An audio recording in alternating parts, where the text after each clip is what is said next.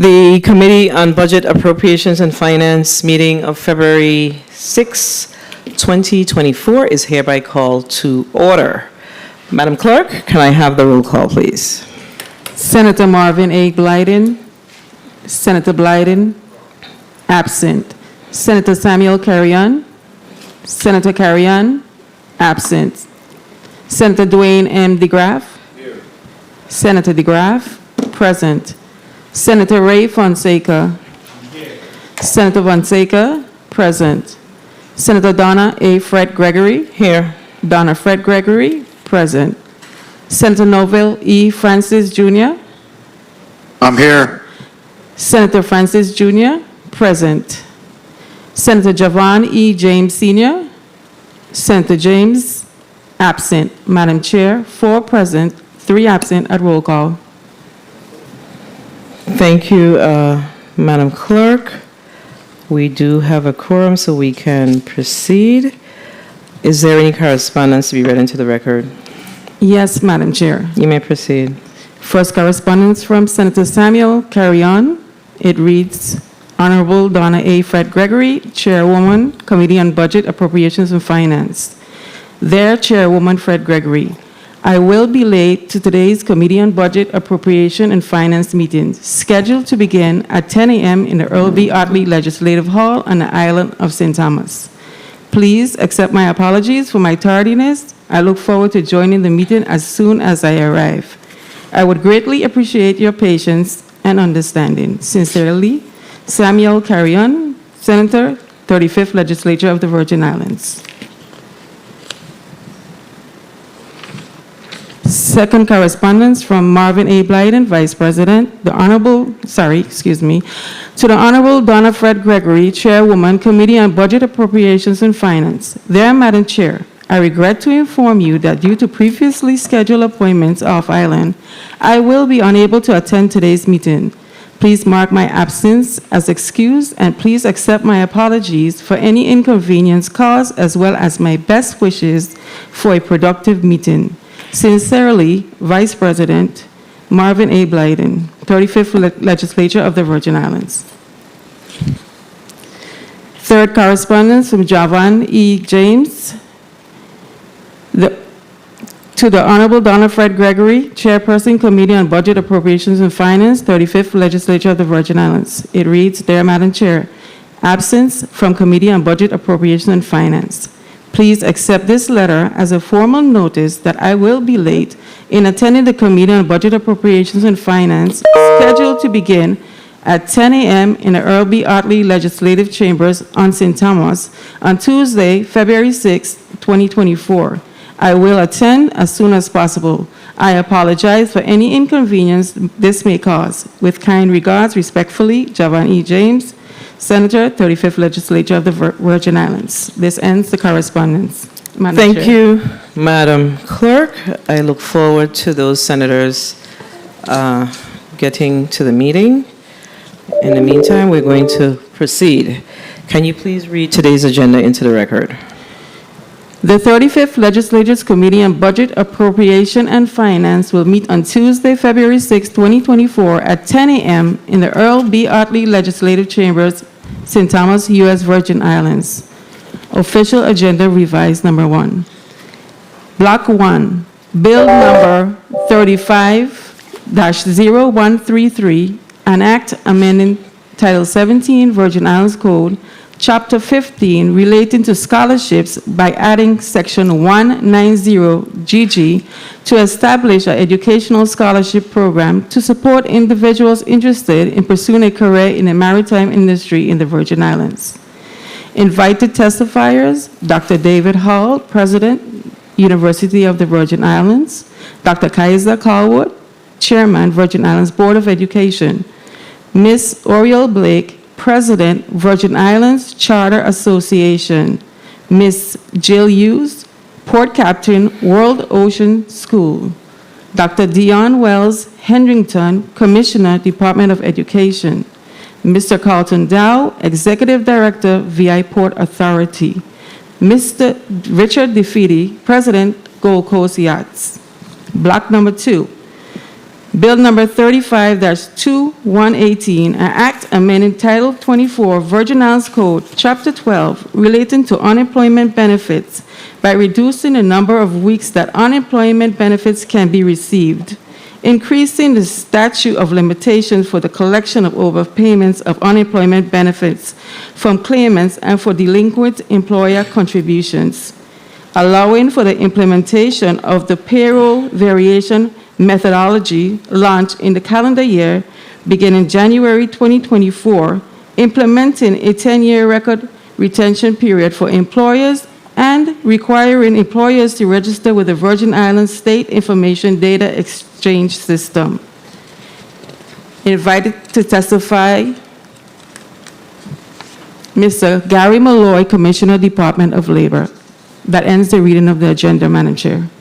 Thank you, Madam Clerk. And today we have a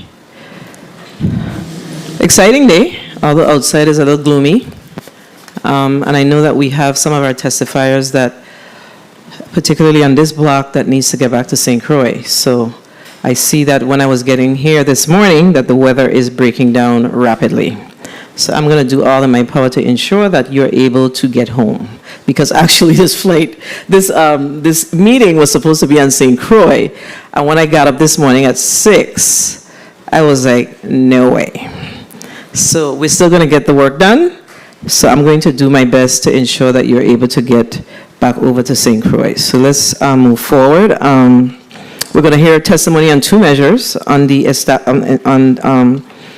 one establishing a scholarship for our children, and the other addressing the unemployment insurance tax in the territory. Both measures are important to our overall economic health and viability here in the Virgin Islands. I'm going to ask, we have the testifiers that's here, they're already here and they're ready to move forward, so I'm going to ask them to please put their names and titles on the record, and we will begin with the representative from the Virgin Islands Board of Education, and that's to my left, your right. You may proceed. Good morning, Dr. Kaiser A. Collier. Actually, I take that back. I'm still trying to move this forward. I need to ask the sponsor of the legislation that's before us to, we have this morning Bill number 35, that's 0133, and we also have Senator Angel Bulques, who is not a member of this committee, but he's here with us today, so thank you for being here, Senator Bulques. But we do have Bill number 35, that's 0133, and that's an act amending Title 17, Virgin Islands Code, Chapter 15, relating to scholarships by adding Section 190GG to establish an educational scholarship program to support individuals interested in pursuing careers in the maritime industry in the U.S. Virgin Islands. Who speaks to this measure? I do, Madam Chair. You may proceed, Senator Bulques. Thank you, Madam Chair, and you look quite regal in your purple this morning. Thank you. Madam Chair and colleagues, the maritime industry of the Virgin Islands plays a significant role in the economic, social, and environmental identity of this region. It is a nexus for international trade. The maritime sector facilitates and imports and exports goods, contributing significantly to the Virgin Islands' economic growth and development. The industry supports a wide range of economic activities, which include shipping, tourism, fishing, and recreation, to list a few. The maritime industry is integral to the Virgin Islands tourism sector, our territory's primary economic driver. Our picturesque harbors and marinas and our pristine oceans and beaches are a testament to what our maritime industry is. The industry also plays a pivotal role in our environmental stewardship and sustainable development. It is at the forefront of our efforts to protect our marine ecosystem, which is very vital to maintaining our biodiversity and ensuring the health of our ocean for future generations. Through initiatives such as sustainable maritime practices, marine conservation projects, and the promotion of eco-friendly tourism, the industry contributes to the preservation of our Virgin Islands' natural beauty and resources.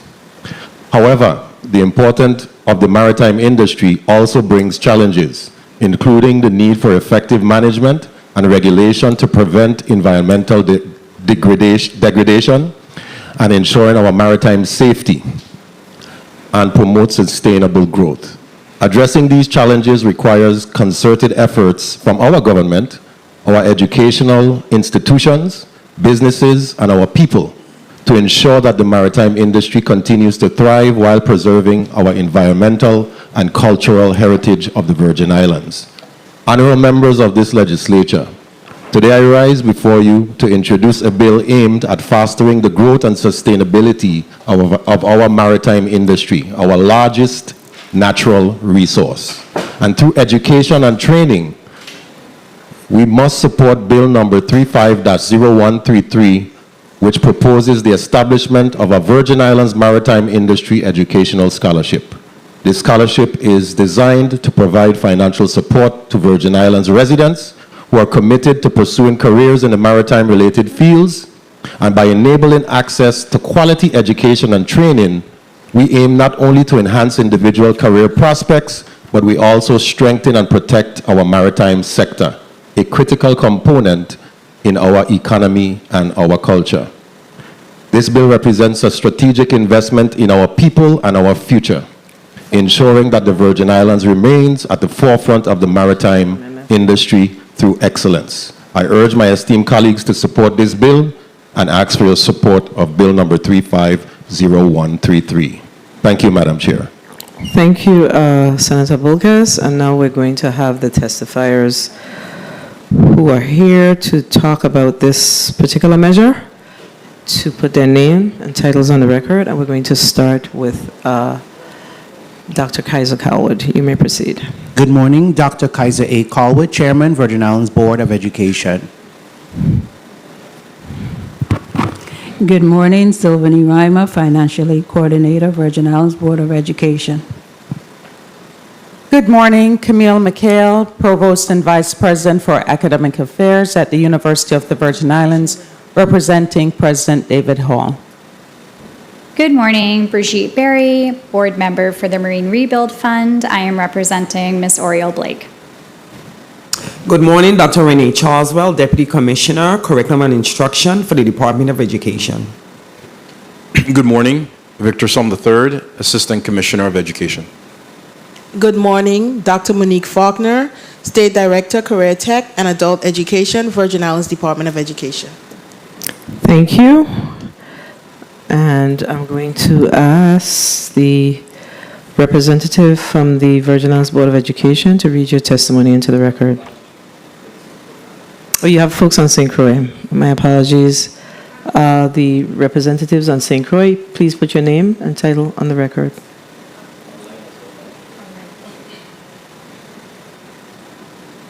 Can you hear me? I'm seeing folks waving.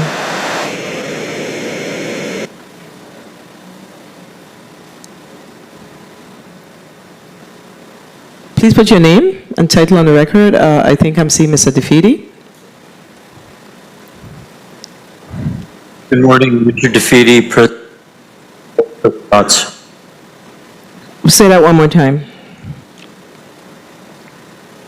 Yes. Good morning, Richard DeFede, President, Gold Coast Yachts. Thank you. Next person, please. Assistant Director. Say that one more time, please. You need to get closer to the mic. We are unable to hear you on this end. Peter Rollins, Assistant Executive Director, Virgin Islands Port Authority. Okay, thank you. And I understand that there's someone online. Please put your name and title on the record once we can see you. We're not seeing you. So media, please make sure that that individual comes up on the screen so we can see who we're talking to.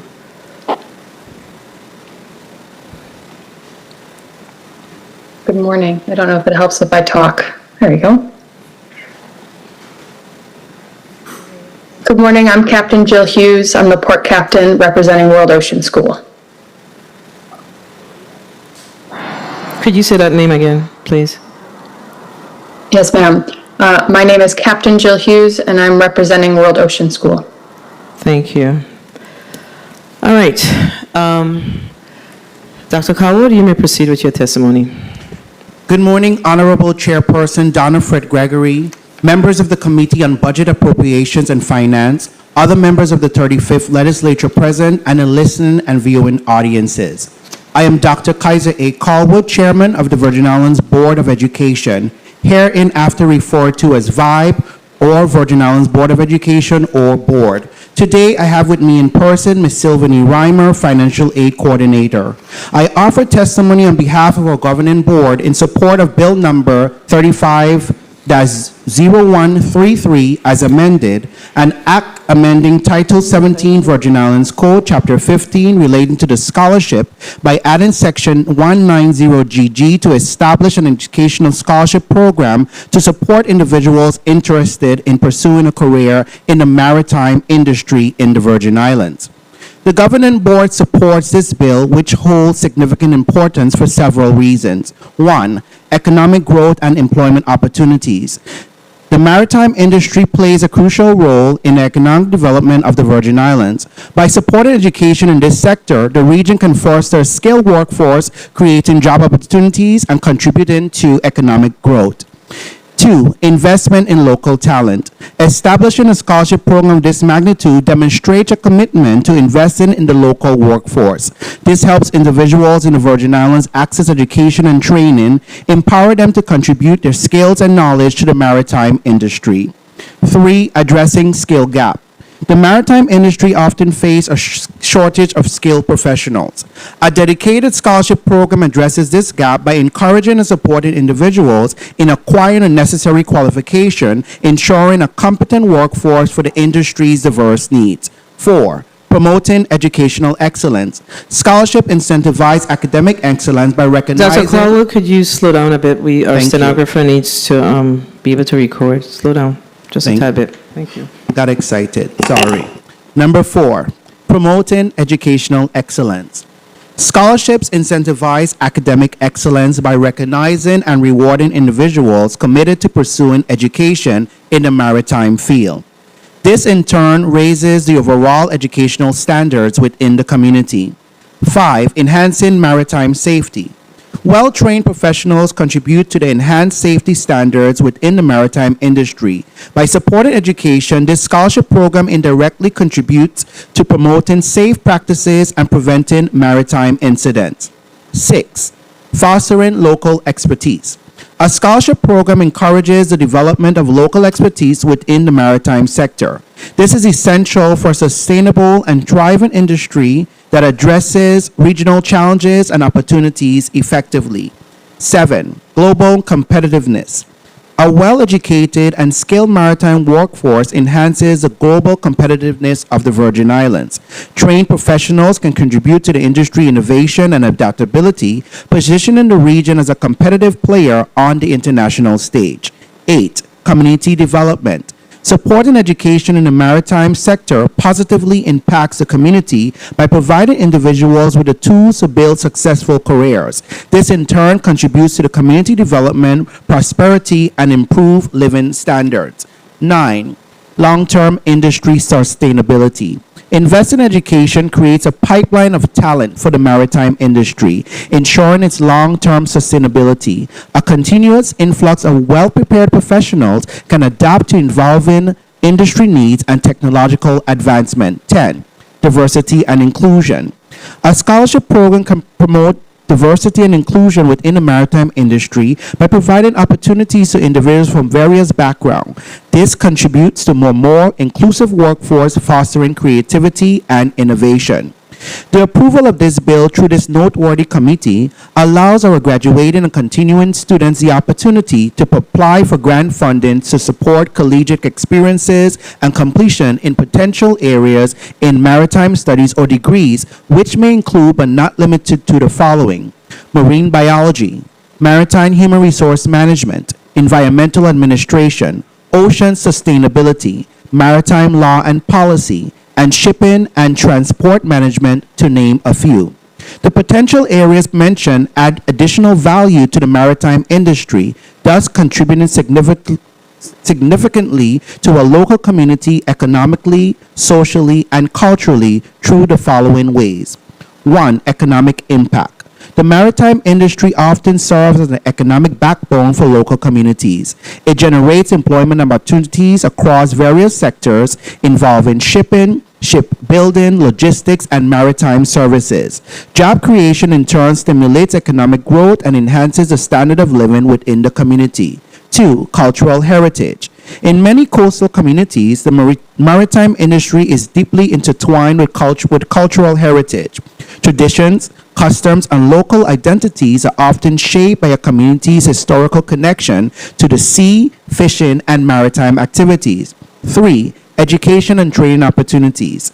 The maritime industry offers education and training opportunities for community members. This includes maritime schools, vocational training, and scholarship programs, empowering individuals to pursue careers in this sector. And 4, resilience and adaptability. Communities with a diverse maritime industry are often more resilient and adaptable to economic changes.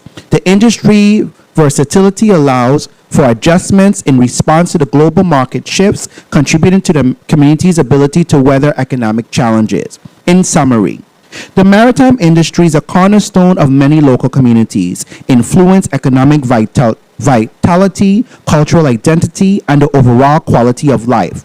Its multifaceted contributions make it an integral part of the fabric of coastal regions, the Virgin Islands, and around the world. By supporting Bill number 35-0133 as amended, the Virgin Islands can actively contribute to the growth, sustainability, and competitiveness of the marine industry while empowering its residents to pursue fulfilling careers in this vital sector. At this time, I offer congratulations to Senator Angel L. Boquez Jr., the bill's sponsor, who happens to be the former at-large member of the Virgin Islands Board of Education. Also, I want to express a heartfelt special thanks to all the champions of education. Your unwavering support for educational initiatives and opportunities is a beacon of hope for countless individuals. Whether through mentorship, scholarship, or advocacy, you are making a lasting impact on the future. Together, we are building a brighter tomorrow through the power of education. Hashtag education matters. Hashtag gratitude. Hashtag change makers. Madam Chair and members of the Budget, Appropriation and Finance Committee, thank you for allowing us to provide this testimony. We remain available to respond to your questions at the appropriate time. Thank you for your testimony, Dr. Coward, who speaks for the Virgin Islands Department of Education. Good morning, Senator. Good morning and greetings to the Honorable Who Donna. speaks for the Virgin Islands Department of Education? Victor Sum III, Assistant Commissioner of Thank you. Education. You may proceed. Good morning and greetings to the Honorable Donna A. Fred Gregory, Chairperson of the Committee on Budget, Appropriations and Finance, other committee members, other senators present, and my fellow Virgin Islanders. I am Victor Sum III, Assistant Commissioner of Education, appearing on behalf of the Honorable Dr. Dion Wells Hedrington, the Commissioner of Education. My presence today is to provide testimony on Bill number 35-0133, an act amending Title 17 Virgin Islands Code, Chapter 15, relating to scholarships by adding Section 190GG to establish an educational scholarship program to support individuals interested in pursuing careers in the maritime industry in the Virgin Islands. Present with me today are Dr. Renee Charleswell, the Deputy Commissioner of Instruction, Curriculum and Instruction, and Dr. Monique Faulkner, the State Director of Career, Technical, and Adult Education. This testimony speaks to the vital importance of maritime scholarships for students in the Virgin Islands public school system. Additionally, I would like to highlight the crucial role that public schools play in preparing students for maritime careers. As our world becomes increasingly interconnected through global trade and commerce, and in the case of the Virgin Islands cruise ship tourism, the maritime industry stands as a cornerstone, and fostering educational pathways in this field is essential for both individual success and the prosperity of the territory. Access to specialized education. Maritime scholarships will provide students with the opportunity to pursue specialized education in maritime studies, navigation, marine engineering, and related fields. By alleviating the financial burden, scholarships will open doors for students who may be otherwise unable to pursue their interest in the maritime industry. This ensures a diverse and skilled workforce essential for the industry's growth and sustainability. Promoting diversity. The maritime sector has historically faced challenges in achieving diversity. By offering scholarships to students from diverse backgrounds, we can address this issue. A diverse workforce offers a variety of perspectives, ideas, and skill sets that fosters innovation and creativity. The scholarships will contribute significantly to eliminating barriers and promoting inclusivity within the maritime industry. Industry demands. The maritime industry is a critical component of trade, as studies show that over 80% of the world's goods are transported overseas. This diverse sector is experiencing a growing demand for skilled professionals such as seafaring, shipbuilding, port operations, logistics, and maritime engineering. The maritime industry is poised for growth over the next decade due to factors such as emerging markets and global trade, technological advancements, and infrastructure investments. By investing in maritime scholarships for public school students, we would proactively address the workforce needs of the industry in the territory and by extension the Caribbean. This would ensure a pipeline of well-educated and trained individuals ready to take on the challenges and opportunities presented by the maritime sector, contributing to economic growth and competitiveness. Preparing students for maritime careers. Curricula integration. The Virgin Islands public school system must work to integrate maritime-related content into our curricula.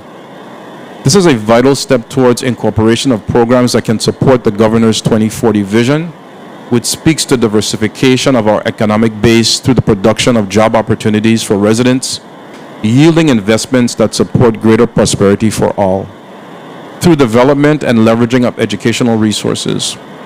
Coastal ocean resources is one of the 8 targeted sectors in Vision 2040, which were selected based on the potential to contribute to economic diversification through growth and job creation in the Virgin Islands.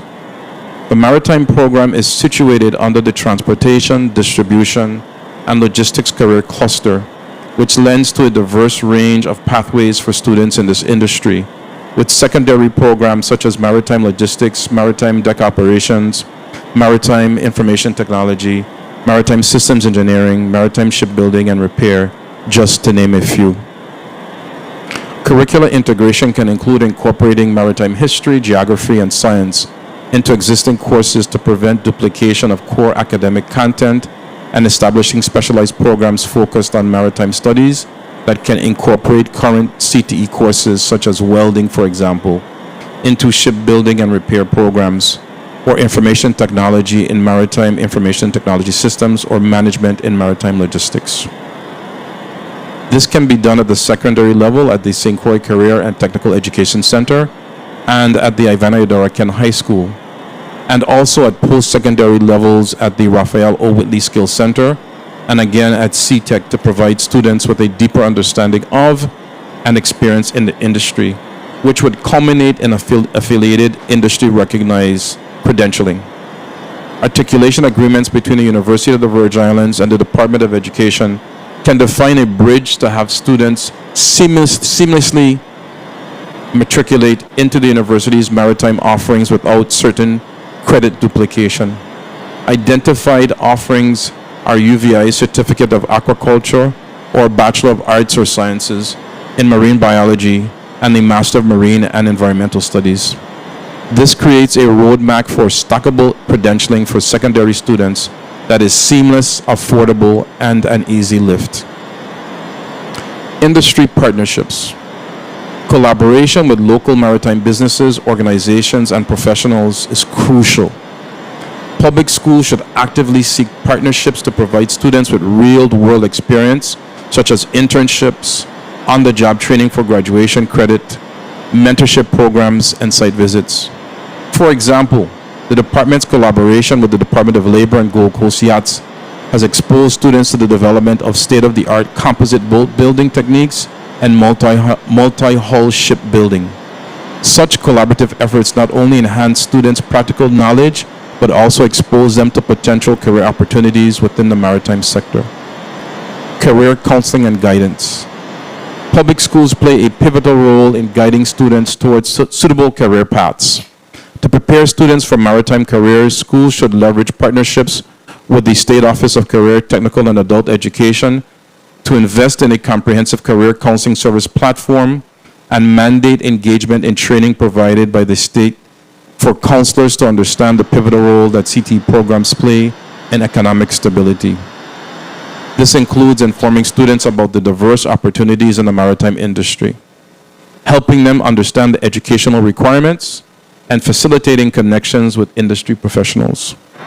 This begins from kindergarten through elementary, with exploratory careers, and then in the middle school with the creation of career portfolios and offering of pre-CTE courses with credits that can be transferred into their CTE pathways in high school, culminating in local or nationally recognized beginner certification upon graduation.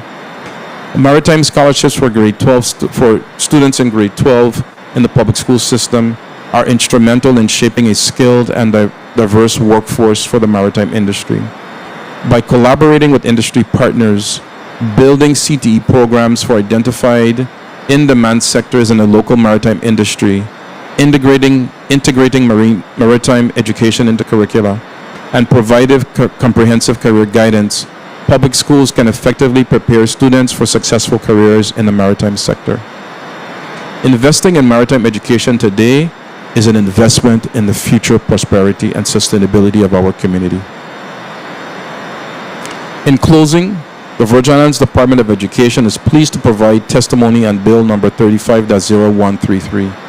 The department stands in strong support of the proposed legislation, and this opportunity must be actualized now, as our students must be equipped to be competitive in one of the fastest growing industries globally. Consider this. Congress passed the Merchant Marine Act, which is also known as the Jones Act, in 1920. This act has stringent requirements that only Americans build the ships, man the vessels, and move cargo between U.S. ports. The legislation was crafted with the aim of promoting both economic and national security. In December of 2014, the U.S. Congress reiterated support for the Jones Act for the strong domestic trade maritime industry, which supports the national security and economic vitality of the United States and the efficient operation of United States systems. As an island territory, we must ensure that our students are poised to remain nationally and globally competitive. Thank you for the opportunity to share this information with you and our fellow Virgin Islanders. We are prepared to answer any questions you may have. Thank you, Assistant Commissioner Soames. We will now hear from the University of the Virgin Islands, Dr. Camille McHale. Good morning, Honorable Donna Fred Gregory, Chair of the Senate Committee on Budget, Appropriations and Finance, other members of the committee and members of the 35th Legislature present, other testifiers, members of the press, persons here in the conference room, and those in the viewing and listening audience. I am Dr. McHale, Provost and Vice President for Academic Affairs at the University of the Virgin Islands, and I'm here representing UVI's President, Dr. David Hall. It is an honor for the university to have been asked to speak to the legislature on matters regarding Bill 35-0133, establishing an educational scholarship program to support individuals interested in pursuing a career in the maritime industry in the Virgin Islands. The University of the Virgin Islands is in support of this bill as it recognizes the importance of the marine industry to the economy and to the culture of the U.S. Virgin Islands. UVI already offers degrees at the bachelor's and master's level in marine sciences.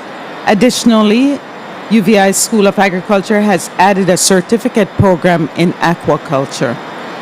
Over the past years, in support of maritime education, UVI sought to partner with maritime institutes in the U.S. in order to provide a pathway to maritime education for Virgin Islands students. In the absence of a formal partnership, in 2018, the university adopted a Bachelor of Science in Maritime Management, which was designed to partner with existing maritime academies or institutes. This flexibility allows for students to obtain maritime training from any institute and then complete business courses at UVI to earn the Bachelor of Science in Maritime Management. Students would transfer in up to 34 maritime program technical course credits. The business education, in combination with expertise and hands-on experience in the maritime industry, will open doors for long-term and sustainable opportunities within the maritime industry. For example, ship management, port management, logistics management, brokering, and other maritime trade and sales positions. This degree will allow students to supplement their technical expertise with the business acumen needed to participate in or lead a successful business in the maritime industry. Though the degree has been available, however, we have yet to have a student pursue it. So maybe this bill will bring it back to the fore. Thus, UVI is in full support of this bill which we hope would serve to increase interest in maritime industry in the Virgin Islands and hope to also lead to the training of future business leaders in that field. On behalf of the University of the Virgin Islands, I thank you for the opportunity to address this topic today. Thank you, Dr. McHale. We will now hear from Mrs. Bridget Berry, representing the Virgin Islands Charter Association. You may proceed. Thank you. To clarify for the record, I am reading the statement of Ms. Earle Blake, who is the Executive Director of VIPCA. Thank you. Good morning, Senator Donna A. Fred Gregory, Chair of the Committee on Budget, Appropriations and Finance, other members of the 35th Legislature of the U.S. Virgin Islands, legislative staff, and members of the viewing and listening public.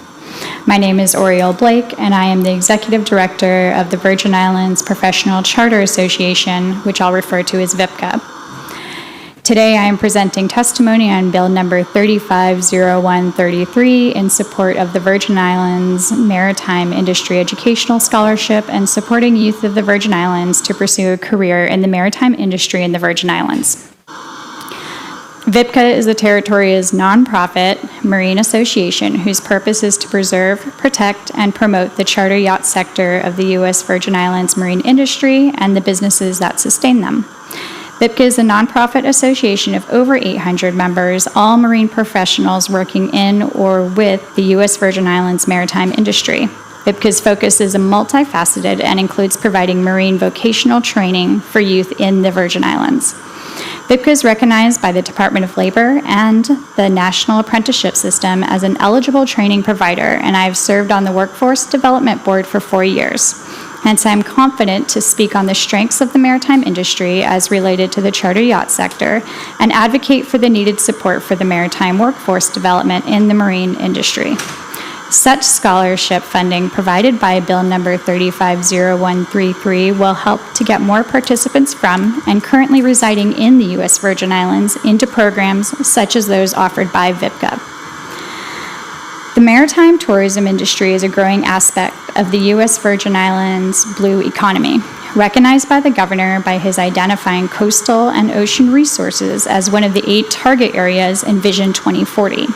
The maritime industry has proved its resilience in the aftermath of the 2017 hurricanes and in the COVID-19 pandemic, keeping the USVI open for tourism in the wake of both natural disasters.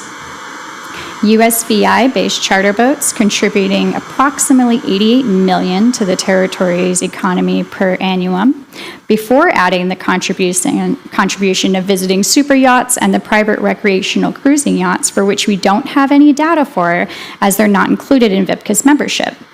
To illustrate the contemporary strength of the maritime tourism industry in the United States Virgin Islands, if, according to NOAA, approximately 60% of the Virgin Islands GDP is supported by tourism, and over half of the 2 million tourists visiting a year engage with marine industries during their stay, according to the USVI travel portal, then 1 million tourists engage in the charter boat services annually.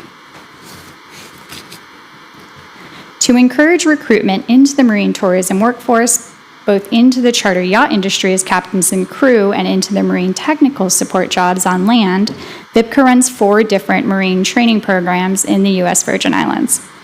1, the Junior Sailing Summer Program, ages 13 to 17, 4 weeks of swimming and sailing that is for 22 students. 2, the VIPCA Marine Apprenticeship Program. That is for students 18 to 29 years old, a 4-week career training for hopeful captains that has 12 students graduating with the standards of training and certification in watchkeeping, the STCW.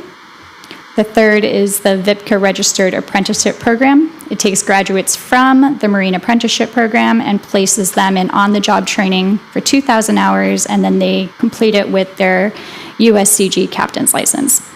And then the Marine Technical Apprenticeship, ages 18 to 20.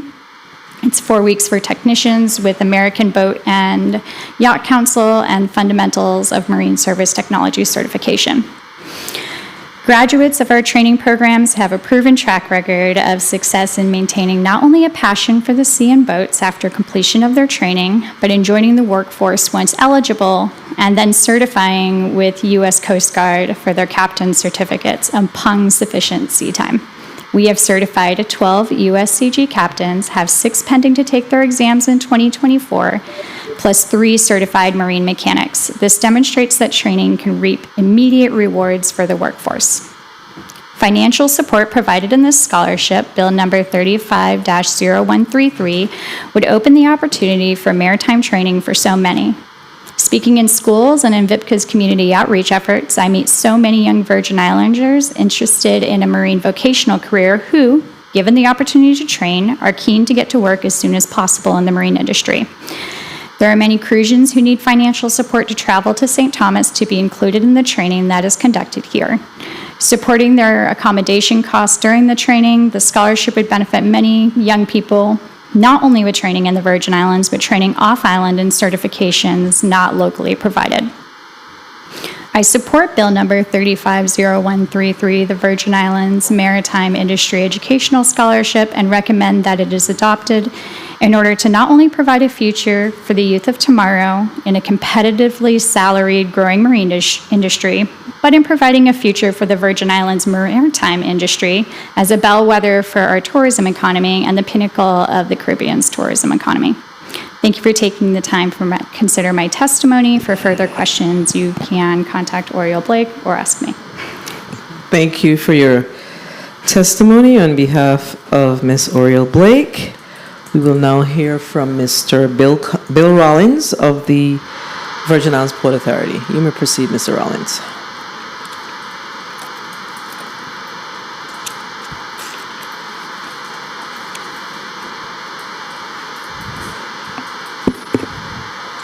Good morning.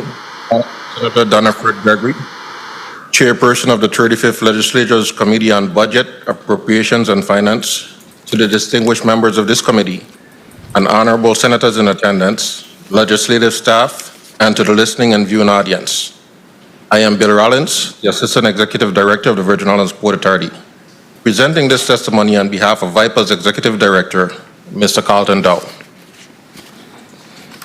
I am present today to provide testimony in support of Bill number 35-0133, which seeks to amend Title 17, Chapter 15 of the Virgin Islands Code, relating to scholarships by adding Section 190GG to establish an educational scholarship program that will support individuals interested in pursuing a career in the maritime industry in the USVI. The maritime industry plays a vital role in the economic development of many countries, including the U.S. Virgin Islands, which is highly dependent upon the importation of cargo. The USVI also serves as a transshipment port to nearby Caribbean islands. Furthermore, the transportation services at our seaports provide a key mode of travel for the visitors that bolsters our tourism industry. Our seaports are also essential for connecting our residents with the world. The marine industry is vast in the positions it provides for employment and entrepreneurship. Seafaring positions offer advantages such as high starting wages, travel opportunities, and career flexibility with training and skills that can be utilized globally. Marine employment opportunities include operating and repairing passenger and private vessels, working at marinas that service luxury yachts, the cruise industry that anchors our local tourism industry, commercial fishing professions, cargo shipping, and marine research and administrative positions. The USVI needs individuals who can provide marine biology and research services such as surveys, assessments, ocean life monitoring, and mitigation required by federal agencies during seaport rehabilitation or construction projects and harbor dredgings. VIPA's Marine Division is the agency's largest division with 50 employees in St. Thomas, 16 employees in St. John, and 17 employees on St. Croix. Our marine employees include harbor pilots, wharf hingers, seamen, dockmasters, and administrative employees. Several port police are also pilots and serve as the crew of our police boats. VIPA's marine facilities also indirectly employ hundreds of residents via the businesses that operate at our seaports. In addition to the Port Authority's operations, The marine industry in the USVI extends to those employed as commercial fishermen and residents who work at our marinas that service mega yachts and other pleasure and luxury vessels. VIPA fully supports the establishment of a maritime scholarship that will be administered by the VI Board of Education to provide opportunities to the USVI residents. A scholarship program will allow residents to attend universities and acquire maritime certifications without putting them in debt via school loans. Per the bill, a student who receives this scholarship must commit to return to work in the USVI, providing their employment opportunities. This will provide a pool of qualified and employable maritime professionals in a territory that is heavily dependent on marine industry. VIPA suggests that the proposed scholarship include a minimum number of years that the recipient must work in the territory after completing the educational program. On behalf of Executive Director Dow, I commend this bill's sponsor, the Honorable Senator Angel Balquez Jr., and all senators who support this legislation. The VI Maritime Industry Scholarship can provide new educational opportunities for residents of this territory so that they may benefit from the USVI's thriving marine industry. I will remain present to answer any questions that you may have.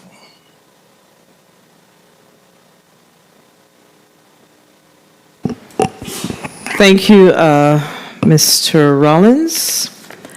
We will now hear from Mr. Richard DeFeedy, President of Gold Coast Yachts. Good morning. Honorable Novelle Francis, President 35th Legislature, Chairwoman Donna Fred Gregory on the Committee on Budget, Appropriations and Finance, and other members of the viewing and listening audience.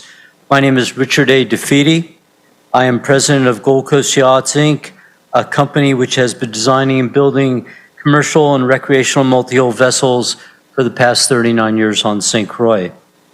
I am here to give testimony on Bill 35-0133, an act amending Title 17 of the Virgin Islands Code, relating to scholarships to support individuals interested in pursuing a career in the maritime industry.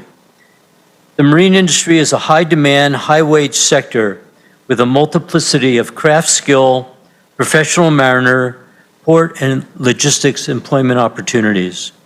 Mariners, tradesmen, and marine transportation specialists are in high demand as the labor shortage that has impacted countless shoreside industries has also impacted the maritime trades. The retirement of older mariners, the developing offshore wind industry, and the worldwide demand for workers in the marine transportation and port sector is creating openings faster than companies can fill the positions. Opportunities abound and demand is highest for personnel with greater experience and advanced training. Mr. Rockwood of the Mid-Atlantic Maritime Academy recently stated, "We see that the U.S. maritime job market is very dynamic and challenging for both the mariner and the employer with ever-increasing regulatory requirements. Employers are aggressively recruiting all ratings and ranks above entry level, and our schools' bulletin boards are full of opportunities. The Bureau of Labor Statistics projects that there will be 8,400 openings annually over the next decade, for marine transportation workers. Many of those openings are expected to result from the need to replace workers who retire or move to new industries. Ms. Plosky of the California State University Maritime Academy recently stated that employers are increasing pay and benefits, but they still have a hard time filling positions in the maritime trade. According to reports last year from the Washington State Ferries, the nation's largest ferry system, they were forced to reduce service on a number of routes due to labor shortages. Recruiting mariners has become more difficult as shoreside salaries increase, narrowing the gap between what a worker can earn offshore versus what they can make on land. Additionally, the rapidly growing offshore wind sector will put pressure on the maritime job market for years to come. The Department of Energy estimates that 31,000 full-time equivalent jobs will be needed during the build-out. And then after that, there'll be a need of approximately 13,000 full-time year-round operating positions for the wind energy sector.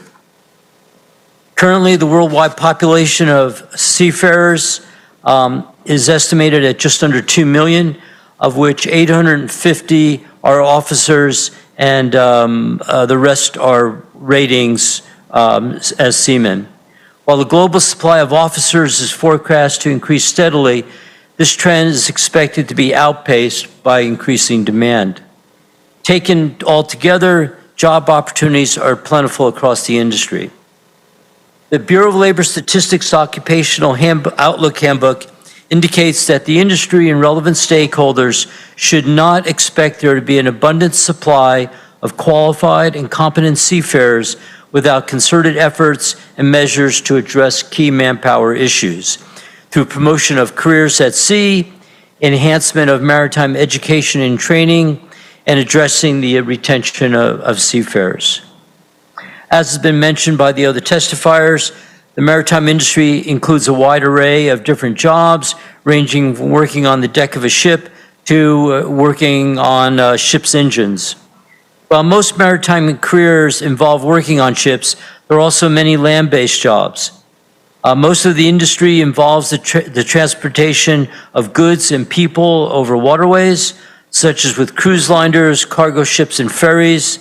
The most in-demand jobs includes captains, mates, able-bodied seamen, individuals working in marine and ocean engineering, naval architecture, ship and boat building, mechanics, electricians, pipe fitters, welders, mechanical engineers, all of which require extensive post-secondary training and specialized skills. Just as examples of the pay rates of this high-demand, high-wage sector, pilots typically earn $100,000 to $200,000 a year. Ships captains for large vessels are in the $150,000 to $250,000 per year category. A first mate or a first officer would be employed at $85,000 to $200,000 per year. Ferry captains are in the area of $80,000 to $150,000. Tugboat captains in the area of $70,000 to $130,000. A ship's engineer in the area of $120,000 to $170,000 a year. An able-bodied seaman from $50,000 to $100,000 a year. A port captain from $90,000 to $130,000 a year. Port engineer, $90,000 to $190,000 a year. Naval architects, $90,000 to $160,000 a year. And marine service managers at $72,000 to $100,000 per year. Typically, marine technicians starting salaries begin in the $50,000 range and go to $120,000 a year, and marine surveyors typically average in the $70,000 to $100,000 per year range. The legislature, along with the VI Workforce Development Board, the Department of Education, UVI, and the Department of Labor, and others, have the responsibility to assess, convene, and leverage resources to support the training and education pipeline that lead to high demand, high wage, and emerging industries. Bill 35-0133 is a good first step in recognizing the value of the maritime industry to the territory and its people and supporting career development in this important sector. It has the support of Gold Coast Yachts, and we look forward to seeing a greater establishment of the training pipeline in this very important sector, and are available to any questions that members may have at this time. Thank you, Mr. DeFede. We'll now hear from Ms. Jill Hughes, Port Captain of World Ocean School. You may proceed, Ms. Hughes. Good morning. Thank you. I'll wait to make sure I'm up on the screen. Okay.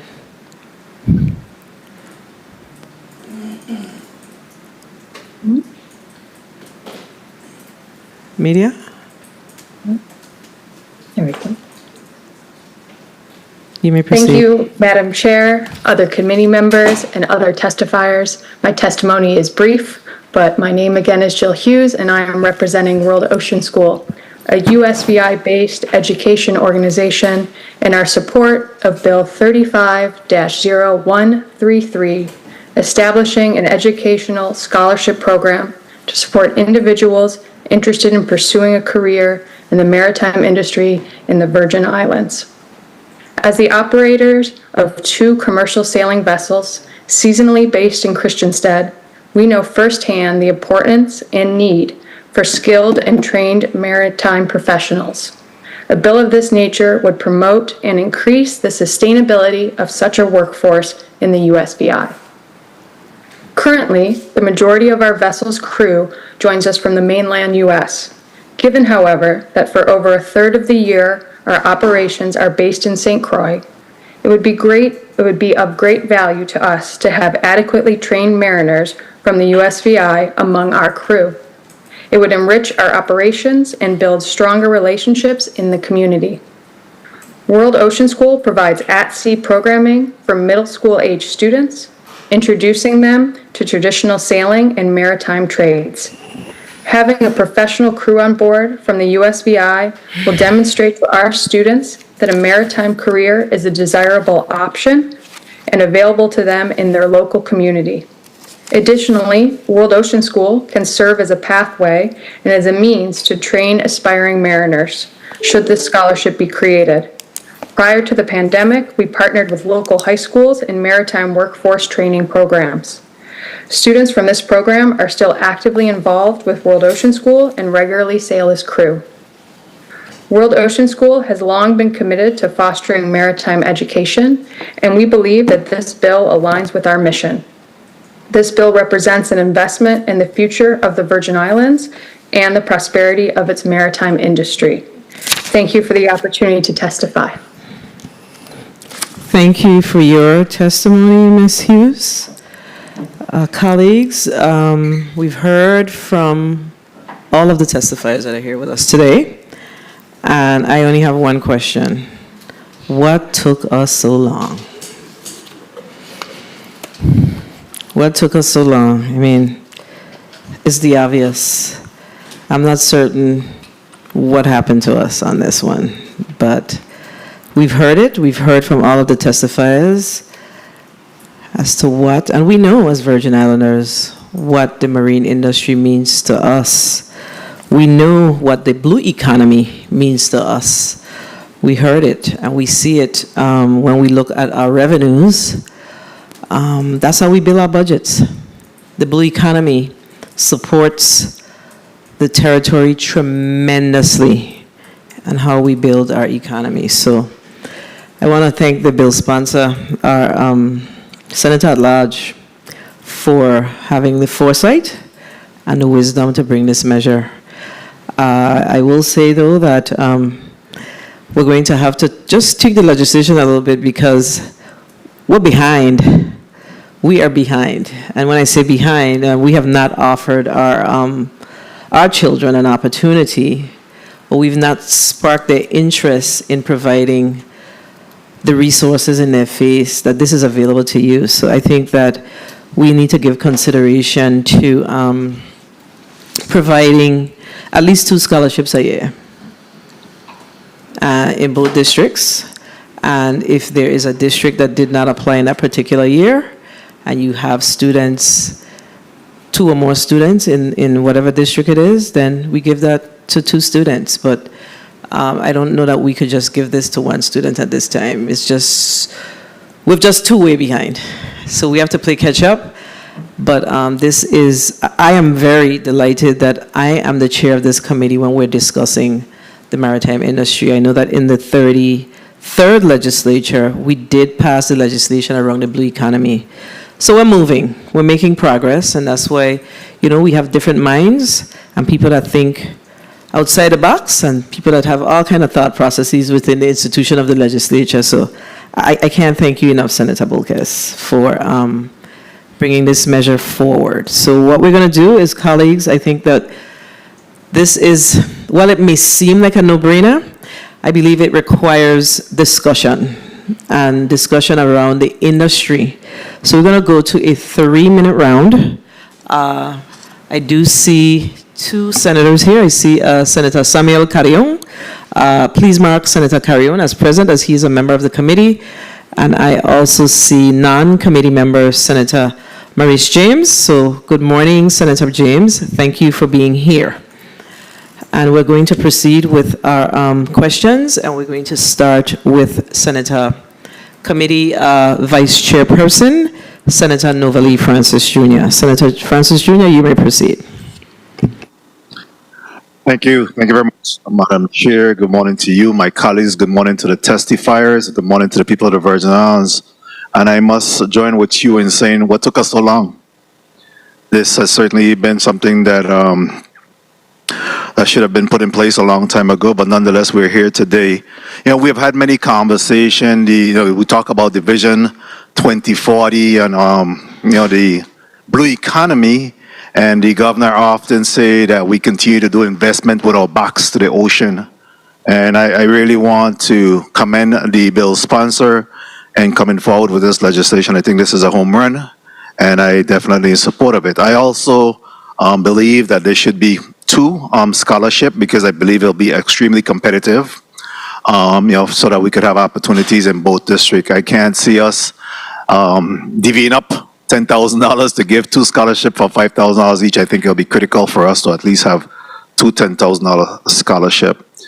You know, I saw a recent Facebook posting where we have Lord Harry the Judge, 71 years old, talk about just going to Buck Island for the first time. We're surrounded by water. That really caught me by surprise. You know what I mean? And we still have people that don't take advantage. Homegrown individuals are surrounded by water that don't take advantage of our ocean. And getting out there, because it's amazing. It's amazing when you go out there scuba diving, when you go around Buck Island, Cane Bay, Frederickstead area, and really see what's happening there. It's amazing. So, we have a lot of youngsters that's exposed to the marine, but really don't pursue the opportunities at times to go beyond that. So I'm happy for this. I wanted to ask you, Mr. DeFede, because I know that you have been engaged with a number of students that have come through for a number of years. What is the level of reluctance?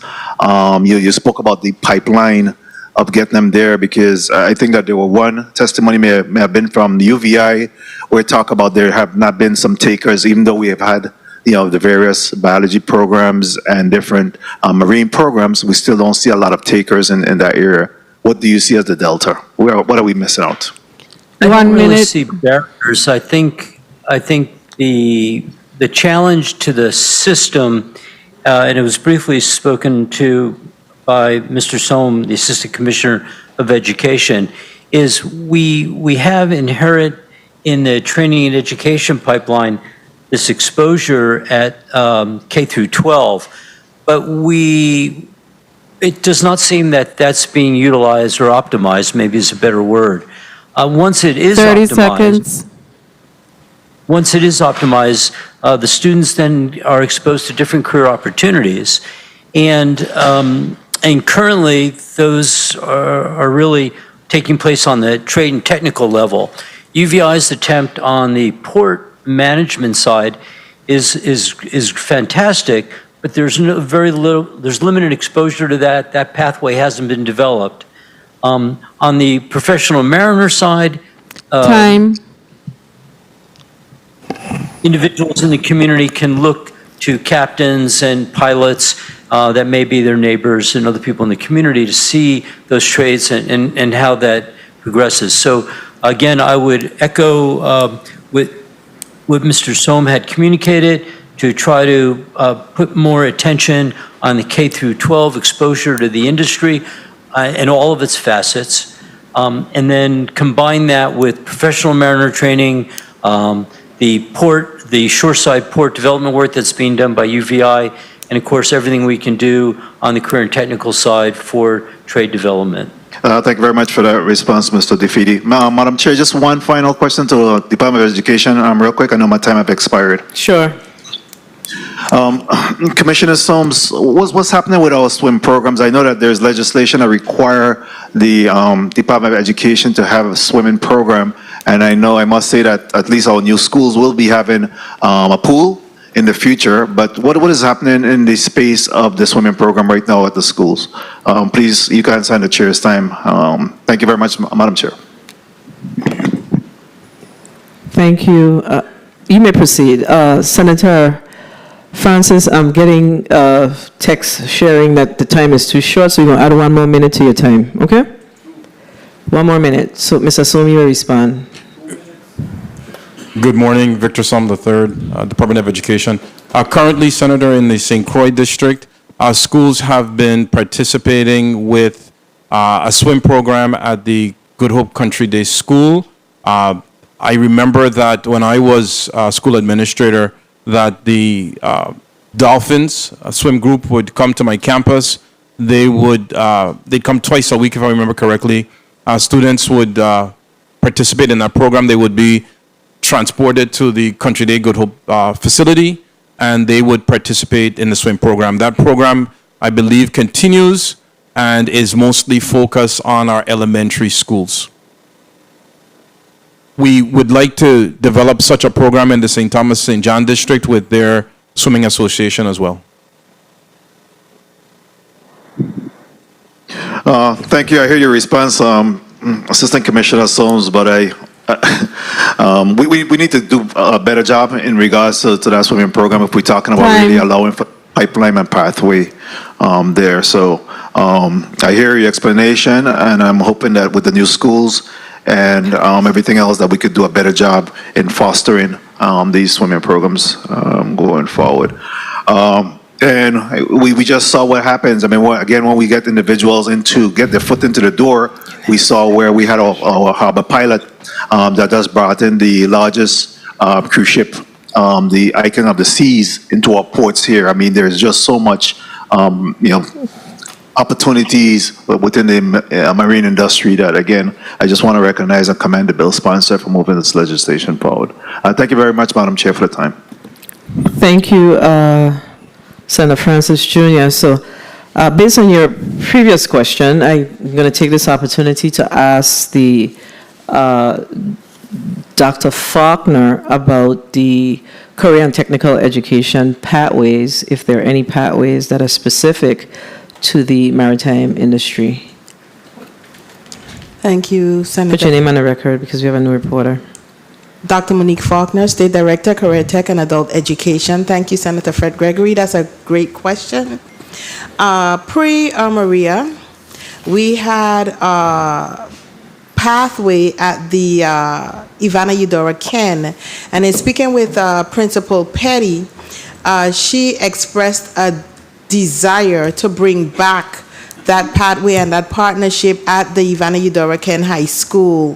One of the things that I noted with this bill is that it presents an opportunity for us to actually do an easy lift for certain maritime programs, because we already have the foundation for some of those programs. Like, for instance, you have maritime culinary, which we have a lot of the yachting industry and the cruise ship industry that's coming in here, and they need access to such professionals. And we already have a robust culinary training program, so that's an easy lift. We have IT, which speaks to logistics. That's an easy lift because we already have the core foundation. In the St. Croix district, we have welding.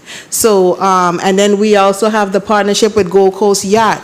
So that's an easy lift to develop maybe a maritime ship repair program, because we already have the welding pathway, the welding program. So definitely it's something that we had.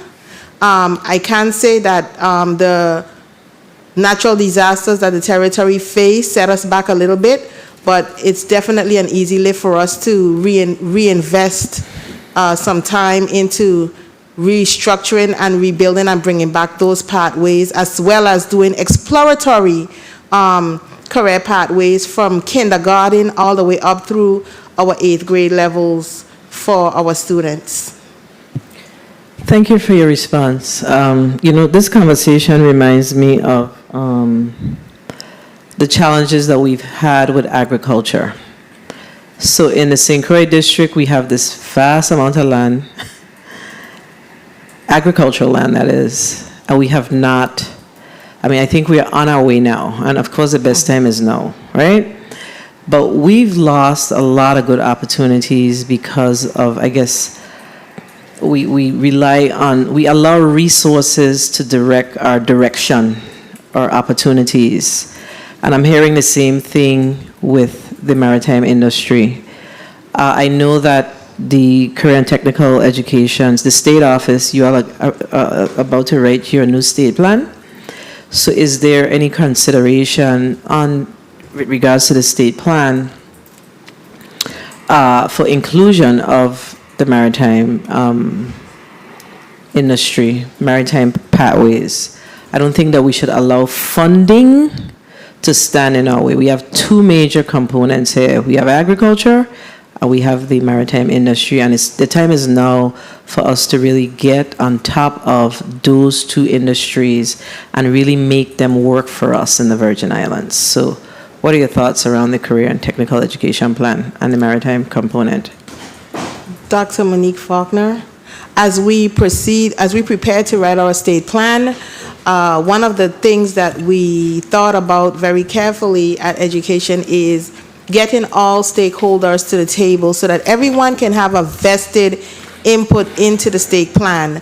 Our partner, Department of Labor, identification of the demand career paths in the Virgin Islands that are hard to fill is critical as we look at the state plan. So most definitely inclusion of agriculture, inclusion of maritime, inclusion of any construction trades, all the pathways that are hard to fill. I was looking on WAPA's website, and I saw that they're outsourcing for a lot of positions because we don't have pathways to fill some of those positions. We have an aging population of individuals that are coming out of industries such as out here at the concrete plant. I was speaking to the lady that's in charge of it, and she was talking about her population aging out and being able to fill those positions and having to outsource. So these are things that when we get to, which that date has been changed to March 1st, correspondence is coming out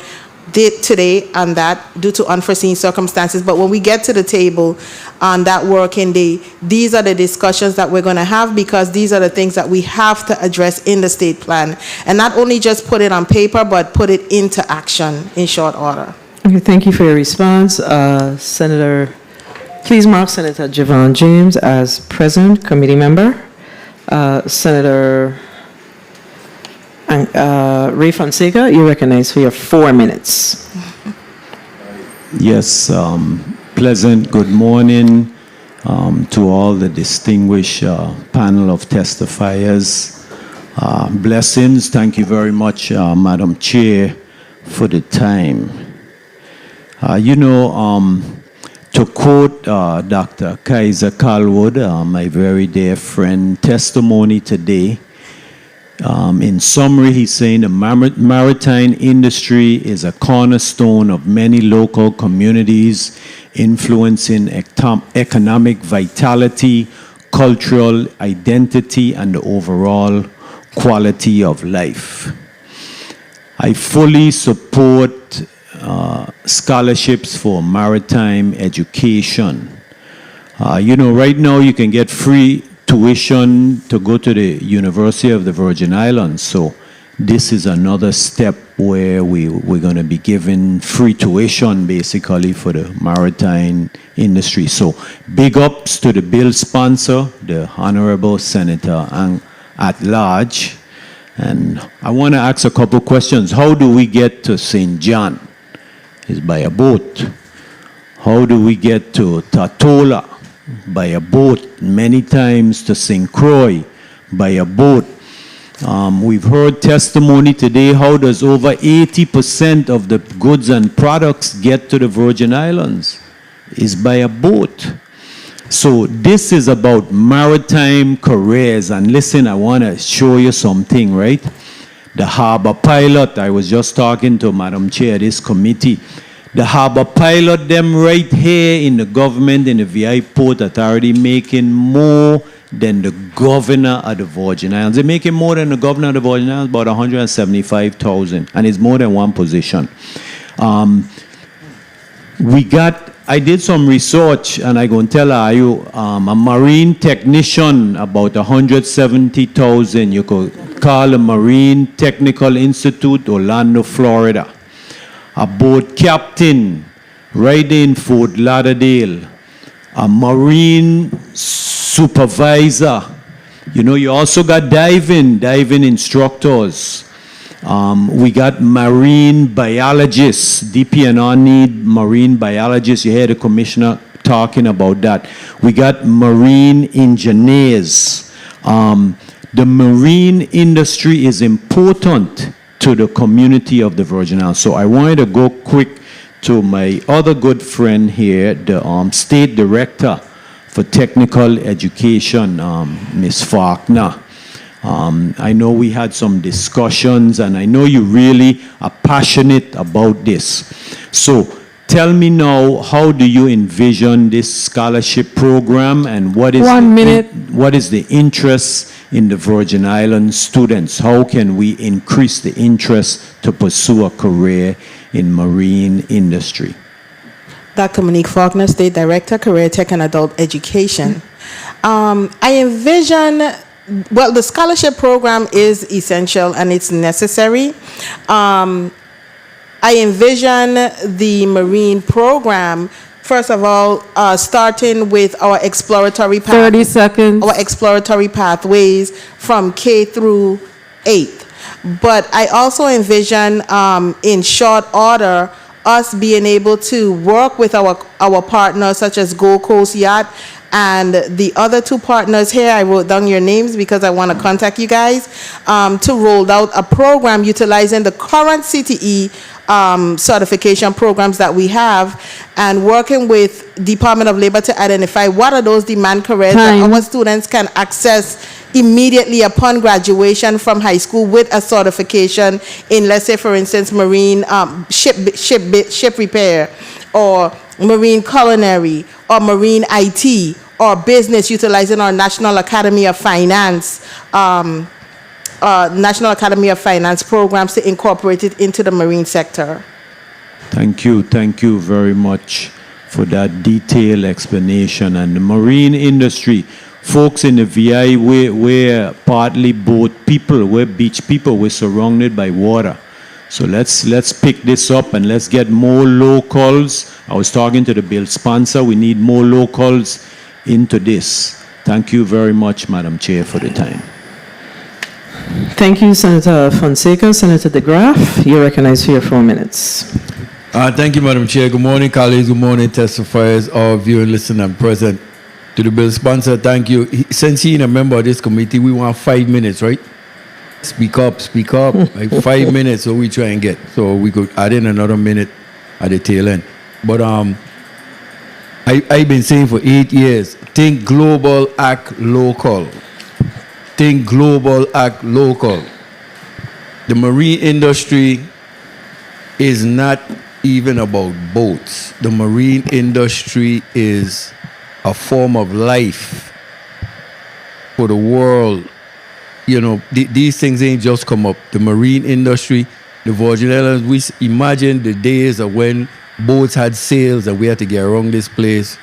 So it ain't even about boats, it's about survival, it's about going out there and fishing so you could eat, to live. It's about putting together, channeling water from the ocean into the land. It's so much different things. Is that I thinking global and I go act local. We're going to make sure this happen. Some of the issues I had or concerns I had, I support the bill 100%. But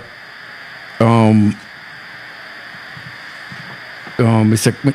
Kaiser, Dr. Calwood, I was looking at the funding part of it, and what I didn't understand is that in the bill it says Section J, there's authorized and appropriated.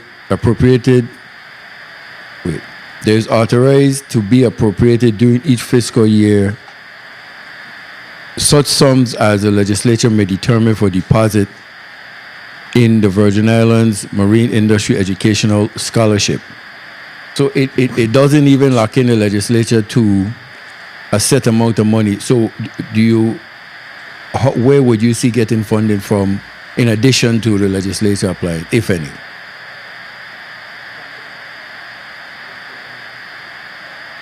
Yeah. Okay, hold my time, please. Thank you. Extra minute. Hello, testing. Dr. Yes. Kaiser Carwood, Virgin Islands Board of Education. Thank you so much for that question. I think most of the appropriations for our scholarships, you always have that caveat in there. What we do once we get the funding, and of course, students that got the opportunity when they have time to pay back, then of course that's a recycling door where we open up the availability of funds to give students the opportunity to go to college, but for that particular area. Not to cut you off, sir, but again, in this arena here in the legislature, what's written is what's done. So when they say the fiscal year as may be determined by deposit, lock the Virgin Islands legislature, lock the legislature into an amount. That's what we need to do. The Act 81 1 minute. 55, the free tuition bill, lock the government into $3 million a year for this fund for scholarships. That's what we need to do for this bill. So I ain't gonna say what took me so long. I ain't gonna say let's put our money, let's put our signature on a document where our mouth should be and appropriate X amount of dollars, like how we got $3 million for free tuition. That's what we should be going along this line. 30 seconds. Of the marine industry. And let me just get in two more. So when will this scholarship begin? I didn't see it in the bill. And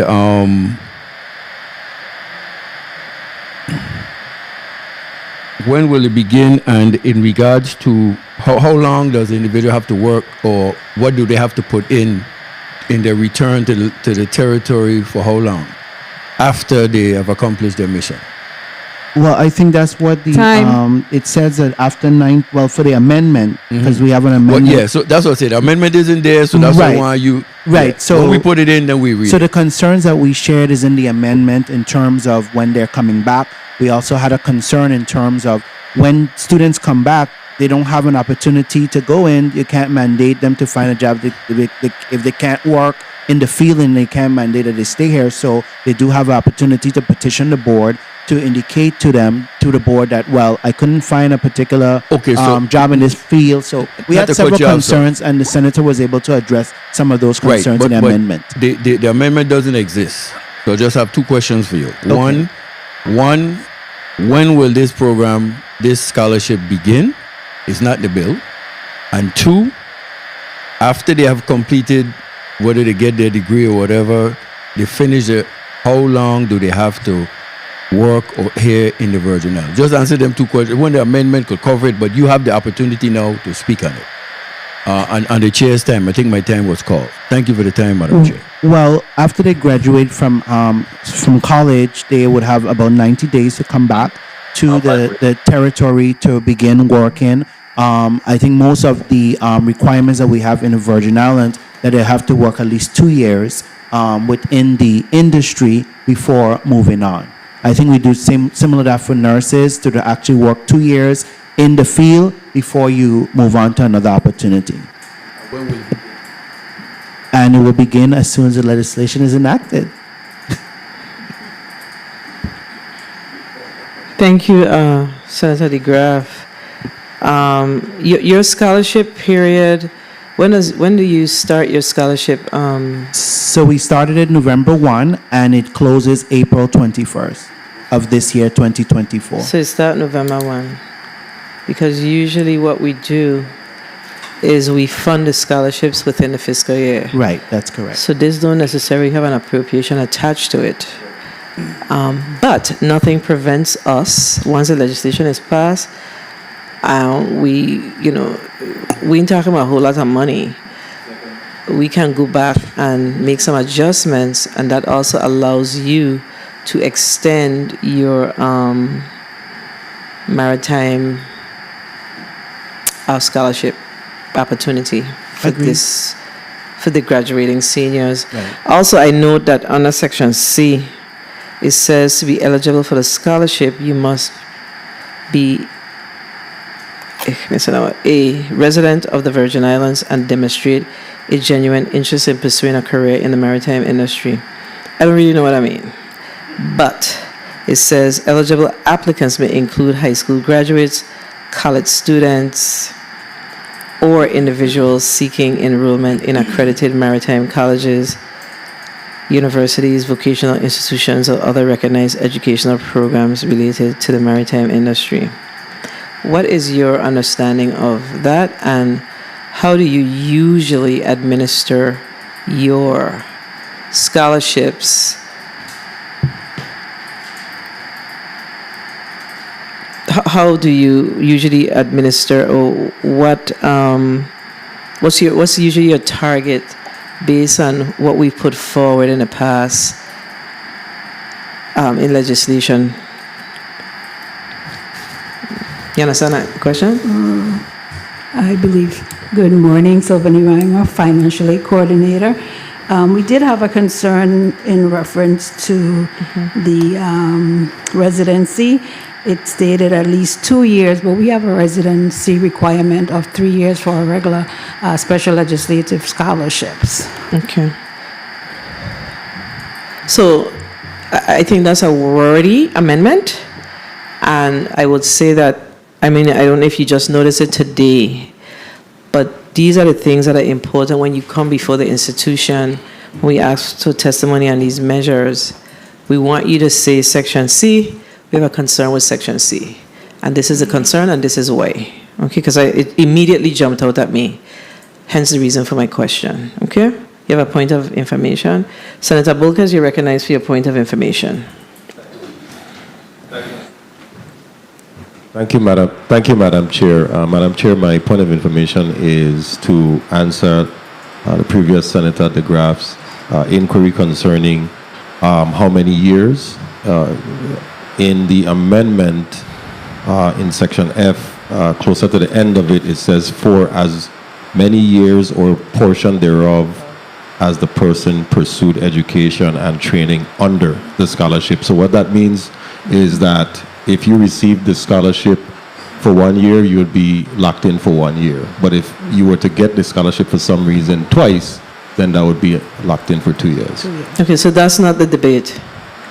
That was, no, not this debate, but the senator previously asked about the amount of time that they would have to be under the contract for the scholarship. Oh, okay. Yeah, I just wanted to answer his very query. well. Thank you, Madam Chair. Okay, thank you. So we make note of that 3-year concern. Okay.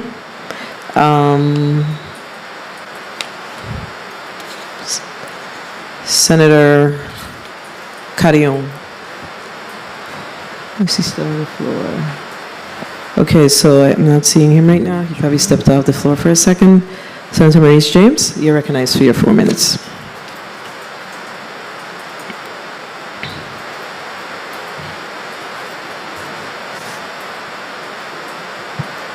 Good morning, Madam Chair. Rio stepped right in. He went to get the amendment for us, so he can proceed. Thank you. No, you can go ahead.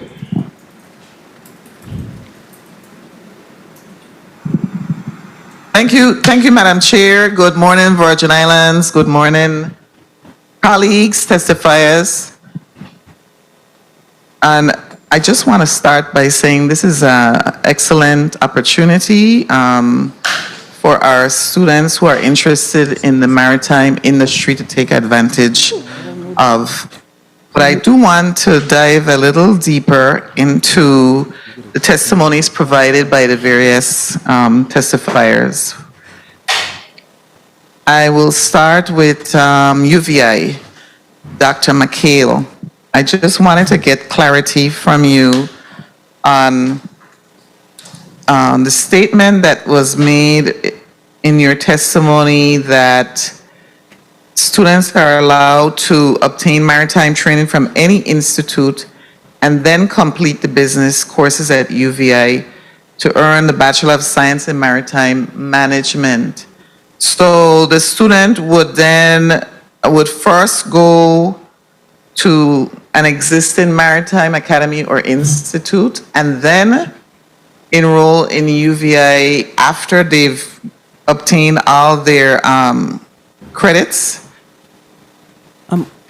Good morning, Camille McHale, University of the Virgin Islands. Thank you for that question, Senator. Yes, that was the intent. Actually, we have a number of programs, whether it's our dual degree program in engineering or other programs where students may start here and end elsewhere.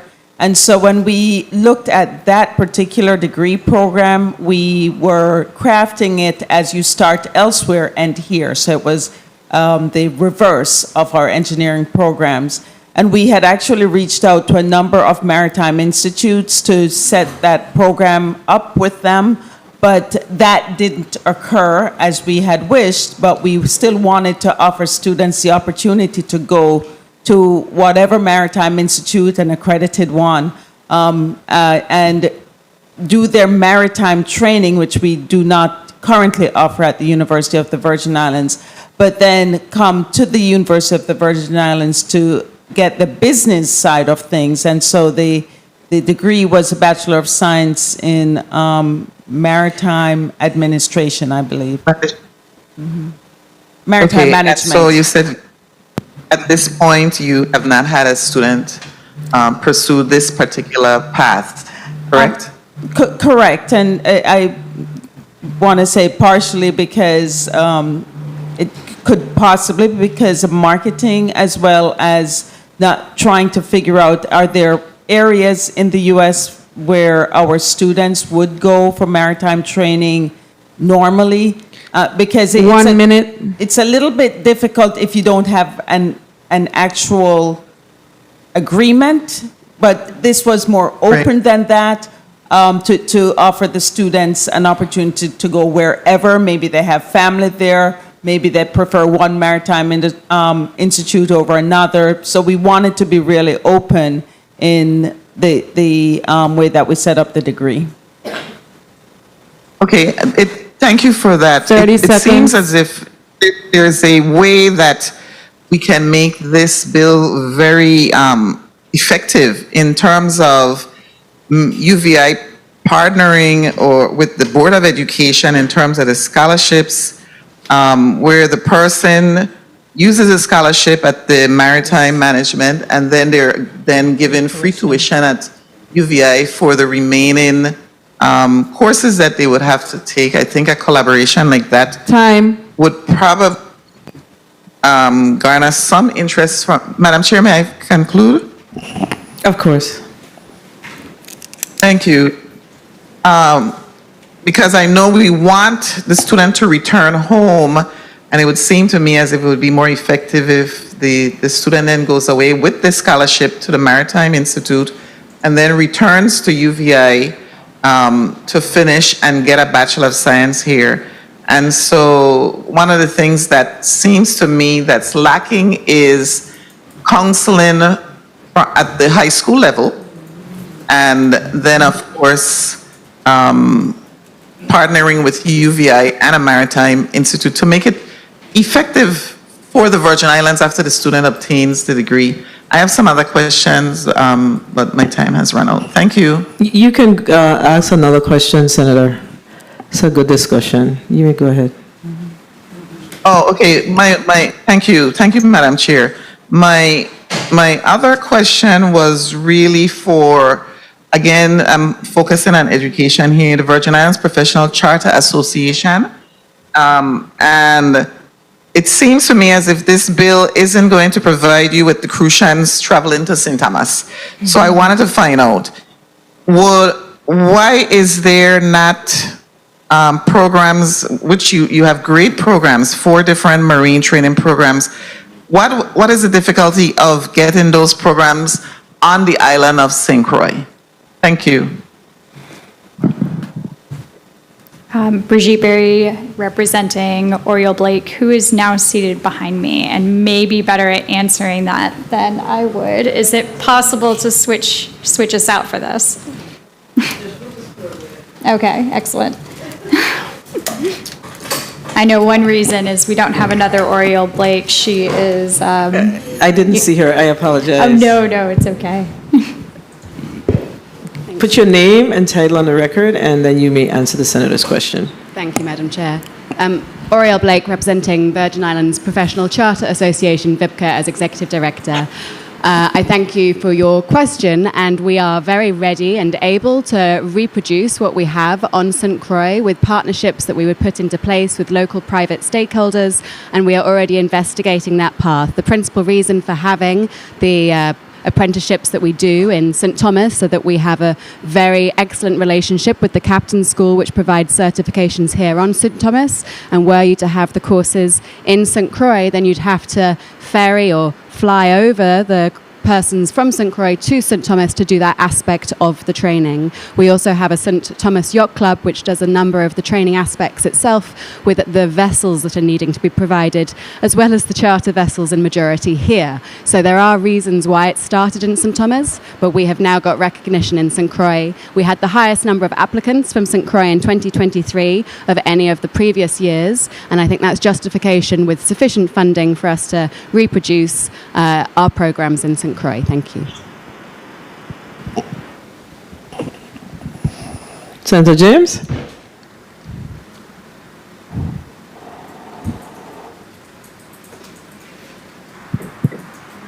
Thank you, Madam Chair. No further questions at this time. Thank you. So let's just go back very quickly to the University of the Virgin Islands. You shared that you did approach a university or a college or a program on the mainland, and that did not, you weren't successful, let's just put it that way, for whatever reason. But I know that we have the 3-2 program, the 3-2 engineering program, and we have the, I don't know if that's 3-2, that's what, that's 2-3? 2-5?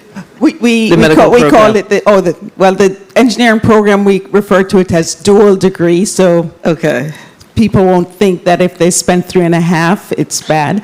And the Boston University Earle Medical School Selection Program. Right. So I think this conversation is sparking our interest to ensure that we perhaps should be looking at really making a concerted, true effort. And I know you make efforts, and you said that you started the process, and things did not pan out like you expected.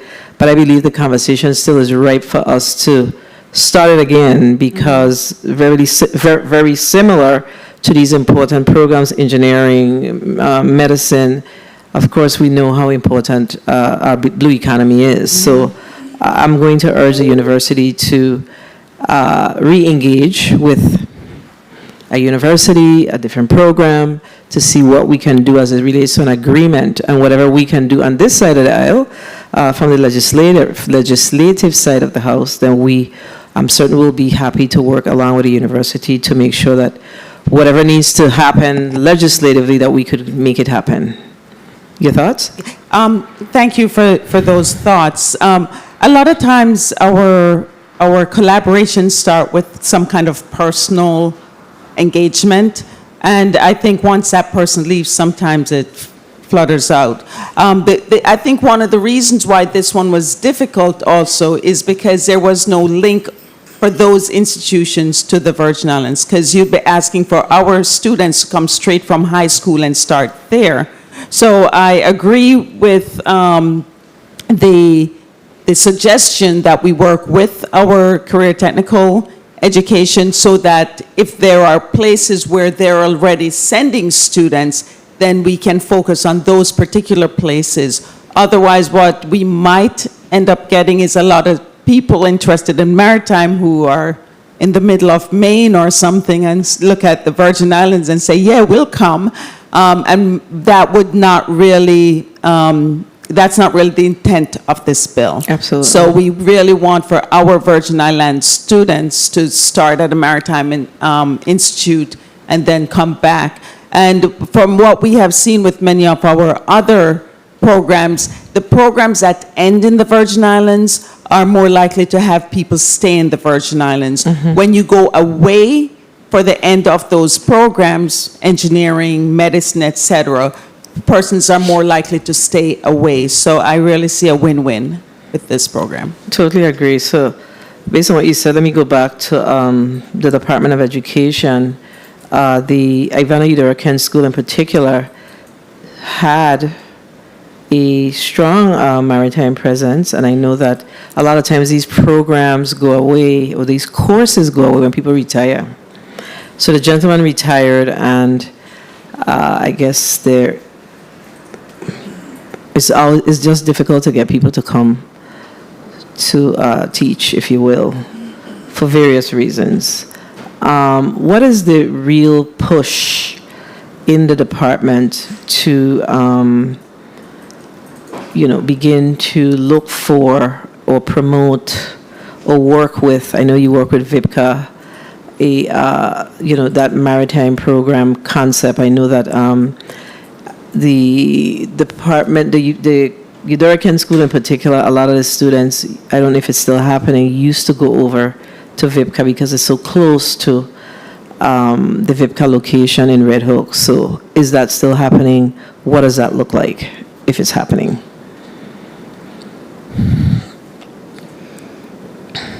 Okay. I'm not sure if it's happening at the level that it used to happen. That's why I said Principal Petty. This is Dr. Faulkner, for the record, VID. That's why I said that Principal Petty has expressed an urgency. So it's not happening. It's not happening. Let me ask Ms. Earle Blake. If you are getting students feeder from the Ivana Eudora Kent School. I did speak with Ms. Petty just a couple of weeks ago, and we are on the schedule to do school career talks over in all our high schools in the public school sector, and we are working on a partnership with the St. Thomas Yacht Club Sailing Centre to have a state school continuation of what they already have with the private school sector for after-school programs at the yacht club, and obviously with feeder into our programs with a career direction and drive. So we are working with Ms. Petty towards that, and with Charlotte Malley High School also. Okay, so we have the Assistant Commissioner, and I think we have the Deputy Commissioner here. We have our State Director of Career and Technical Education. I think that this is much bigger than an individual school. So this conversation basically has borne that what we need to do is, on the leadership level, there must be a connection between VIPCA and the Department of Education overall to see how we could expand the program, not only to our students in this district, but also to the students in the St. Croix district. We are all surrounded by water. So we have to give this real serious consideration. It's time. So, Dr. Sohm, you're on board? Mr. Sohm? We are absolutely on board. We'll be reaching out to Ms. Blake before the end of this hearing. Yeah, she's an easy reach out. Don't say you're going to reach out to Ms. Blake and don't reach out to her, because she's going to be all over you. You better come through. You have my word, Senator. We'll all reach right, out good. to her. I know her. All right. Senator Carrion, you're recognized for your 4 minutes. Thank you. Thank you, Madam Chair. Good morning to you, to all my colleagues, testifiers, and viewing and listening audience. I apologize for my tardiness. I'm actually attending a Estonian Coral Tissue Loss Disease workshop at Nature Conservancy, where we have representatives from Florida, Puerto Rico, and other places in the Caribbean, because we know that, of course, our reefs are important and they're being threatened by a disease that we're losing them. And part of our tourism product is our beaches and our reef. People come here to see that. So I want to also start by commending the sponsor of this bill. I have signed myself also to this measure. And the Virgin Islands are greatly underrepresented And I think we need to stress that. The Virgin Islanders are greatly underrepresented in our local marine industry, in our marine science field, and this is long overdue. So I am so excited for this measure, and I commend the sponsor of the bill because we definitely need to support our people and our students, our youth in this field. Some of the questions that I have in regards to this proposed measure and others to the Board of Education, Dr. Alwood.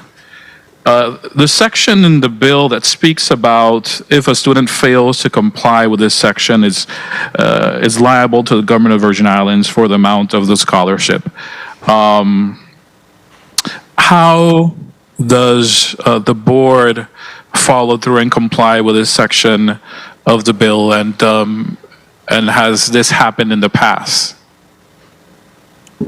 Thank you for that We see this question. in most of our scholarships measures, and but I'm not sure if this is really if we really comply with this.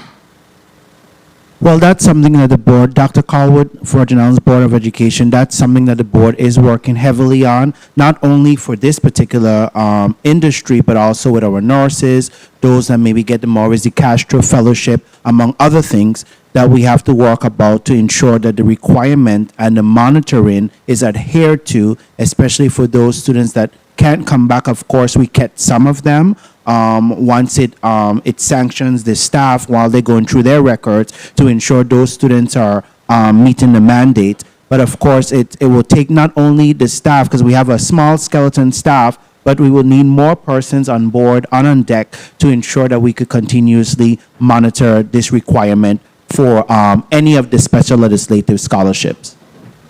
So currently, Dr. Culver, you're not monitoring, the board is not monitoring and complying with this section in most of the scholarships? Not to full capacity, no. Okay, well, that's a problem because we are providing 1 funding minute. for individuals to go out, be trained, educated, and we want them to come back and at least be able to provide whatever is established within the law, whether it's a year, 2 years, 4 years, whatever the requirements are. And we are investing and others are reaping the benefits. So this is a section that the Board of Education really needs to follow through in enforcement and compliance, because if not, then what are we doing? So that's something I really wanted to, 30 to seconds. share. Also, 30 seconds. Also, I'm aware of a student in the area of St. Thomas who is graduating this year, and I believe he came through your program, Ms. Blake, and he has been accepted to at Maritime University, actually 2 of them, California and New York, but he is finding the cost incredibly difficult, and I was texted the information. One, because some of the schools required or they provide Time. tuition for individuals that are like in Guam and the Mariana Islands, but not the Virgin Islands. So the long-term goal would be for us to establish a relationship with some of these schools that offer in-state tuition for Virgin Islanders, because then our students are left out. But I am asking everyone here today if there's anything that we can do for this particular student and many others, not only for him, but that fall within this category, who are graduating in June, but are left out because we don't have those relationships with these institutions. Who can share some insight as what's the path moving forward?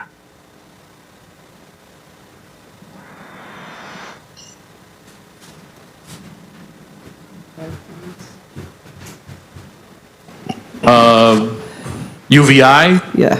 I guess we could start with you, Dr. Michaela. Camille McHale. And even with the Board of Education. Yes, University of the Virgin Islands.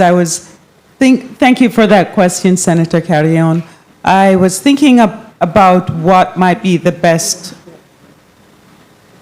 option for that particular student at this time. It's hard to, from the university's perspective, guide what other universities do. But what I would hope, since they already have existing relationships with Guam and Mariana Islands, if you could get those information to me, because that's exactly what I was speaking about with our chair, Senator Fred Gregory about having some places where there are already existing collaborations because those are easier to work with. So maybe if you can offline share with me that information, I could reach out to the institution to see what might lead to collaboration with the Virgin Islands, especially as we try to get that student to come back and get maybe the business degree for the maritime industry. Thank you for that. Dr. Colwood? I would need you to repeat the question. It really draws down to communications, relationship, partnerships with other institutions that would offer maritime field programs. What initiatives is the board doing to engage and ensure that our students have a pathway to these institutions? Well, other than university. communicating with the university, I don't think we have done anything off island outside of that in terms of connecting with other organizations. Since we have a marine biology program at the university, we would have collaborations with the university. But of course, it's definitely a good idea, and we can join in with Dr. McHale. Once the information is provided, then we could reach out to see what will be the collaborative approach and strategic investment to ensure that our students that want to engage in this particular sector, that they can get all the opportunities necessary for them to be successful, and in turn they return here home to the Virgin Islands and be award-winning scholars. Thank you. Madam Chair, if I may just one last thing. That's okay, since your time don't call 10 minutes ago. Go ahead. Thank you for your leniency. No, it's regards to the swimming programs that we used to have in our Department of Education. And I'm not hearing today any clear answer as if we still have them or not. And swimming is an important component of anyone who plans to join or go into the maritime industry. And we're surrounded by sea. So it behooves us to really ensure that we have programs. I know at one point, Department of Sports, Park and Rec used to offer during the summer swimming program. I know Ocean Explorers used to, or still does, we fund them to offer diving and swimming programs. So we need to ensure that we have these things available for our students to prepare them for these type of fields. So I just wanted to make that statement, and maybe if we could get a straight answer from Department of Education, if they are. If they're not, when will they re-implement these programs back? Thank you, Madam Chair. For the 10 minutes extra. You need a response, Senator Carrion? Yes, ma'am.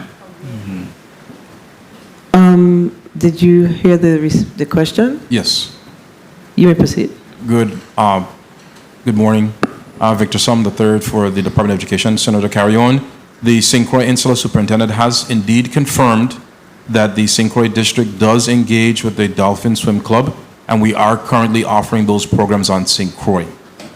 We are exploring a similar situation in the St. Thomas St. John District as well. So once we have that conversation with the Swim Association in this district and the superintendent, it is our hope that we will also have that program operating in this district as well. Thank you. Thank you, Senator Carrion. So, just going back a few. I know that we do have a representative here from World Ocean Schools, and I recalled very clearly, because I was very much involved in 2010, 2012, 2009, that World Ocean School played an integral role in the maritime industry in our schools. We actually used to utilize our consolidated federal funds to ensure that our students in both districts, but particularly in the St. Croix district, had the opportunity for piquing their interest in the maritime industry. I would like to hear from the World Ocean School as to what's the status of that program and whether or not we are still engaging in that program in our public schools in the territory. Madam Chair, thank you for the opportunity to speak about this. Yes, we're very much still engaged with this programming. So I joined World Ocean School full time in 2021, so I'm a relatively new member. And the majority of my role is the ship-based, so crew hiring and voyage planning, which is why I got brought into this particular testimony thinking about a professional crew from the U.S. Virgin Islands. However, we're a small organization, so I know about what the boat's uses are every day. And while we are in St. Croix, we are there for 4 months, and almost every single week that we are there, we take on middle school, public school students aboard the vessel for week-long programming. Most weeks we partner with 2 different schools or 2 different classrooms, so we have morning programming and also afternoon program. And we get hundreds of St. Croix youth on board every single season. And this is a program that we are incredibly passionate about, and it has created relationships with students so that when they are in high school or even in college, we have a crew member right now who is currently attending the University of the Virgin Islands and hopes to get her captain's license afterwards. She's majoring in marine biology, and she came to us through one of these middle school programs locally. Nice. Since I've been given the opportunity to talk, I will say that these programs have become financially difficult for us because at this point, all of the funding for them is fundraising at a World Ocean School level. So the dates that you were saying about 10 years ago, we did receive local funding and government funding for these programs to build these strong maritime relationships in St. Croix. And really since the pandemic, that has all but gone away. And so World Ocean School is very committed to the U.S. Virgin Islands, especially committed to St. Croix. And we believe it is important that we continue these education programs in the community, but we are doing it at our own expense and because of our own passions for these particular programs. I'll just briefly add one other thing, that we have found that middle school students are the best age for us to work with because we're still able to really capture their attention, and we get a lot of buy-in from these students to get them excited about the maritime trades and different aspects of the maritime field. Initially, the organization started partnering with high school students, and that proved challenging at times. And since we have switched to middle school age students, we've been really successful, and the boat's full every week. And if anyone would like to come for a sail, please contact me. I'm sure my email is available, but we love to have folks out to see what we do, and you can really see how these students are getting introduced to the maritime trades. Thank you so much for your response. I thought it was very important to get that on the record. But let me ask education. I know that this program was very viable when the Department of Education received their federal funding from Title V. I believe that you're now, or are you still on the RLIS, Rural Education, the Rural Education? Rural low-income schools, yes, ma'am, we are. So is it that RLIS does not afford us the opportunity to have this program funded by our schools? I mean, we continue to hear the challenges of some of our federal funds being returned, and we're in the blue economy. We have to set what our priorities are in the territory. So what's the challenge? I know, not to put you on the spot, because there isn't anyone here from the LEAs, which is the local education areas, which is the superintendents. So they usually decide what they want for their respective school district. However, as the education leaders, you have to somewhat push down the policy as to what you want to see. So is there a challenge with providing this support for this World Ocean School program? I know these types of things have to go out and bid, etc. But these are people that are here, and I know that it was a program that we were very involved in. I mean, these are important programs, and it kind of makes your heart bleed when you see that these programs that were moving forward, and then when you harken back, they're no longer available to us in the way they used to be. I mean, I used to look forward to when they come into town in St. Thomas to go out on the ship with the students. So what's the shift? What's the reason for the shift? Thank you, Senator. That is something that requires investigation. I do know in discussion with the superintendent that they were trying to execute a contract using federal funds, and I don't think it was CGA or RLIS funds. I think it was ARP funds. For unknown reasons to me that require investigation, that contract was not able to be executed. We will pursue that information from the St. Croix District to find out, since they could not have used ARPA funds for whatever reason, is there another funding source that they can use to execute this contract?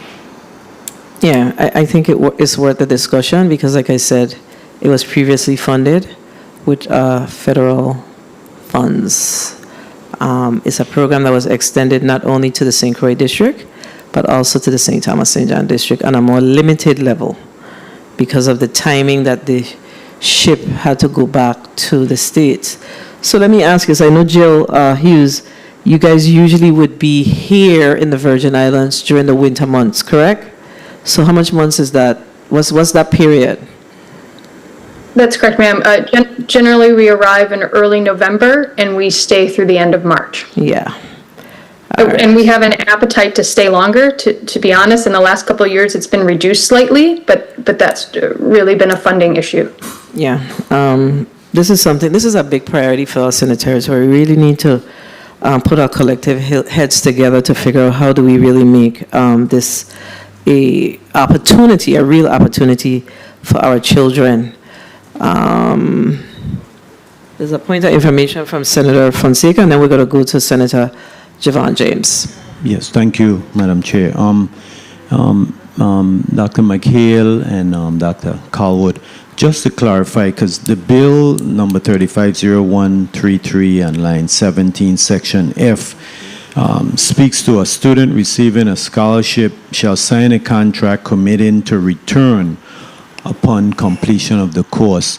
And I know that my colleague from St. Croix had recently asked, I have a list of 6 schools, 5 of them are in Florida: Marine Mechanics, Broward College, Maritime Professional Training, Sea School, United States Military Maritime Academy, and the Chapman School of Seamanship.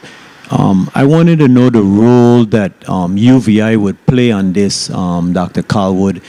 After they sign the contract, would it have to go through UVI, or can the student just go ahead? I would actually allow Dr. McHale to respond in terms of the mechanics of that.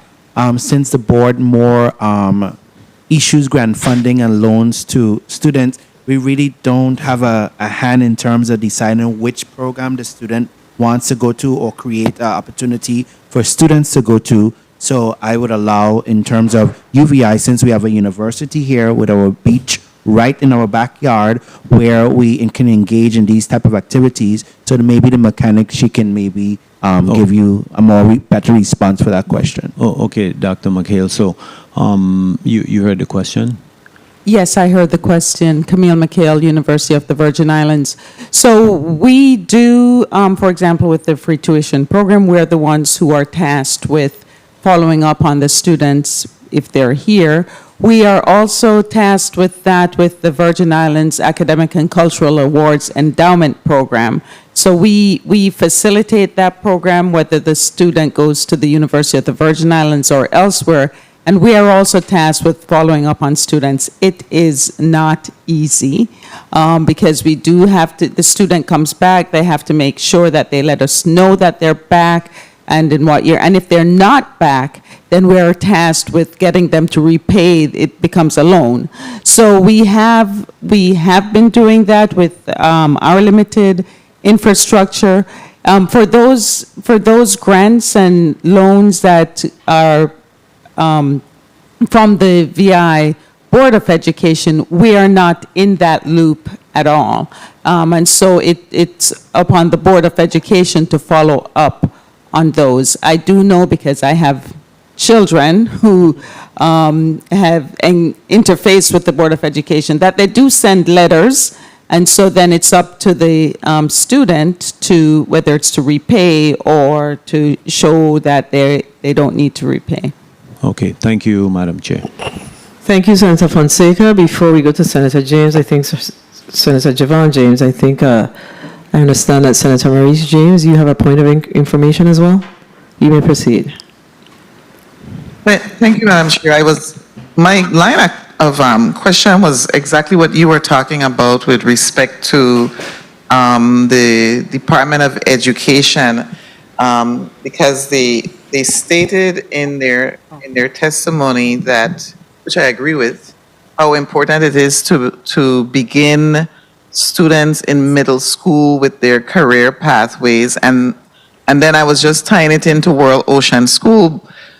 So you asked that question, but then it led me to ask the Virgin Islands Professional Charter Association, where does the funding for your marine training programs in the Virgin Islands come from? Thank you for your question, Earle Blake, VIBCA. We are still very fortunate to receive private sector funding, which is a slightly easier route to pay for programs because it is front-end funding rather than reimbursable funding. We are recognised as eligible training providers with Department of Labour and could exercise that access to funding through the government if we should wish to. But for this time, we're very grateful to our private sector sponsors, who I don't need to name for the record, but we hope will continue their funding.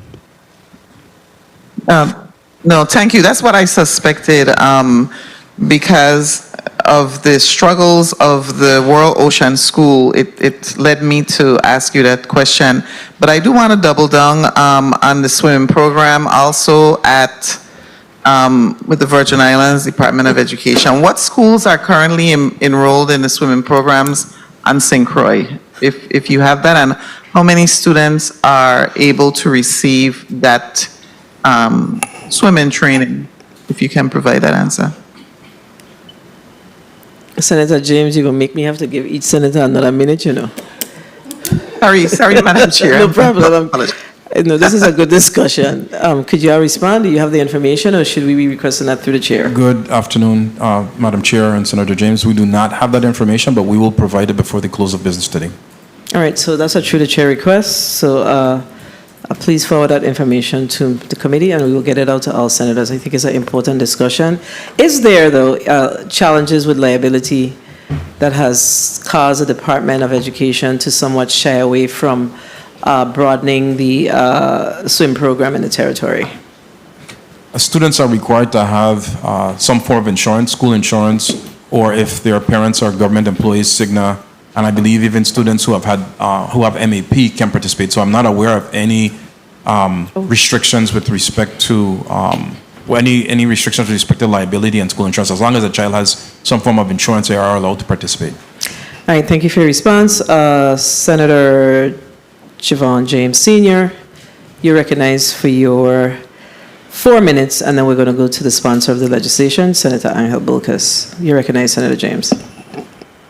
Greetings to the people of the U.S. Virgin Islands, ladies and gentlemen, esteemed colleagues and fellow citizens of the Virgin Islands. I stand before you in support of Bill number 35-0133 to establish an educational scholarship program for the maritime industry in the U.S. Virgin Islands. I've also read the Amendment 35-538 to Bill number 35-0133. I agree that this bill is needed, but in the process of putting this educational scholarship program in place, we also have to consider the fact that there is a need for welders, electricians, mechanics, and the list goes on. I am going to ask the Board of Education a question, and I want to lead to the implementation of Act 8434, sponsored by myself, Senator Javon James. My question to the Board of Education: once this bill is passed by this body and signed into law by the Governor of the Virgin Islands, I understand that the bill speaks to certain mandates. But as far as the conversation that is being had, who will be leading this conversation and staying on top of things to make sure that not just this bill being implemented, but we are staying in line with the 2040 plan? Because if you read the 2040 plan, there's a mention of the marine industry many times. And I just want to make sure who is really steering this conversation. Board of Education? Well, the Board of Education, Dr. Calwood, the Board of Education is steering the conversation in terms of administering the grant once the legislation is passed, in terms of the how that looks in terms of the workforce and creating all that stuff. That's not the Board of Education's role and responsibility. That's not what I asked you, but thank you for dodging the bullet. What I asked you is, with your conversation, you being at the Board of Education, you're saying, yes, we want this to be implemented. Who are you having that conversation with besides Angel Bolkes, Senator Bolkes, the sponsor of the measure, to make sure that we push this? If you don't know, just tell me you don't know. But I don't need to remind me that that's not your responsibility. We're talking about the conversations. I'm not following what you're trying to ask me, Senator. You may need to be a little bit more clearer, because I'm not getting what you're trying to ask me. I really wish the Department of Labor was a part of this conversation, because that's what I'm leading to. 1 minute. But I'm going to leave it right there. We have right here in the St. Croix Chambers, Gold Coast Yachts. I will start with you. As far as communication with anybody within this government, who is having a conversation with you to make sure that we have a successful marine industry in the U.S. Virgin Islands? Thank you, Senator, for the question. My name is Richard DeFede, President, Gold Coast Yachts. 30 seconds. If you look at the programs that are currently being offered, they're being offered by the private sector or the NGO sector. And I think that clearly points to the gap that exists. And the question now is, how do we bring by the bill that the Senator has put forth for the scholarship, we're now recognizing formally the role of the marine industry in the economy of the territory. But we have a gap in terms of how that is being implemented through all the agencies. And that's exactly what I'm talking about. We're not having the conversations, but we're going to mandate another piece of legislation, which I am going to support. But I will tell you this much. At some point, we need to stop the talking and pick up the phone and call each other and have those meaningful conversations. One VI is a small-knit community. Thank you, Madam Chair, for the time. Thank you, Senator James. Mr. Bill Sponsor, you are it. You're recognized for your 4 minutes.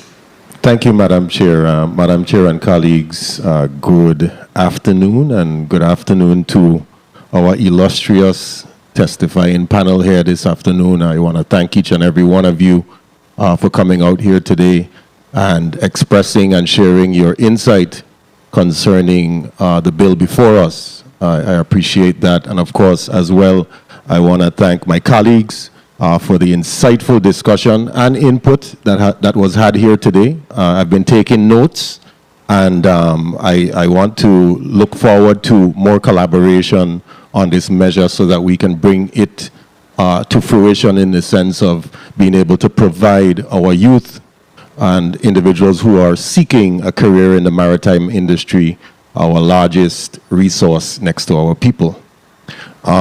Because of this far-reaching potential and the impact that this measure potentially can have or will have in our territory, I would urge my colleagues to consider enhancing this measure to a viable funding source, similar to Act 8155, and then perhaps even increasing the amount to attract more students. But that is something that we can work on together and deliberate, because we know the importance of our maritime industry and the impact that it will have for our territory on so many different levels.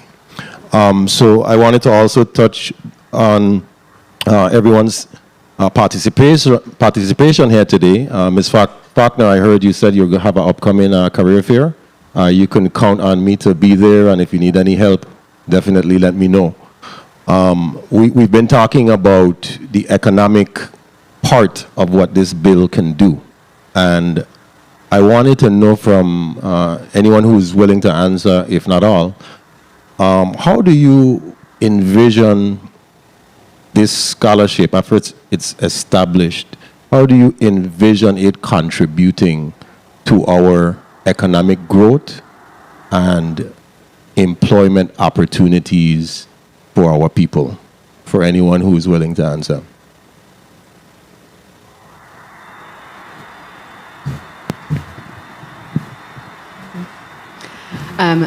Senator, thank you. I'm happy to take that. We have seen a significant resilience in the marine tourism product in the United States Virgin Islands and continue to grow that industry. I was in a meeting with the governor and the premier of the BVI just moments ago, and we're continuing that discussion to grow as a united Virgin Islands. And we're seeing of the 60% tourism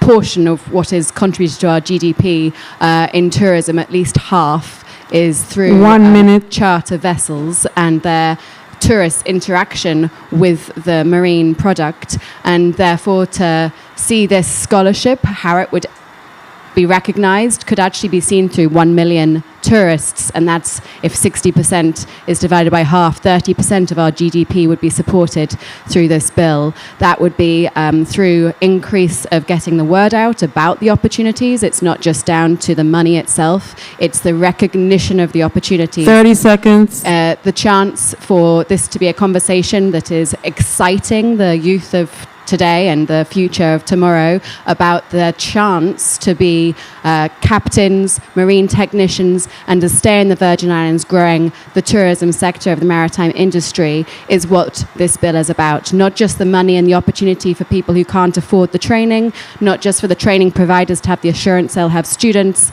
but for the opportunity for the industry to be recognized in its growth. Thank you so much for your response, Madam Chair and colleagues. They say the proof is in the pudding, but in this case, the proof is in the water. Thank you for the time, Madam Chair. Thank you, Senator, because the proof is in the blue economy. And, this bill, I have to say that this measure started out as a scholarship, but this conversation is a ripe conversation. We talk about Vision 2040 and the blue economy, and we really have to make this a priority. So we could do one or two things. We could move forward with this as a scholarship. We could build on this legislation to require certain things so we can really lift the blue economy in the territory. So you're the sponsor, you decide. Anybody could put in a measure that says they want to do whatever. You could be preempted. I don't know. But I'm saying that we are ripe for this discussion. This is very similar to the work that we did with the agricultural plan. Very, very similar. So we really need to pay close attention to this. I don't know if somebody was trying to respond. Oh, I'm sorry. You can go ahead. Good afternoon. The mic of the testifier. Good afternoon. I wanted to briefly respond to Senator Bolkes, this bill sponsor. This legislation, as I envision it, would be allow for the expansion, the re-establishment of programs within the Department of Education very robustly. I think that the employment opportunities, by not only offering the scholarship, but employment opportunities in teaching the skills necessary in this industry. It is my hope that at some point this will also contribute to the development of water taxis, which is greatly needed in this district. Yes. Starting fighting, eh?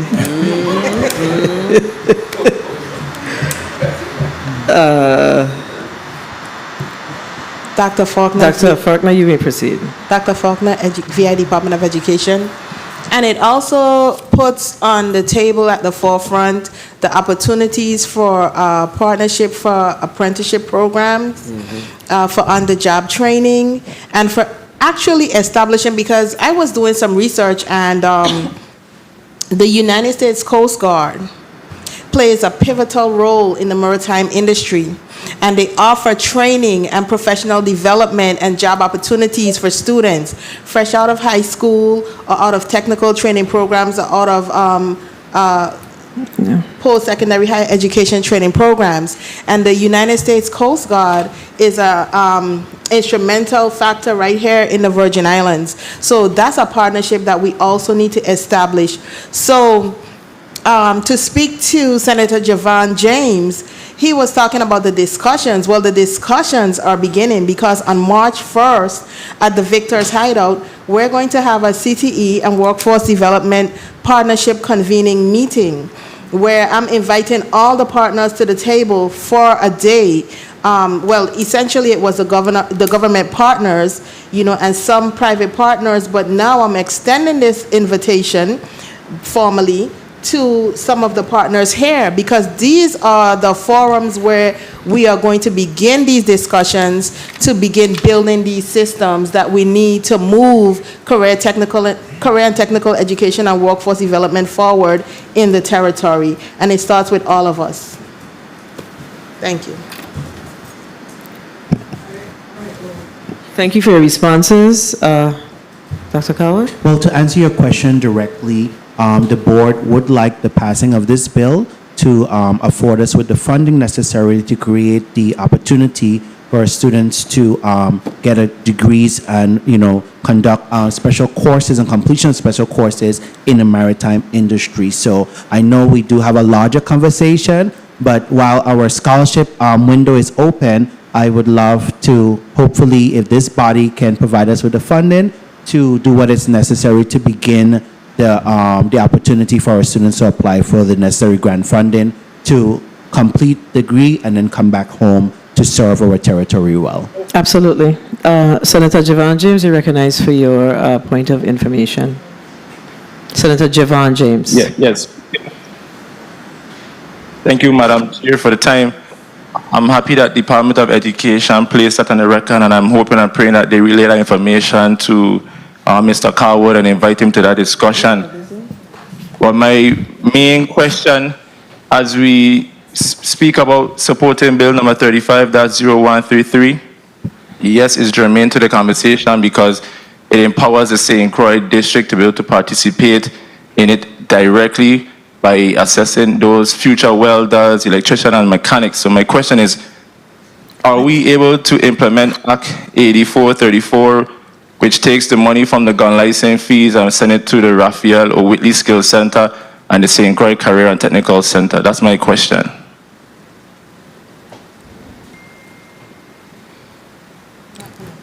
Assistant Commissioner Song. Department of Education.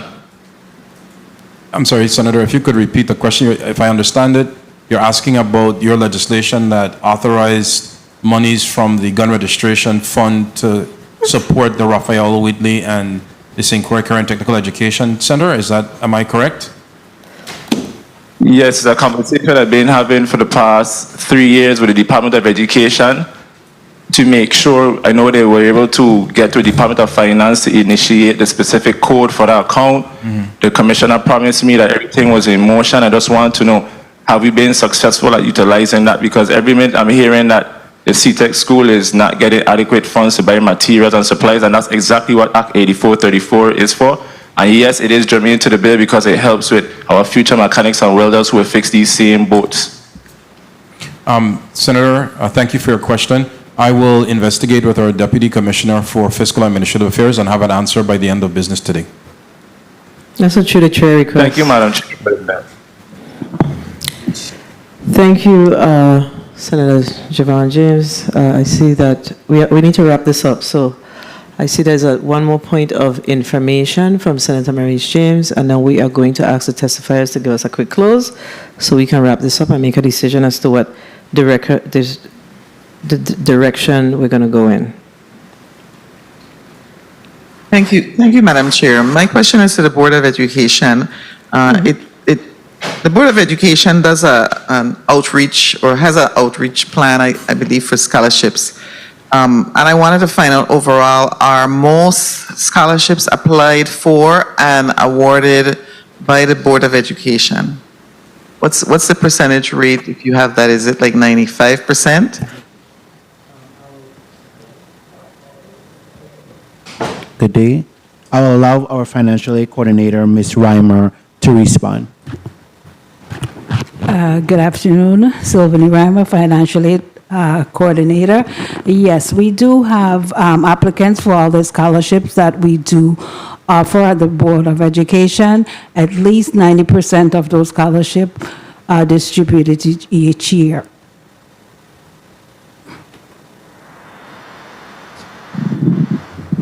Thank you, Madam Chair. Thank you, Senator James. We're now going to ask the testifiers to give a quick closing. And I'm not going to ask all because we definitely went over longer, and I want to take at least a half an hour break so folks can get something to eat. So we're going to ask the Board of Education to give a 30-second close. Thank you, Madam Chair, for the opportunity to present on Bill number 35-0133. I also congratulate again the bill sponsor and yourself for creating these opportunities where we can expand our scholarship portfolio to provide much deserving grants to our students to complete their requisite degrees of interest and come back home to the territory to serve well. Thank you for the opportunity. Thank you. The Department of Education? We concur. We would like to again express appreciation to the bill sponsor. This is much needed legislation that we believe will not only aid students but also result in the creation of robust maritime industry programs within the department. Thank you once again for the opportunity. Dr. McHale? Thank you for the opportunity to be here and hear the discussion. The University of the Virgin Islands stands ready to collaborate because this is bigger than the University of the Virgin Islands. It will take collaboration with K-12, the Board of Education, and even the industry to make this a more robust program. So I look forward to continuing that conversation even after the scholarship has been formed. This has been such a good discussion. I can't leave anyone out, right? So, Ms. Earle Blake, 30-second. Thank you for the opportunity not only to be here, but for the collaboration with the testifiers. And I wish to say that recruitment opportunities for building the Virgin Islands workforce in the maritime industry not only feeds into the 2040 vision of the Governor for the blue economy, but it also keeps our Virgin Islanders growing with their hopes and motivations for the future in a thriving maritime industry here in the Virgin Islands. So thank you. Thank you. Mr. DeFede? Yes, thank you. I think we've spoken to assessing the need. There's an opportunity to convene partnerships, leverage our resources, optimize our service delivery through our system, and then monitor our progress. And if we do that, I think we'll see the fruits of the labor of the intent for this bill. We didn't really hear much from Mr. Rollins, but Virgin Islands Port Authority, Mr. Rollins? Yes, thank you. A very robust conversation today. On behalf of the Executive Director or Board, thank you for the opportunity to testify today, and I hope this bill serves its intended purpose. And last but certainly not least, Ms. Jill Hughes of the Royal Ocean School. So thank you again for being included in this discussion and the ability to testify, and thanks to the bill sponsor, and say World Ocean School's commitment to the U.S. Virgin Islands and our excitement about working both with students that could be potential scholarship winners and then also potential scholarship winners who could join us in the future as crew. All right, thank you. And what we'll do is we're going to take a recess to allow folks to have lunch, and we will reconvene somewhere on or about 1:10. Sorry, you have a point of personal privilege? Oh, certainly. Senator Volquez, your point of personal... We didn't vote yet, you know. Don't get them personal privilege before we voted. Go ahead, I'm kidding. Thank you, Madam Chair. I appreciate your leniency. I wanted to take this point of personal privilege to introduce my interns from the Ivana Idorican High School. And their names are Jordan Fleming, and Massa Alacris. Did I get that right? Okay, good. So I just wanted to introduce them to everyone, and they'll be with my office for the next few months, I believe. Okay? Thank you, Madam Chair. Wonderful. Thank you so much for making sure you did that. It matters. So you guys got an earful today, right? Absolutely. All right, so we're going to take a recess, and we will discuss some of what was shared today and see if there's some additional things we want to include in this measure. So the Committee on Budget Appropriations and Finance stands in recess until 1 p.m.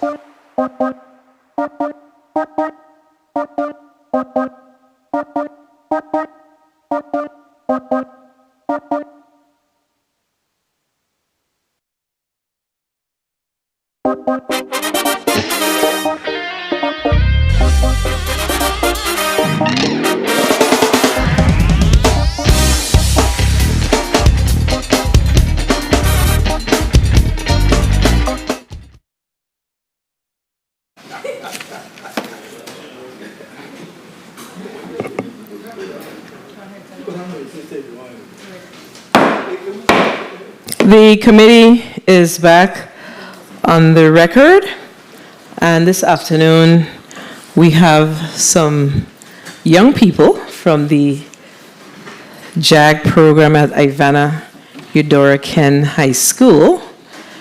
They're actually working in the media division, and of course we are very excited about that. So we have Mr. Oscar Cueto, Isaac Winston, Chap Chap, and Quinisa Estrell in the house. Yes, so we're very proud. You could, right, come over a little bit so they could take a picture of y'all.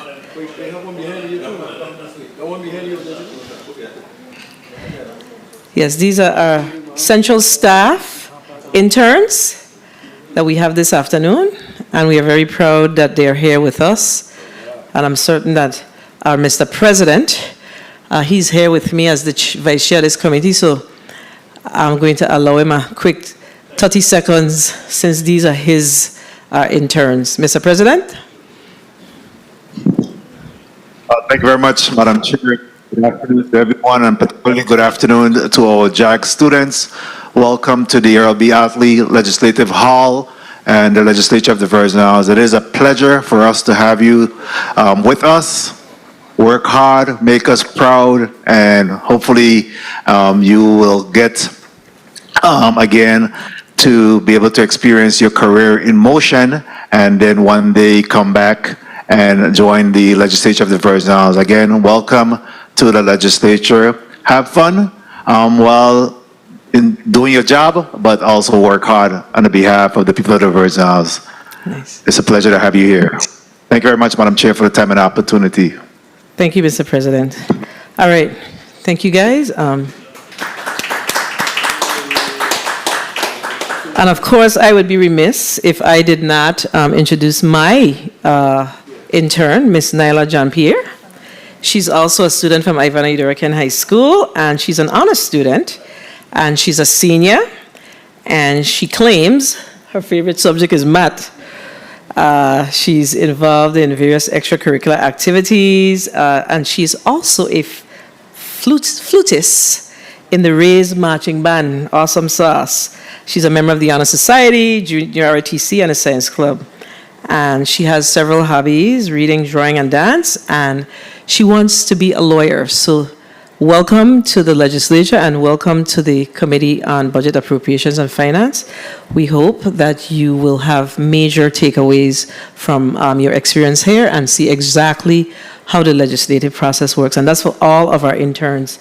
I see that Senator Bulk has introduced his intern earlier, and Senator DeGraff. Okay, Senator DeGraff also has his intern. So I'm going to allow you to introduce your intern. You may take a seat.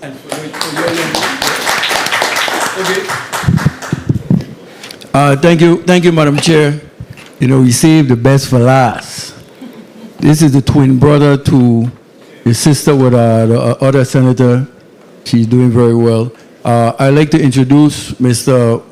Mohammed Alakras of Ivana Eudora Ken High School, a future pharmacist.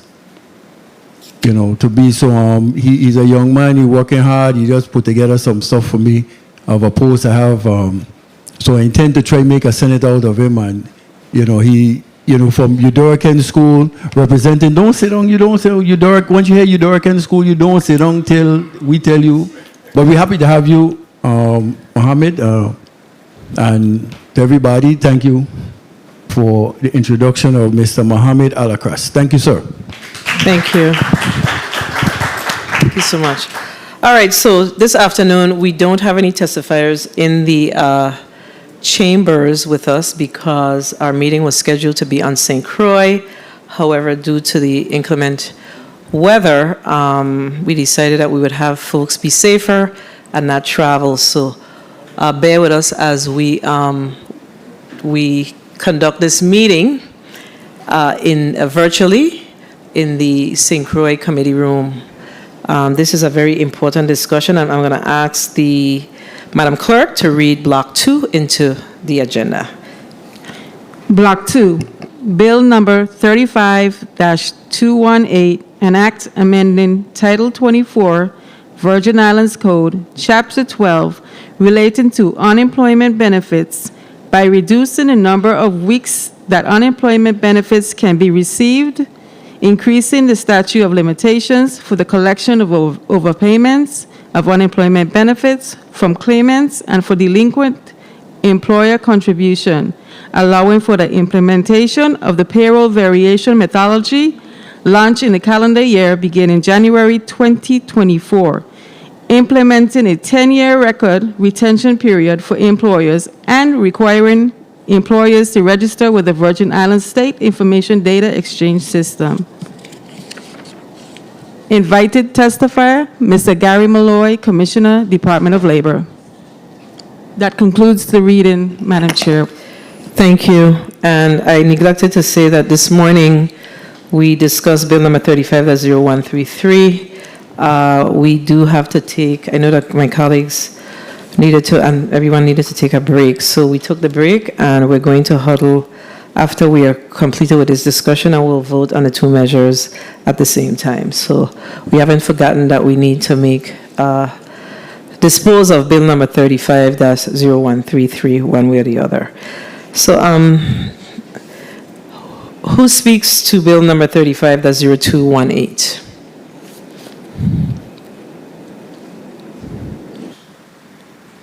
I do, Madam Chair. Senator Francis Jr., you may proceed. Thank you very much, Madam Chair, and colleagues. Bill number 35-0218 is being offered at the request of the Governor Albert Bryan Jr. It is intended to make significant reforms to the unemployment insurance statute. This proposal measures addresses 5 sections of the statute, some of which have not been updated for more than 30 years. Section 303 was last updated in 2009, Section 305 in 1996, Section 308 in 2019, Section 309 in 2005, and Section 312 was last updated in 1987.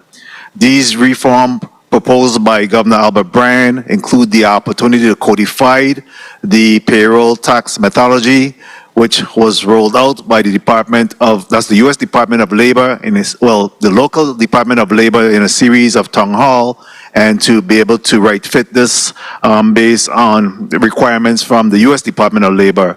As our economy and the labor market and technology change, it is important that unemployment insurance system evolves along with it. Department of Labor Commissioner Gary Malloy and his staff is best prepared to present the amendment proposed by Governor Albert Bryan, and they're here today to have a discussion in respect to that. I ask for my colleagues' evaluation at the conclusion, and for us to then make a decision on this matter. Again, bill number 35-0218. Thank you very much, Madam Chair, for the time. Thank you, Senator Francis Jr. We do have some testifiers that's here with us, both on St. Croix as well as online. I'm going to ask our Commissioner Gary Malloy to please put his name and title on the record. Good afternoon, Gary Malloy, Commissioner, Department of Labor. And you have with you, and then he can put his name on the record. I have with me Director Gary Halyard, and online I have Assistant Commissioner and Legal Counsel Nisha Christian Henderson. Mr. Halyard? Good afternoon, Gary Halyard, Virgin Islands Department of Labor, Acting Unemployment Insurance Director and the Director of Bureau of Labor Statistics. Good afternoon. Attorney Christian? Good afternoon, Nisha Christian Hendrickson, Assistant Commissioner Legal Counsel, VIDOL. Thank you. All right, Mr. Malloy, you may proceed with your testimony. Good afternoon, Senator Donna Fred Gregory, Chairperson of the Committee on Budget, Appropriation and Finance, Senate President and Vice Chairman, Senator Novell E. Francis Jr., distinguished senators, and the viewing and listening audiences. I am Gary Malloy, Commissioner of the Virgin Islands Department of Labor. With me today, I have Assistant Commissioner Legal Counsel, Ms. Nisha Christian Henderson, virtually, and Mr. Gary Halyard, Director of Unemployment Insurance, and also the Director of the Bureau of Labor Statistics. Thank you for inviting the Virgin Islands Department of Labor, VIDAL, to provide crucial testimony on bill number 35-0218, an act proposed to amend Title 24, Virgin Islands Code, Chapter 12, related to unemployment benefits, specifically Sections 303, 305, 309, and 315B. Please allow me to briefly explain the reason behind the proposed bill. Reduction of unemployment benefit weeks from 26 to 16. This portion of bill number 35-0218 proposes amending Section 303 to decrease the duration of unemployment benefits from 26 weeks to 16 weeks. It's important to clarify that this reduction in weeks does not mean a decrease in the actual amount of unemployment benefits received by claimants. While some may view this reduction as diminishing the safety net provided by unemployment compensation and limiting benefits, it actually has two main advantages. Firstly, it maintains the overall funding for unemployment compensation at a similar level, while encouraging individuals to rejoin the workforce within a shorter period of time. Secondly, extensive research indicates that many claimants seeking benefits secure employment and cease relying on benefits within a 16-week time frame. In cases of disaster or emergencies, leading to a 5% rise in the unemployment insurance rate, claimants can access the National Extended Benefits or EB program, providing an additional 13 weeks of benefits for eligible individuals. This proposal aims to strike a balance that positively impacts the Unemployment Insurance Trust Fund, addressing the debt owed to the fund from various angles is crucial, as repaying the debt promptly will alleviate the burden of federal unemployment taxes, or FUTA, on the local employers. Despite being a challenging decision, it is a necessary step to ensure that the long-term financial health of the Virgin Islands community. Statute of limitations for overpayments and liens. Bill number 35-0218 proposes changes to Section 305, aiming to extend the statute of limitation for the collections of overpayments for unemployment benefits from claimants. Currently, set at 2 years, this limit would be increased to 5 years. Additionally, the bill introduces a 10-year statute of limitations for collections of liens on claimants' property in case of payment failure. Historically, residents of the Virgin Islands who received excess benefits often evaded repayment of these undeserved funds. To clarify, an overpayment occurs when an individual receives unemployment insurance benefits to which they are not entitled. This situation may arise if a claimant fails to disclose employment while collecting unemployment insurance benefits. constituting an attempt to commit fraud. Internal agency errors can also contribute to overpayments. In alignment with our strategy to uphold the integrity of the Unemployment Insurance Trust Fund, the Virgin Islands Department of Labor collaborated with a contractor to assess various aspects of benefit payment control. The assessment revealed that the Virgin Islands Department of Labor had one of the shortest periods for recovering overpayments, prompting the need for an extension as outlined in this proposed bill. You see the chart below for a visual representation of this issue. What the chart shows is that the statute of limitations national landscape the statute of limitation ranges from 2 years to no limit. You see in the first column that it has 2 years. The statute of limitations for recovery of non-fraud overpayments. Only the Virgin Islands and Hawaii are listed as states that have 2 years. In states with statute for recovery of fraud overpayments, only the USVI and Hawaii have a 2-year statute of limitation. In the 3-year to 4-year category, there are 6 states that have statutes for recovering non-fraud overpayments, and there are 2 states that have a statute of limitation for 3 to 4 years with a fraud overpayment. In the 5-year category, there are 10 states that have a statute of limitation for recovery of non-fraud overpayments, and a statute of limitation for recovery for fraud overpayments. We only have 4 states.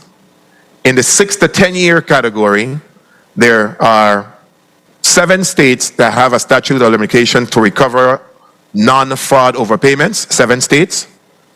There are 12 states that have a statute of limitation to recover fraud overpayments of 6 to 10 years. There are 26 states that have no limits on the statute of limitation to recover non-fraud overpayments, and 29 states that have no limit for the recovery of fraud overpayments.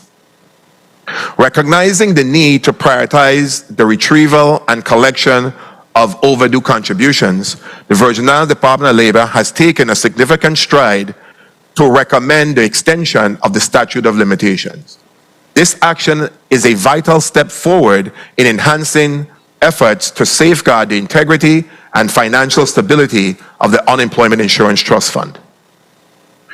Implementation of payroll variation methodology. This bill extends Act 8209, which was initially signed into law on October 6, 2019. Despite facing challenges such as the COVID pandemic and its aftermath, the Virgin Islands Department of Labor successfully implemented the bill on January 12th of this year.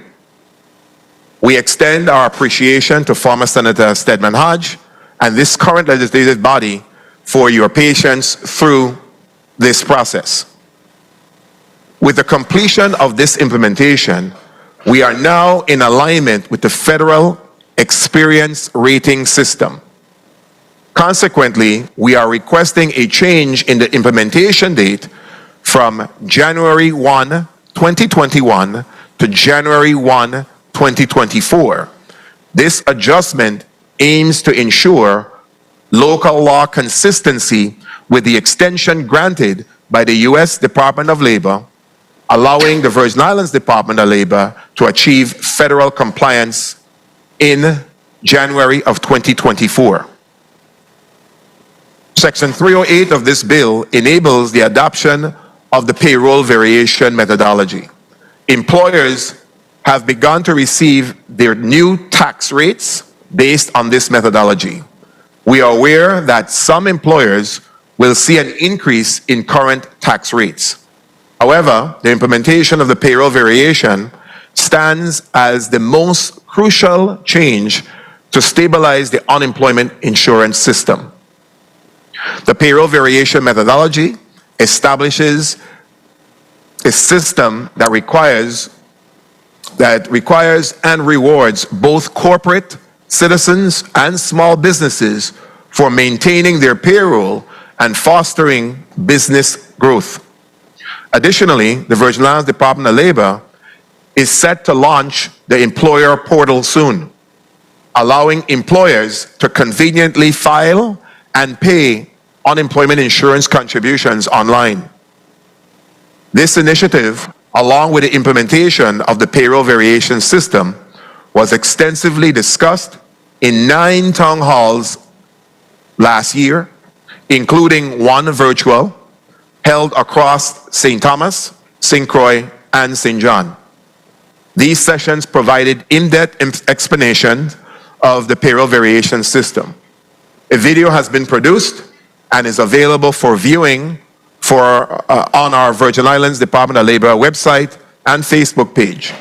Additionally, it is scheduled to be broadcasted on the government's access channel. This ensures that all employers have the opportunity to watch and refresh their understanding of the information covered. Extension of time to collect delinquent and contested unemployment employer taxes contributions.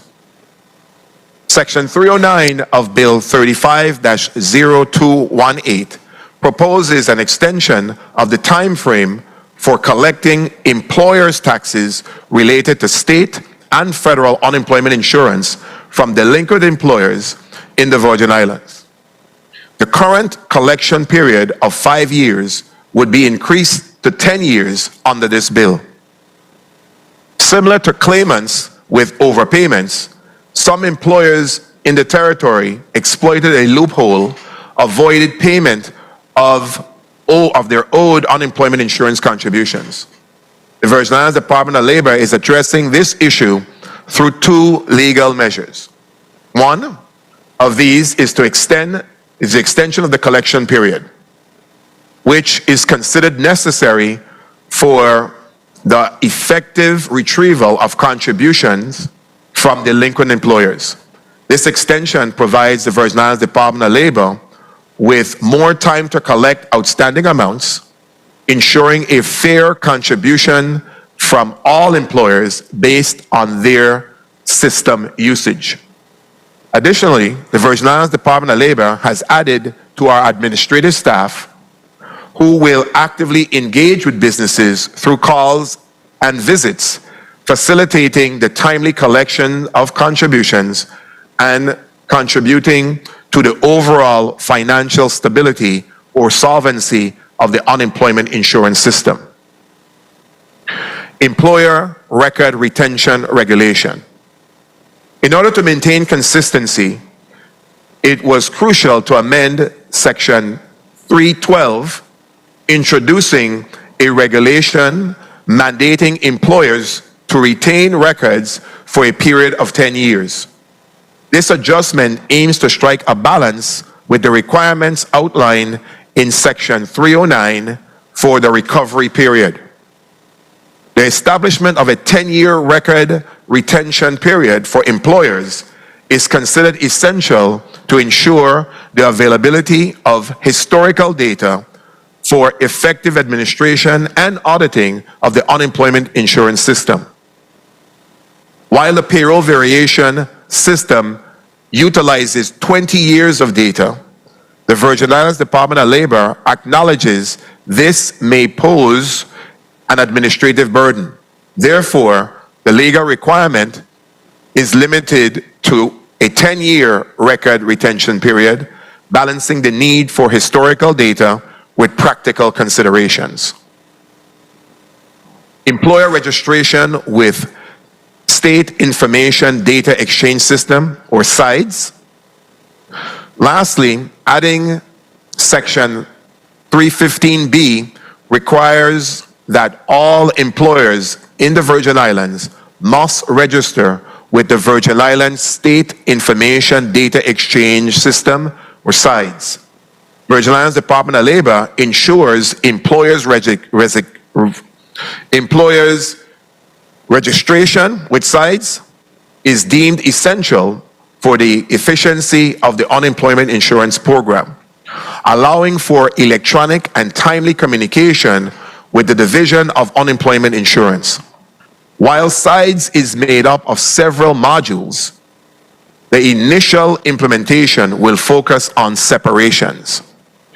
When a claimant or an employee separates from an employer, the Virgin Islands Department of Labor needs that information for several reasons. There's a graphic that's shown in the testimony that you can see at the website www.itsc.org/pages/UI_home.aspx for anybody that wants to view this chart. And basically the chart just allows, by using sides, we will be able to reduce paper, minimize processing time, and mitigate the risk of human error. I want to express the gratitude to the Vital team and all my colleagues for providing background information and insight into our suggestions regarding this bill. My team and I are ready to address any questions you may have at this time. Thank you.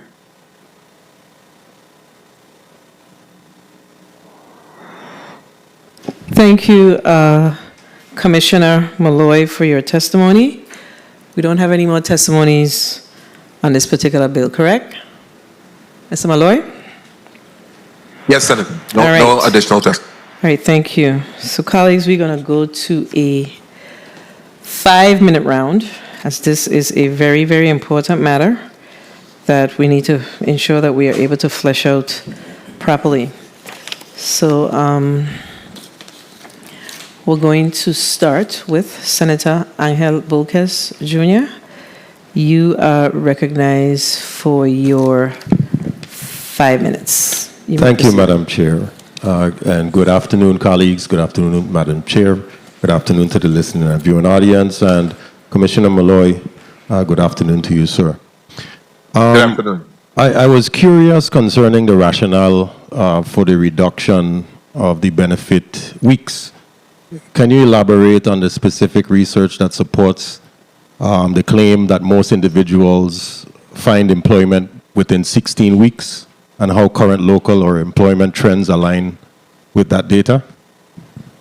Thank you for that question, Senator. I'll give a brief explanation and I'll turn it over to Director Halyard for more clarity.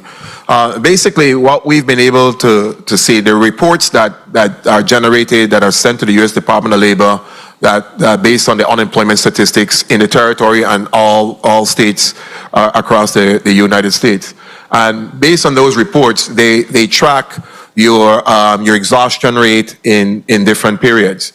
In addition to the rates, what we have been able to see based on our local data and in comparison to what's showing in the national information is that our vital system or our Vidalis system is able to show that most of our claimants in the territory exhaust between 16 to 18 weeks in terms of unemployment insurance, in terms of their benefit period, and are able to get back to work within that period. But I'll have Director Halyard give some more information.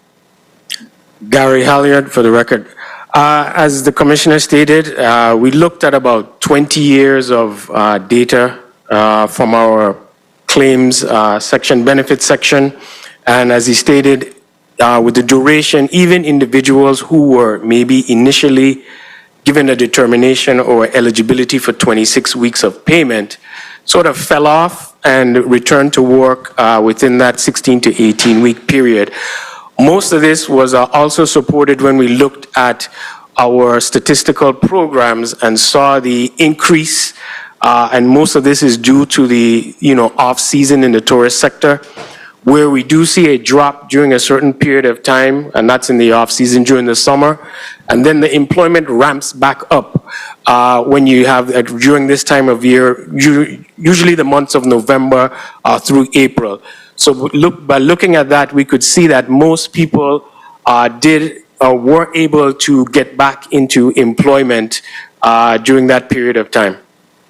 Okay, and thank you for that response. And just for the sake of impact on workers, how do you anticipate the reduction of unemployment benefit weeks from 26 to 16 will affect workers who are unable to find employment within the new time frame, especially in sectors experiencing slow recovery? What we want to be able to point out very clearly, Senator, while we are reducing or recommending the reduction of the weeks from 26 to 16, we're not changing the amount that the claimant would be able to receive within that same time period. That's important to note, because we recognize, based on the cost of living and our inflation rates in the territory, that we would be pretty much shooting ourselves in the foot if we do that to our residents. So what is happening if somebody was supposed to get $12,000, for example, within the 26 weeks, they will still be able to get the same $12,000 within the 16 weeks. What we are trying to make sure that happens is that the individuals are able to get back into the workforce a lot faster. So we're looking at the impact of trying to get individuals, giving them the same amount of benefits in a short period, and ensuring that they will be able to get back in the workforce faster. If for some reason they're not able to get back into the workforce faster, then there are other programs that we would be looking at to be able to help them move forward. Thank you so much for that answer, Commissioner. You saved me from going down a very dark corridor. So that is a very important piece of information for me to understand, and any of my colleagues who may not have known 30 seconds. What you just mentioned. Also, what specific measures are being put in place to mitigate any negative impacts on individuals and families due to the reduced period of unemployment benefits, even though you just clarified that it's still going to be the same amount, but are there any other mitigatory or mitigation efforts to make sure that they'll still be able to access any of the programs or services that the Department of Labor offers? Time. There shouldn't be any other mitigating factors. The unemployment insurance, the period, they would not be able to get back unemployment insurance benefits until they return back to work and then reestablish those wage histories. But there are other programs like the other employment programs that I can have Director Halia talk about in terms of our RESCA program that we have to help individuals get back on track a lot quicker. And then, of course, it's very supported by all our workforce development programs. Gary Hallett, as the Commissioner stated, one of the programs that's out there is the Reemployment Services Program. And this program is there to provide a sort of fast track in assisting in individuals who are what we call likely to exhaust or would use all of their weeks. And during the period of time that they're unemployed, we do give them a host of, trainings, seminars, and if they're eligible, they also can apply for the WIOA programs and all the other system programs. We also have referrals to the human services programs during this period of time if it is that the individual is having a very difficult time returning to employment. And if I may, just to add that, very recently we made news, right? The economy is ramping up. There's approximately 1,000 more jobs added to the economy, and so we expect with everything moving forward as those recovery projects start, we're expecting a real boom in having opportunities for our residents to be gainfully employed. Thank you so much for your responses, and thank you so much for all that you do at the Department of Labor. And Madam Chair, thank you so much for your leniency.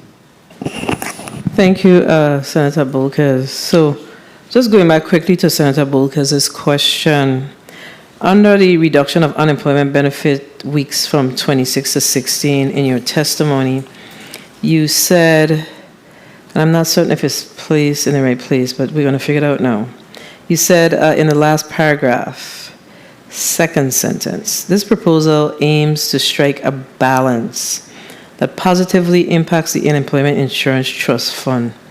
Addressing the debt owed to the fund from various angles is crucial to repaying the debt promptly, will alleviate the burden of the federal employment tax. Is it your testimony, because I was like, how? But is it your testimony that reducing it from 16 to 26, and I guess you're stacking the payments, that's 10 less weeks of benefits, but you are stacking, you're bundling the payment so the amount is still the same. Is it your testimony that you are, I don't know if it's the research, I'm not sure what it is, that you are saying that moving into 16 weeks allows, moving into 16 weeks, individuals will move off of the program before the 16 weeks is over. Are you hoping that that's what this will create?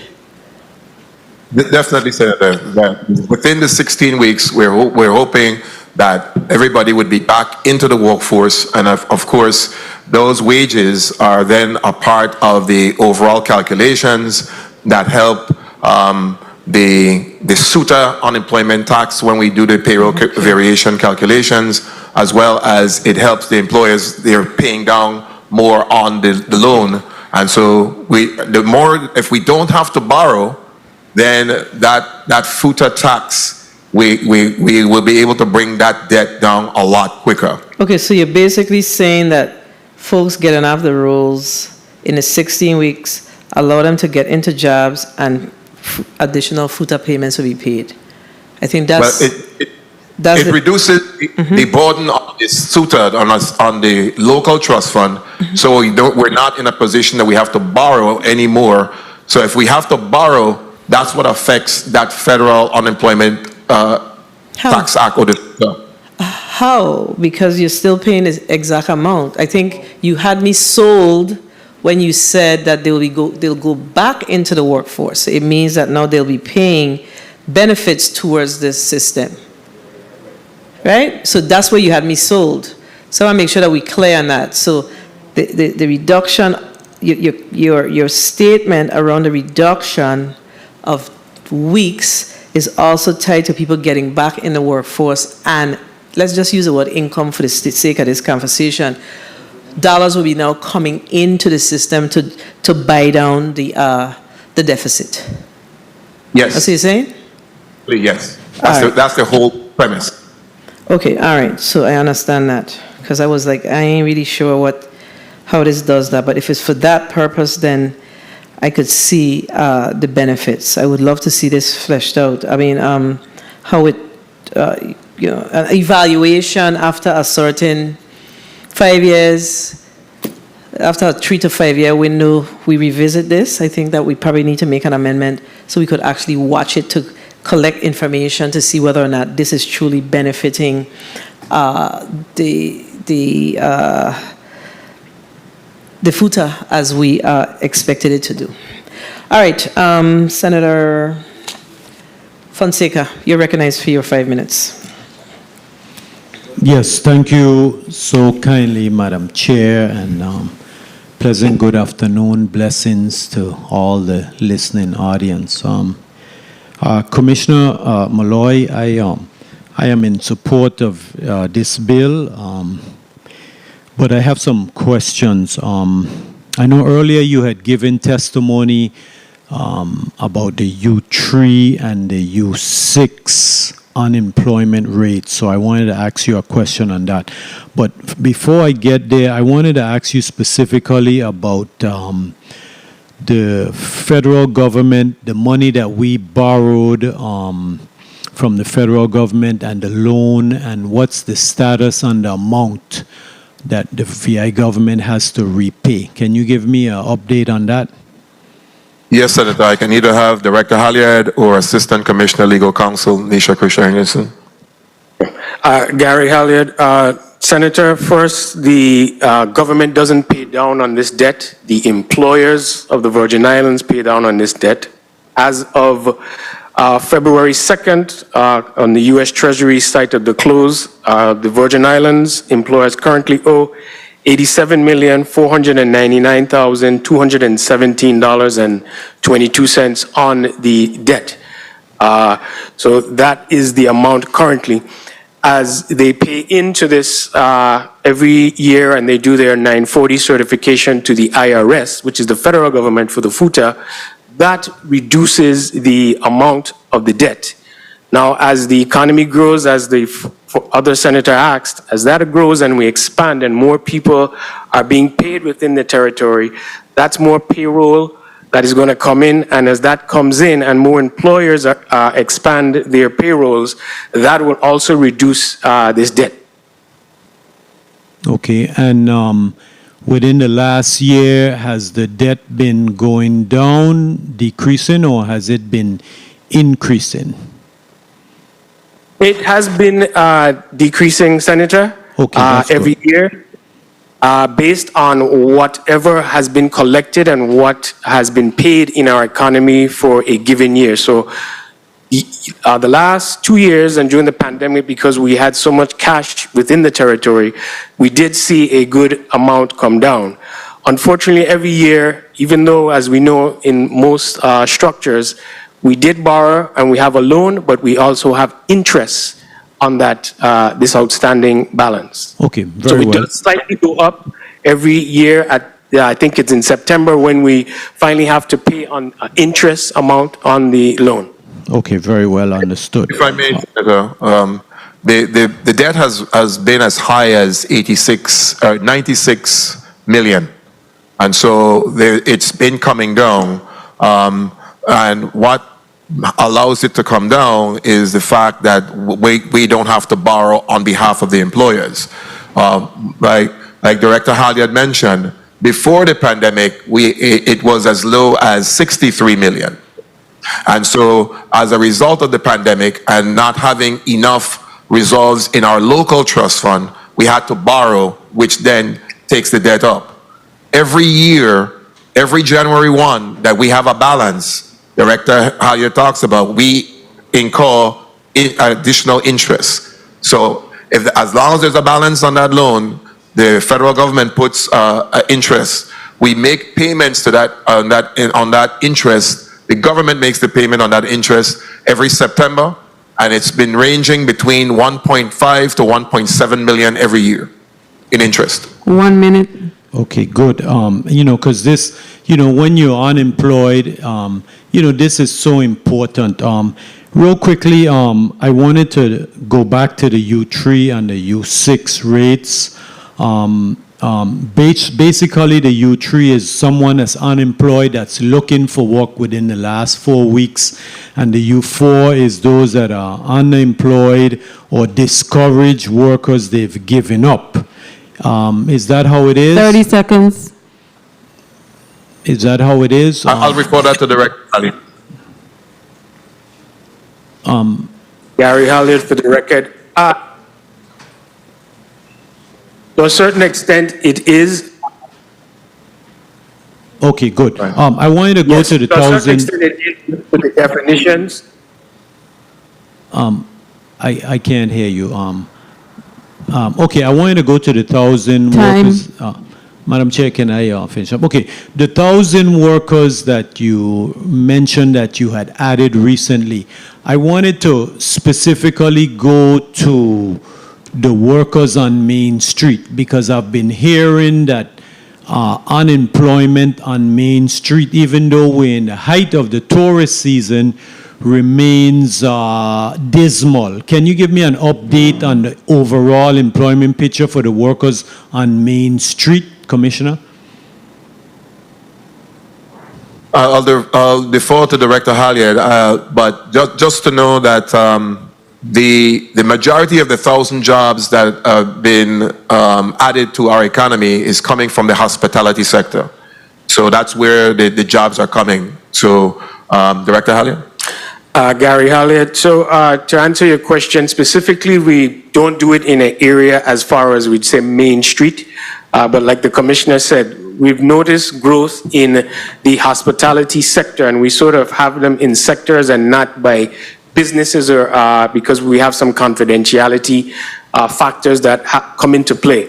But what we've seen, and most of it is in the hospitality direct related, there's some in retail. We have noticed, yes, that Main Street still is having some burden as far as returning to, I guess, what it once was in the past. Okay. Thank you very much, Madam Chair, for the time. Thank you, Senator Fonseca. Are you satisfied with? Well, Main Street is Main Street is classified as mainly retail employment. That's what you're saying, and the hotels is the hospitality, right? If through the chair, can you provide me the unemployment numbers for the retail sector? Thank you, Madam Chair.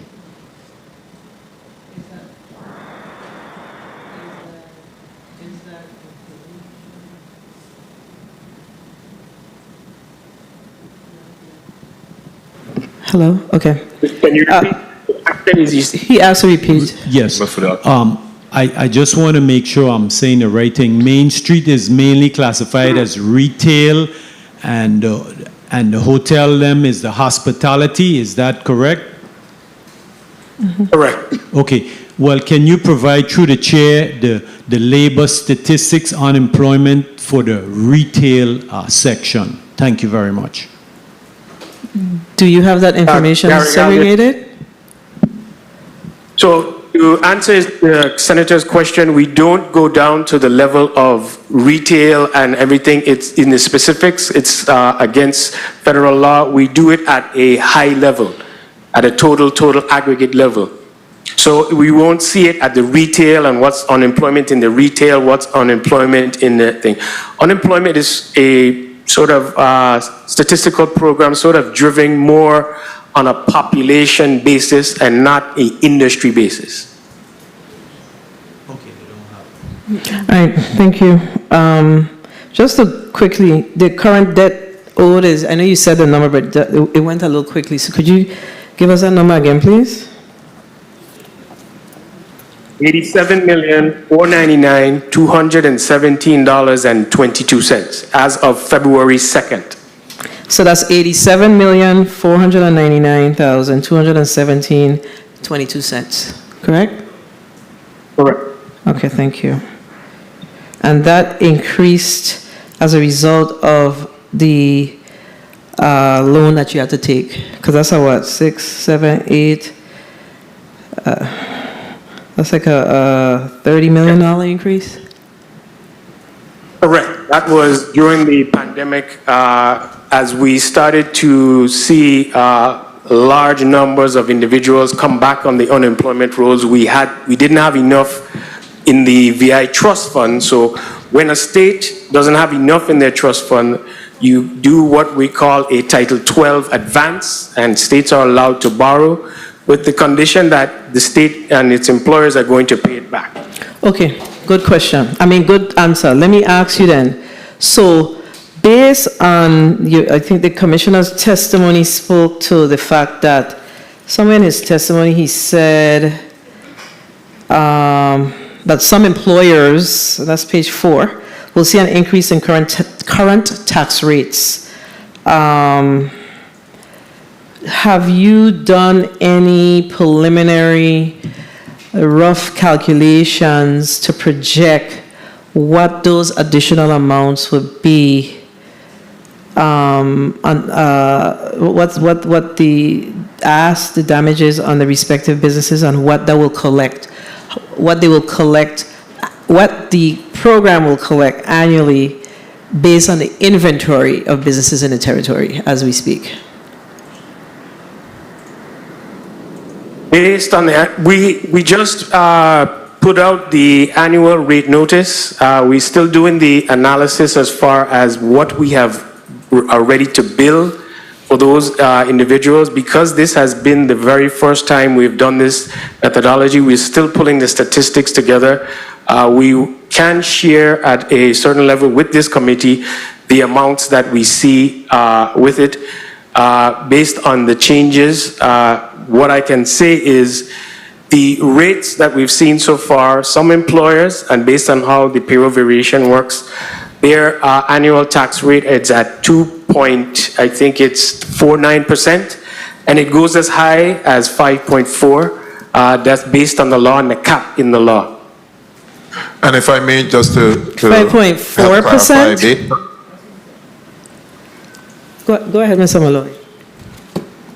So I was just saying that the press release that we released that I have to announce what the rate is, we put out starting January 1st, 2024 and ending December 31st, 2024, the unemployment insurance contribution rate is set at 4.11%. The rate combines the base rate of 2.11% and the fund solvency rate of 2%. So what happens with the payroll variation, now the individual employers will get their bill with the range that Director Halyard talked about, but it's based on their experience rating and based on the bucket or category that the group that they fall in, then they would fall within that tax bracket.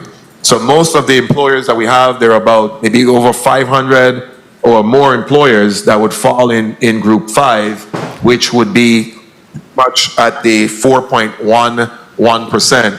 There's some employers that are in group 1 would be paying significantly less, and there's some employers that go all the way to group 14 that will pay significantly more. They'll pay no more than the maximum of the 5.4% because that is the cap. But it's going to be based on the experience rating, and that was everything. That's all what Act 8209 had to be able to get in compliance with the federal law.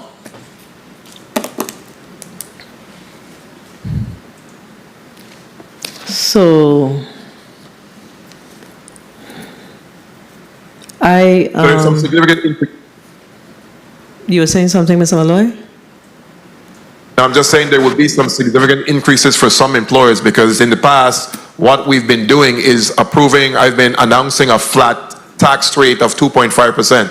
So imagine the employers were paying 2.5%. Now it's going to be a base of 4.1%, but it's going to depend on which category that you fall in based on the variation and your experience rating. That's why we use 20 years of data be able to get to those numbers. So Director Halyard and his team is working out all the final calculations to determine how much we'll be able to collect within this period, because we just started sending out these bills to the employers, which is going to be due in April of this year. So then the bill is going to be covering the quarter from January 1 to March, and then from April we expect the payments to start coming in. Okay, so and I really want to go to the next senator, but I have to flesh this out. So,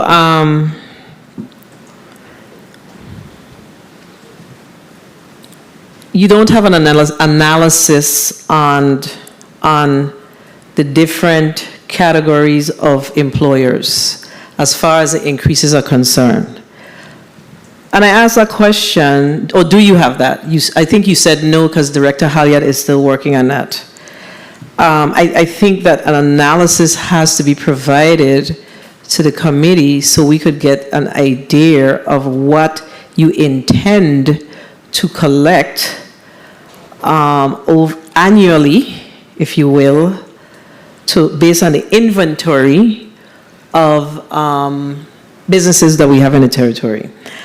I think that information is important, and it's important because we see the inflation in the Virgin Islands, and with an increase of this nature, although you said it may be a wash for some employers,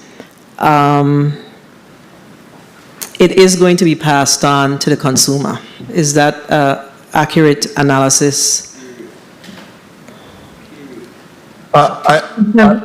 Not sure, Senator. Because what's going to happen is we do have the breakdown of over 4,000 employers. We do have a breakdown or analysis of which group each employer falls in. So that would determine their rate. We do have a schedule and a rate for that, but some employers based on the period of time, they have an opportunity to come in and challenge or their bills that are coming in. So there's some research that has to be done. So in terms of time, we can give projections on what each category is projected to be able to submit, but it might not end up in that when all the appeals and everything are complete. Totally understand, but we still do need something that's some sort of analysis that's quick and dirty, so we could have at least an idea, because don't forget what I said. Is this increase, does this increase have a huge potential to increase our inflation?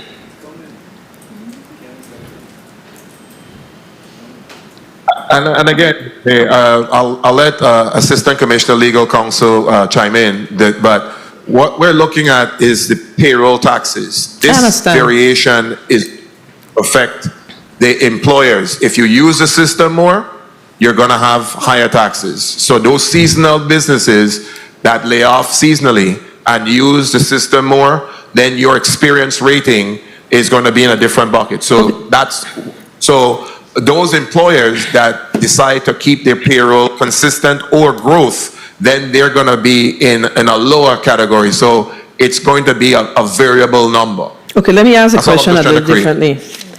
Let me ask it a little different. So the amount that we have to pay back is 83 million? Gosh, I think 87 million. So based on, because we have to see some cost analysis. I mean, the cost analysis is up and down. You have all kind of variables to consider. There are, people who are going to come in and challenge the process, etc. But, based on what you have in front of you, we must see some sort of a cost analysis. So, you could make a determination as to how long is this going to take us to pay off this $87 million based on what we're proposing to move to today. I think that's very important because it helps us to understand, whether or not we're doing something that's overly aggressive, not aggressive enough, or it's in the middle. But we have to talk about the situation that we have with our inflation. It's part of our reality. So that piece. Okay. I think I'm hearing Attorney Christian trying to say something. Yes, let me clarify something, and then we could go to Attorney Christian Henderson, because the FUTA tax, the employers pay that directly to the IRS. So that's in addition to what we're talking about here right now. So I just need to be clear. The SUTA taxes, that the rates that we give are the SUTA, or the state unemployment tax, that employers are going to pay into the local trust fund. That bill that they're going to get from the IRS is going to be separate, and it's based on the calculation of the rates based on the loan balance that's there. And then every year in June or July, we request a waiver so that the loan increments don't go much higher than a particular period. And so Attorney Christian Henderson can clarify what we do with the waiver, and then some more about this process. Okay, so good afternoon again, Nisha Christian Hendrickson, Assistant Commissioner Legal Counsel. So in reference to the waiver, every year we are required every year we have the opportunity to place on the record the reasons why we should not have an additional penalty. So the U.S. Department of Labor, if you do not pay back the loan within a certain amount of time, there is an incentive that they put on, which they call the BCR waiver. If we do not pay it back, then there's a 3% increase every year. We have been successful in the past few years to be able to halt that increase by being able to show that we are doing certain things to address the loan and the solvency. And the payroll variation is one of the key reasons to do that. before we were out of compliance with federal law, before we had a flat tax rate. The flat tax rate does not provide for individuals or businesses to pay their fair share based on what they use. So by putting this system into place, we'll ride with the economy. So in times that are good and the economy is high, the payroll, of course, will stay consistent and people won't have higher taxes. At the time that we are right now, we're going to have to put more into the system because we have not been able to pay into this enough over the years. As the Senate probably remembers, there was a point it was only 1.5%, and during Commissioner Malloy's time, we had to add it to 2.5%. So we're getting to a more correct place, and with the payroll variation being fully implemented, we're going to be back into federal compliance. But this is at one point, okay. the law was as high as 96 million. So we've been making some additions in the right direction, but this is really going to help us stabilize the system. All right, I know that that's what you're trying to do. I'm going to go to the next senator. I'm going to give this some more thought, but again, for me, the primary concern is how do we balance this against our challenges that we have with inflation? We know this bill got to get paid. There's no debating here, but I'm trying to figure out whether or not your percentages are within reason and how long do you, again, I ask, based on the proposal that's before us, how long do we anticipate it'll take us to pay this off based on our current inventory of businesses and the different categories? So that's something I need y'all to think about. If I'm off the mark here, I'm off the mark, but I really don't think so. I think that's very important information for us to understand and be able to explain this when asked as a senator about this decision that we are about to make. Agreed? And I think based on, if everything stays, based on your question, if everything stays current, if wages that are paid within the territory stay the same as last year, it's probably going to take approximately 10 to maybe 12 years based on the rate that we've seen it going down. As long as we don't borrow again, we have sufficient funds in the trust fund to pay any disruption in unemployment. If we don't have any contractions, it's going to take approximately 12. Now, if we start to expand the economy and move employment upwards where wages are going to increase and payroll taxes increase, then we can see it start to go down a lot faster. So the thing about it is growing the economy is what gets us out of this big deficit, or having some way of paying this off for the employers. Thank you for your response. Now I'm able to move forward. There's a point of inquiry. Senator Francis Jr., you recognize your point of information. Thank you, Madam Chair. I think it's also important that we get to the bottom of, I know that there was a parachute being offered at one point where that in terms of the payment towards this loan was supposed to have been paid out by ARPA or some federal assistance. Can you speak to what's happening in that space? Thank you for that question, Senator.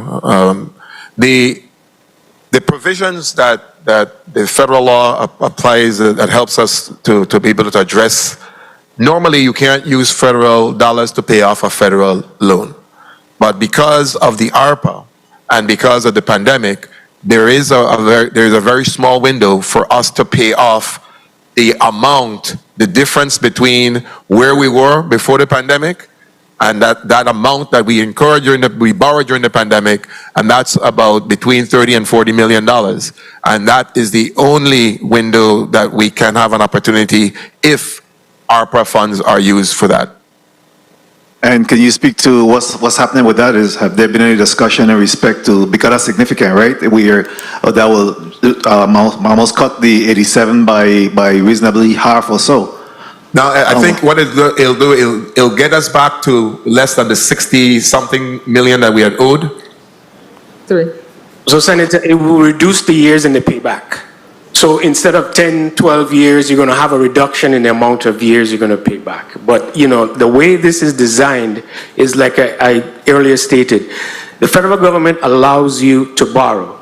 But they then, in addition to that, they make sure and they want to get their money back. So they in the law, they have disincentives. So the longer you have it on the books and on the records, the employers, in addition to having to pay your state, they don't get the full credit of the FUTA. So under the FUTA, really and truly the FUTA tax rate is 6%. But if you're in good standing, you get 5.4% credit. So that means you get sort of an effective tax rate of, think of 0.6 on the FUTA. Now, for the VI, because we haven't paid it, and as the years keep going on, it keeps increasing and increasing, so that the credit I think this year they're going to have is, I think, at 3.9, not the 5.4% on the FUTA tax. So once that goes away, and we pay that off, they get back their 0.6. The payroll variation has also been sort of designed that way, that once that goes away, as the commissioner stated, there's a solvency factor. So this year that we just began, that is the big, large amount, as you would say, the gorilla in the room. If you take away that 2% and we get back to zero, employers are going to even start to see it reduce down, and even to a point where, as we say, we don't want to get back where we were when we had to borrow many years ago, we made it zero.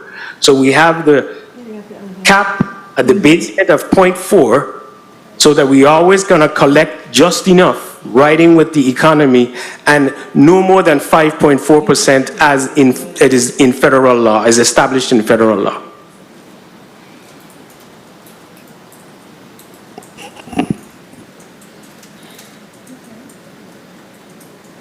All right, thank you for your response. I need to go to the next senator, but Senator Francis' question, I have to do one quick follow-up on it. So based on what you said, of the debt that has been created, how much is tied to our local government not being in compliance with paying their portion? Do you have that number? No, Director Halliard. So the local government doesn't have anything. The local government is what we consider a reimbursable, and that's under the federal law. So reimbursable means a dollar for dollar. The expectation in this is that governments have the authority and the funds, and that when they release employers or have unemployment, or their employees are unemployed, that once we send the bill, and I would give just the example, let's say I give it to Department X, and I say, based on this, you have used 10,000 out of the trust fund. We're expecting that when we send that bill, by the next cycle, within the due date, we get the $10,000. Good, but do you get it? I would say, fortunately, for the last few years, we have gotten it. I think, came in with a debt of 10 million. And I think right now, when I looked at it last, it was at around 50,000 that was owed. I can't give you, I don't have the specific agents or entities, but we're down to about 50,000 so far in reimbursable amounts for the central government. So you're saying that came in at 10 and they get paid down, and you're down to like 50? That's what you're saying? Yes, that 10, that amount went into the VI trust fund. Okay. So that it would be there future benefits for anyone that was unemployed. All right, thank you. Okay, Senator DeGraff. Actually, he's a sponsor. Senator DeGraff, you're recognized for your 5 minutes. All right, thank you. Thank you, Madam Chair. Thank you, Madam Chair. Good afternoon, colleagues. Good afternoon, testifiers, all viewing, listening, and present. You know this bill is a hardship. Either way we put it. We don't pay, we gonna pay. We pay, we gonna still pay. But so 26 to go from 26 weeks to 16 weeks, I don't see the calculation when you're talking about increasing the employer's portion to, or the employer's tax. They're going to end up on the people for real. Commissioner, good afternoon. I know you've been telling us about this here for years, so I will say that definitely. But some of the way we are going about 26 to 16. So right now, legally, if I'm unemployed and I collect unemployment, I can collect 26 weeks if I choose, without having to go to work. Not if you choose. It's a maximum based on your period, based on the amount of wages that your employer paid on your behalf in the system, and your eligibility. Then your eligibility is determined for the number of weeks, but there's a maximum of 26 weeks right now by current law. Okay, so if I get the maximum of 26 weeks, I could stay on unemployment, collect until then. Well, you're supposed to do certain things in the interim, like there's a work search requirement, and then you have to recertify every period to indicate that you are not working or that your status has not changed, but you have to show us and demonstrate that you're actively looking for work. Just remember that unemployment is that it's a safety net for individuals who have lost their jobs due to no fault of their own. Director Halliard? Senator, so that I guess, unemployed, the terms and things that are used in this system, like at times could be cryptic. And so with the concern of the duration and time, I will just give you as best as I can in the straight man. Excuse me 1 second, if you don't mind. Because what I'm saying is, if you have all of that process, then I don't see the difference of changing it from 26 weeks max to 16 weeks. Because you have all of those safeguards to address the person getting back on their feet and get back into the workforce. So I don't see the difference or why we would need to go from the 26. And then again, as you mentioned, the same amount of money. I don't see that part needing to be addressed. Then, if you don't mind, I just based on time, if we could get back to that question, if you don't mind, Commissioner, Mr. Halliard could say on the chair's time. But in regards to Section 305, you're changing the overpayment for collections to the claimant from 2 years to 5 years. How does overpayment come about? And then you're changing the 10 years of collection and liens for claimant's property.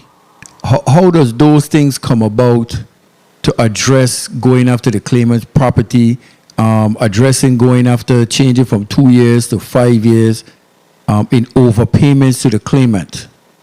Is that some kind of errors that are taking place in the department that probably causing us some issues also? Let me just say this, Senator. Gary Malloy, Commissioner, Department of Labor. Basically, an overpayment occurs if somebody is receiving unemployment benefits and they didn't report that they're working. Right. So we have a situation where we have fraud and non-fraud situation. In the case where you are collecting unemployment insurance and working, it is a fraud situation. In terms of that, when we discover the unemployment, that you are receiving the benefits that you are not entitled to, then an overpayment is put in place. You are legally required to pay that back. Right now, the statutes allows us to be able to collect only within 2 years. What we're asking to do is, so we have to put a 2-year payment plan maximum for some people. It presents a hardship. We're asking for that payment to be able to collect within 5 years. The other thing about the liens, we are already in a position where we have liens against individuals who have not been able to pay. And the only way that we get notice or start having any movement is if those individuals try to now start to do something with the property. So we're trying to make sure that there's a process in place that helps us to expeditiously get the money back into the trust fund, because the longer the money is out of the trust fund, the more money we're all going to incur. So, like you said, we're all in this together, and so those are the challenges. But that's what I'm saying. Commissioner Legal Counsel can give some more specifics about the liens and the collection process that we go through now with some of them. Okay, Commissioner, thank you very much. Because I'm saying that's one of the areas where we see is affecting this overall debt. If I may clear up, Madam Chair. is affecting the overall debt. Can that be addressed by legislation to try address that part? Because that's a part of what's putting us in the debt that we have to go now to extend from 2 years to 5 years, and the collection and overpayment. Is that automatic that we could try do something to address that area right there to avoid that problem? So we wouldn't have to extend the amount of years to try get back the money, but try to eliminate it from happening. If we could try to do that. And then in just wrapping up, if you could just have a, Elliot, could just finish up what he was saying. Elliot, I apologize for what he was saying and thing. But if we could address that part there, we might be able to have some kind of savings. Thank you. Okay, thank you, Senator, for those questions, because that's why we're doing it now as a part of this legislation, because what's happening is, remember, we're within the confines of the unemployment insurance system. That's really the laws, the federal laws are what really govern this particular program. So right now we are, as my testimony shows, right now we have only us and Hawaii have the shortest period of collections, 2 years. Other states have no limit in terms of collection. This is money that you got that you were not entitled to, the federal government wants their money back. And so if you don't pay the local trust fund back, we then are in a position where we have to borrow on behalf of the employers when we don't have enough money. So the cycle will continue if we don't put these measures in place. I understand that they may seem drastic, but believe me, we have been able to collect more in a short period of time because of some of the things that are in place. But we're finding that there's extreme hardship for individuals to try to pay back in the 2-year period, where you would have a maximum of a 5-year period. And also in the area where liens are put in place, and I'd like Assistant Commissioner Legal Counsel to talk about that a little bit, because it's important that we, in my tenure, I've only been able to remove 3 liens in my short tenure, and there's a lot more liens out there for individuals that are owed. So those properties are not going to be able to be developed until we are able to release them from those liens. So we're trying. So it's a tough spot. This is a very difficult bill to talk about, but the problem, as you mentioned, we're all in this together, and if we don't do it now, the unemployment system will not be around to be able to support us when we really, really need it. Director Halyard, and then Assistant Commissioner Legal Counsel, if you can. It just goes back to, I guess, the question from Senator DeGraff on the amount and the reduction of the duration. And so that I just say that the maximum amount anyone can get this year is $645 under the current law for under the current law for 26 weeks. So that equates to about $16,770. When we divide that or break that down into the 16 weeks, then the weekly amount for 16 weeks will be approximately $1,048.13. It's just one of those that it's an incentive we want, so that, hey, we really don't want you to stay there with the 26 weeks coming back, doing job searches and everything else, and figuring, well, I have enough time. We want to get people back into the economy, because as the economy is stimulated and moves, the revenue and everything just starts to regenerate, and we start to see increases and a healthy economy.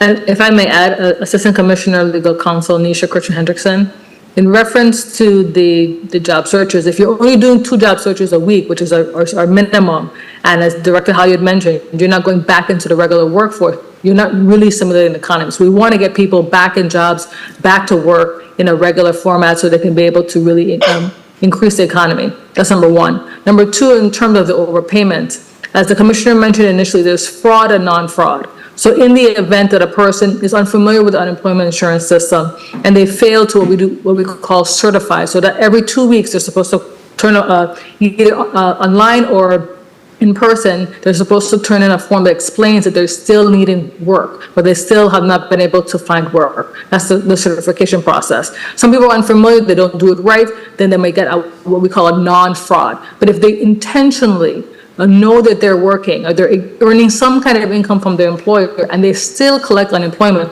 that's considered fraud. And what we found in the past is some individuals, because they knew that we only had a 2-year time limit, would try to essentially not pay for that period of time. So we're extending that period from 2 years to 5 years. So we make sure that people are not faulting the system, because of course, every dollar that comes out of the system, out of the trust fund, is one that does not allow us to, of course, pay back the loan and is going to put us further into debt. So we really want to make sure those who need the funding get the funding, and those who are gaming the system are basically brought to justice. In some other states, they go as far as prosecuting individuals when they commit these cases. We only do that in very extreme circumstances. We try our best to really put people on a payment plan and get them back into compliance, and that's for the individual.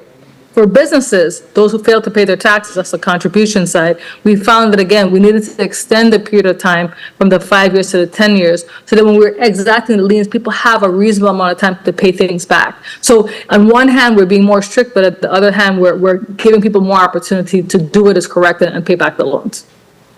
One more about the liens. Assistant Commissioner, the liens? Yeah, so yes, in reference to the liens, so once we have found out that an individual has failed to be able to pay back, we can go in front of the courts and have a civil action to be able to record a debt on the person's property or on the individual's home. And so we only do that, of course, in very extreme circumstances. As the Commissioner mentioned, we've only reduced or removed liens in the period of time that he's been there, but we always have to keep that on the table in the event that people fail to follow the law. That's a lot of information, but let me ask this.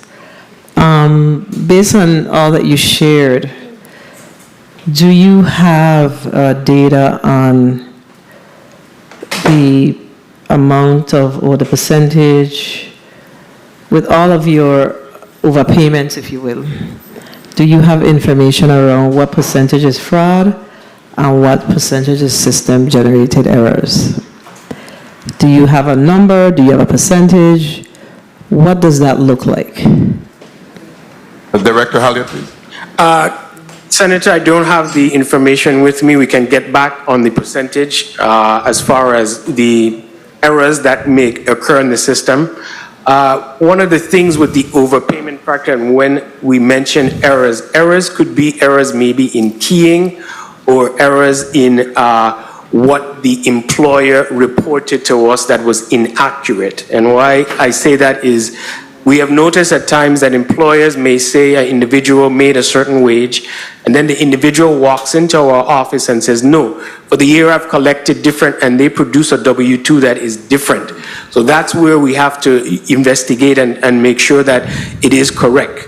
And so that's where we get it. The other factors that sort of are challenges is that employers don't always pay everything that is owed to an employee when they get laid off. And one of the core things of the benefits is we want to get you paid within at least 2 weeks once you've lost your job. And so we would go ahead at times, and the system was designed this way, that we would pay an individual so they can cover their bills. But a quarter later, here comes a report from the employer that says you got $10,000 in severance. So that triggers an overpayment, and you sign on and you say, okay, we need to bring that money back to us and you need to pay it. And that is where we talk about, okay, let's extend the 5 years so we can do the collection and do it from 2 to 5. Because we've had at points in time, people come in, don't pay past the 2 years, and then another year later they come in, file, and get another claim and get paid out again. And so we're just trying to get more of integrity in the system so that people that know the system well don't game the system, and that in turn impacts the trust fund and the integrity of the entire system, both on the taxing side from the employers and the benefit side. And so it takes away benefits that, you know, other people that really and truly deserve it and need it, you know, the funds may not be there in the future. Okay, so please send back to the committee the information regarding what that percentage or number is of fraud within whatever that time period is that you've been monitoring, as well as the, let's just say overpayment errors for whatever reason is an overpayment, whether it be keying, a system error, whatever that is. Let's, whatever it is, let's get some percentages or numbers so we could understand what's truly happening here. All right, we want to know how much is on your department and how much of it is really based on fraud. But based on this discussion, have you ever explored wage garnishment? Yes. Gary Halliard, yes. Currently, one of the tools we use in that is we send a file over every year to Justice and the Bureau of Internal Revenue, so that if an individual is owed a tax return, and we've gotten back, I can't remember, I think last year we got some money back from that, we get a garnishment is done on that individual's tax return.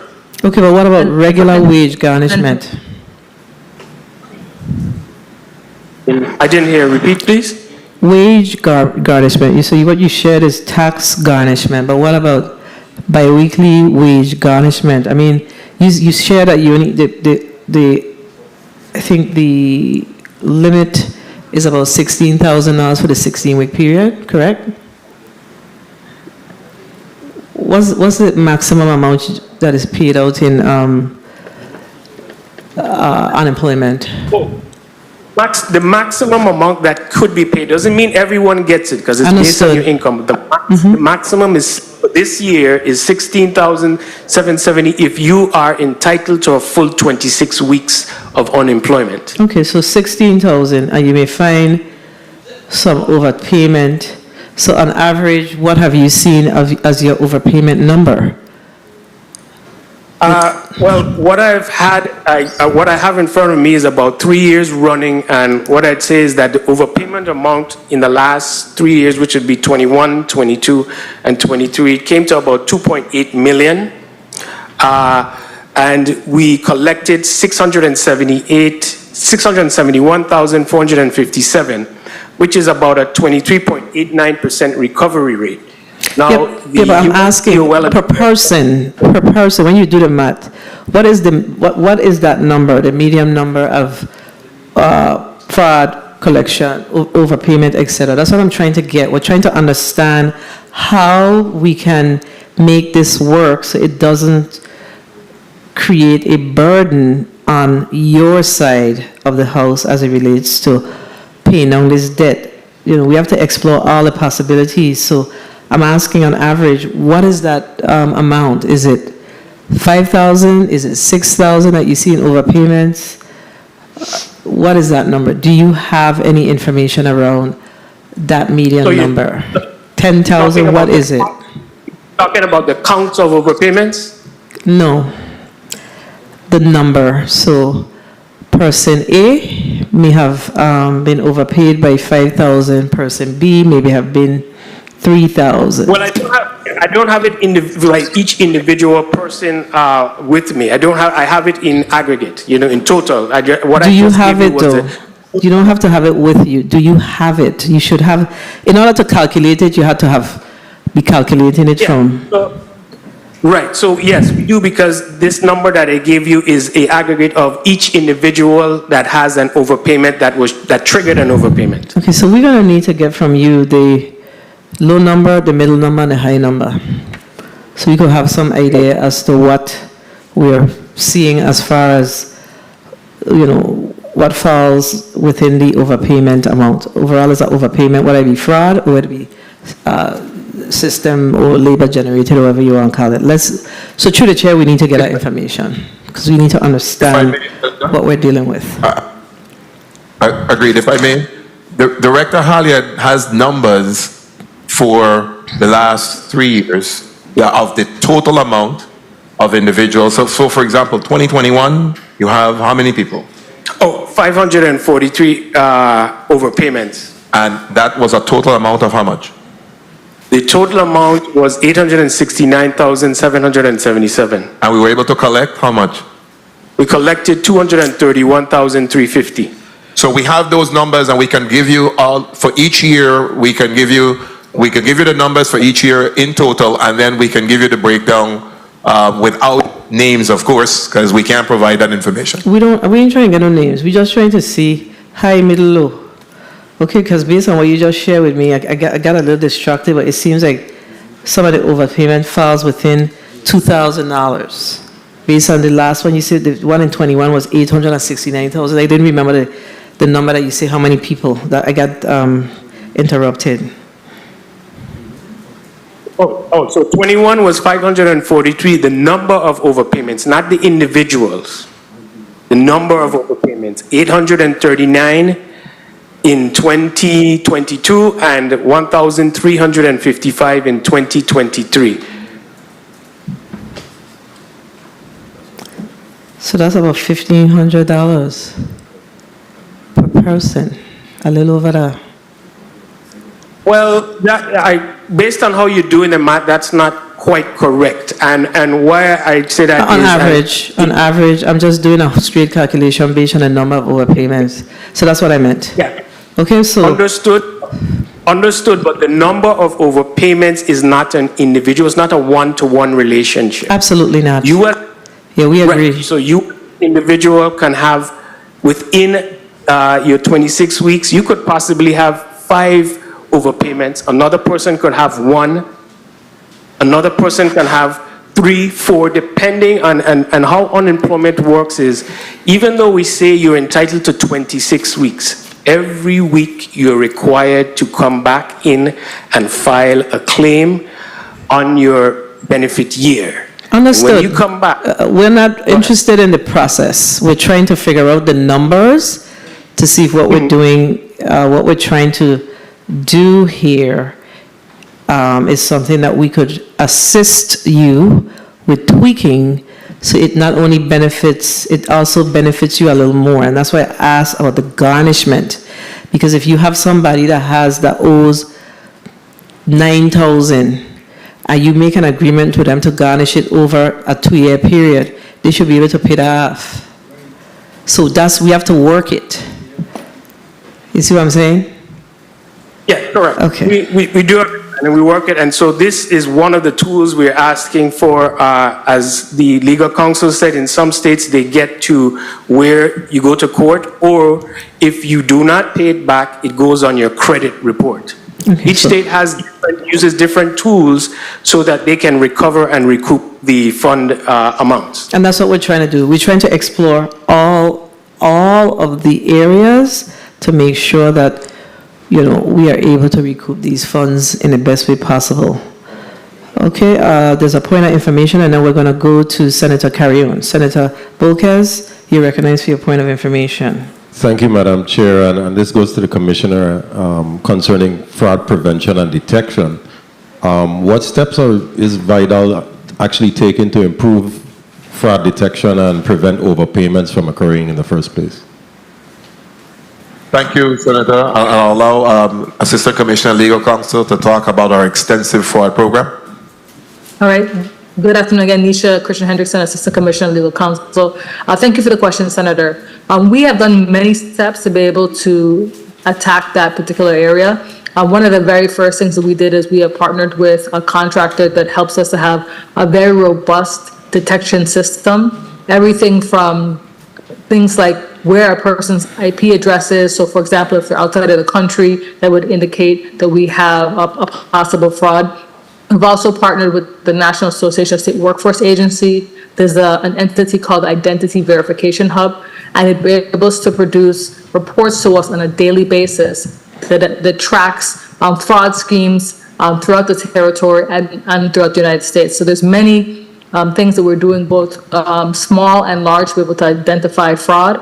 In addition to what I just mentioned, we also do searches of the payroll report. So for example, if something as minor as a couple of cents is off, because we know that our checks look a particular way, they're in whole numbers. So if we see checks that have a cents off, then it's one of the triggers to investigate the person more. So there's many different steps that we take. I mean, some that we probably would not share in a public forum, but more in a private forum if it's requested. But there's a lot of steps we have taken in the last year or two, led by our integrity benefit coordinator and the benefit payment control unit, to really be able to address many of the systems.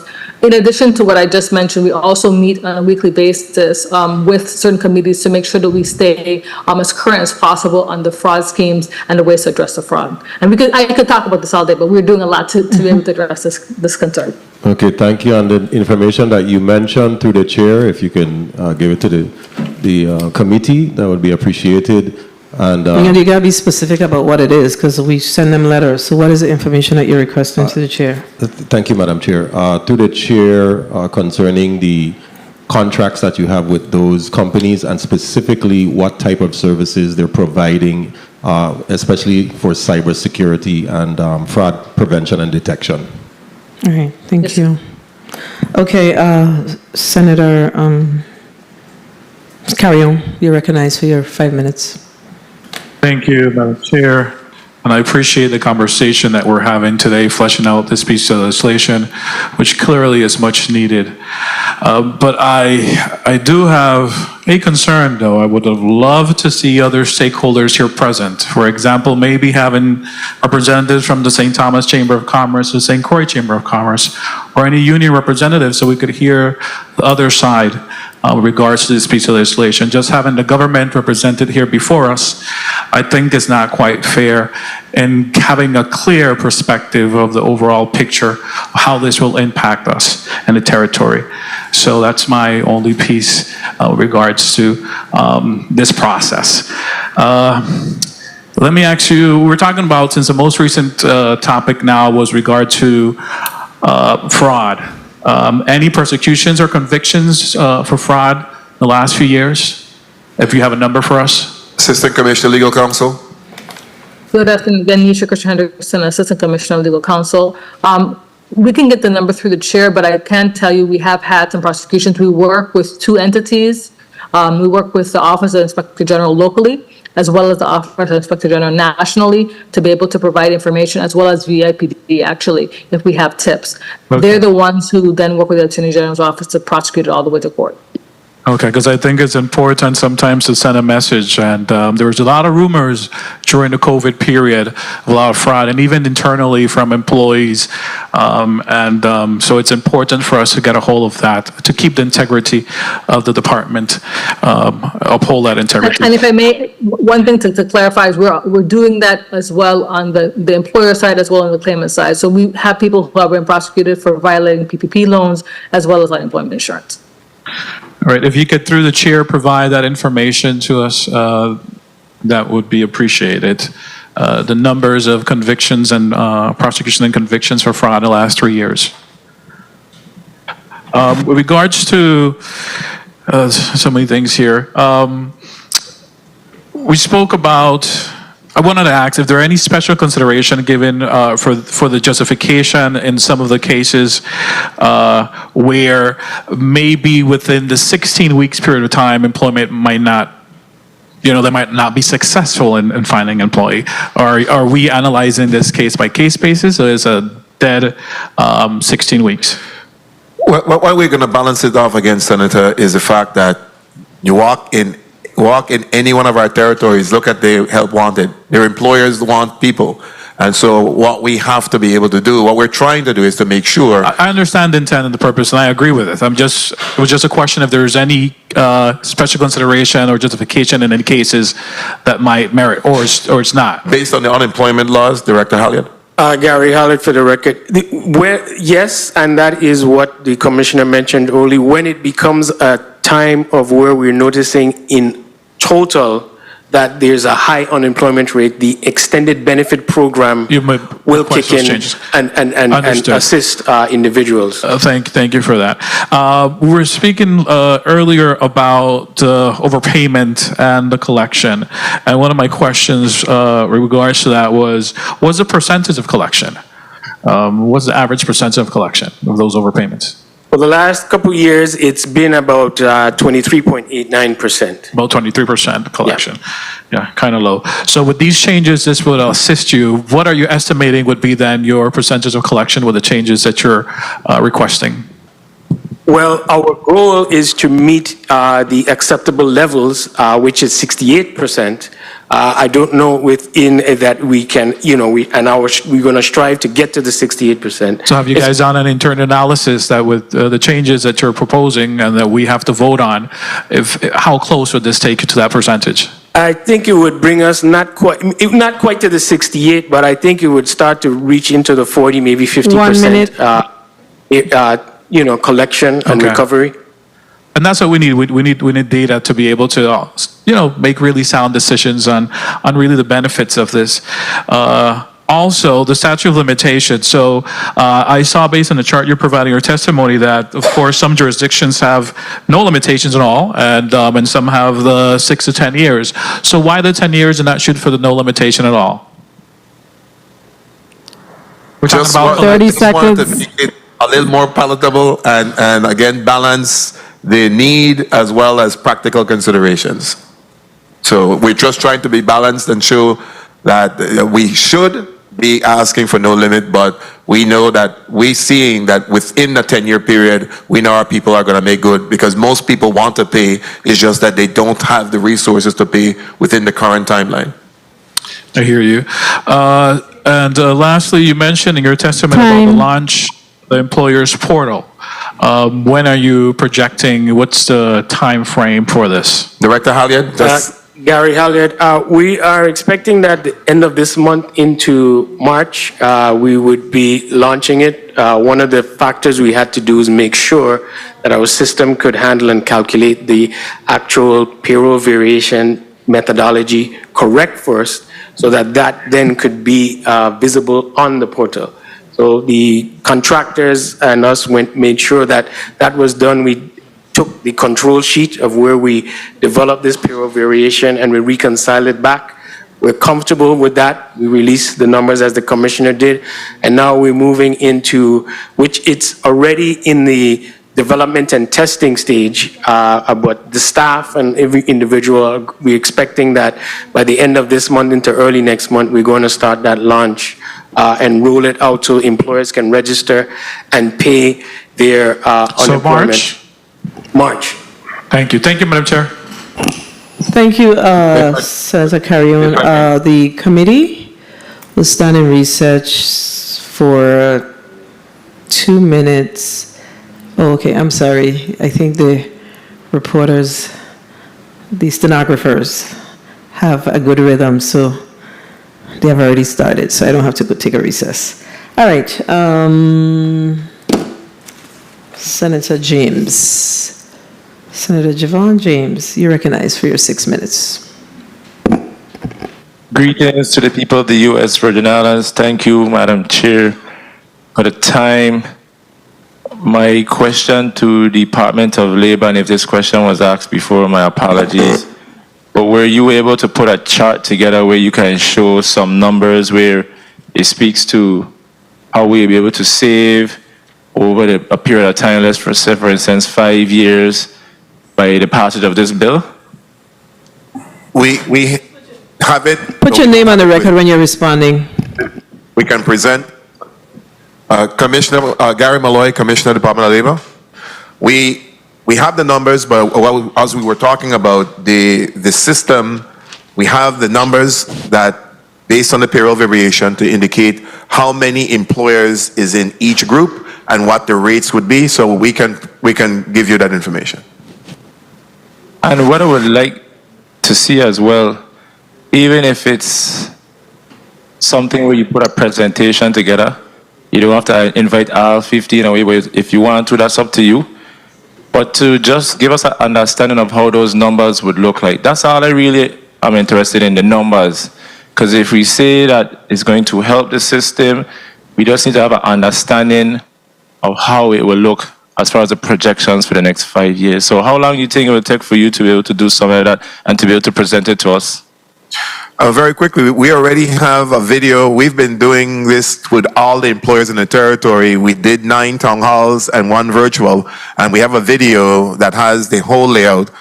But the specifics in terms of these numbers, again, are going to come from the employers now. Being the launch of the payroll variation significantly has created the groups that those employers are going to be in and how much their rates are going to be. We have to balance that against some employers are going to come and do whatever challenges or contest, and then we have to go through that process. So we'll have the estimates of what each group is expected to pay versus what they paid in the past. No problem. I'm just interested in the numbers. So when that time comes, I look forward to it. And you said earlier, secondly, extensive research indicates that many claimants seeking benefits can secure employment and cease relying on benefits within a 16-week time frame. So my question to you, what extensive research, and can you send that to us? The research that we have, yes, we can.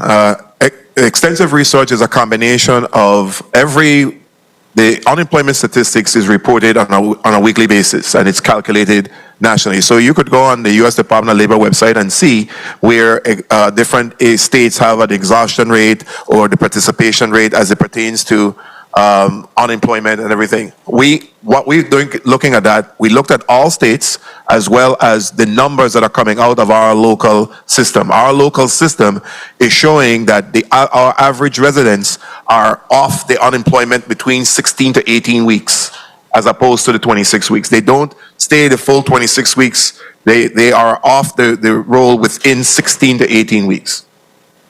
Okay. And I know to some, this bill might be a hard pill to swallow. But you see, that's the thing in the Virgin Islands, and not just over the Virgin Islands, but all over the world. When we are so accustomed to things, when it's time to change it, then we realize how good we have things in the Virgin Islands. But unfortunately, some people tend to abuse the system. And I'm happy that there are language in place and measures that will be put in place if passed by this body that will secure the future of this funding source.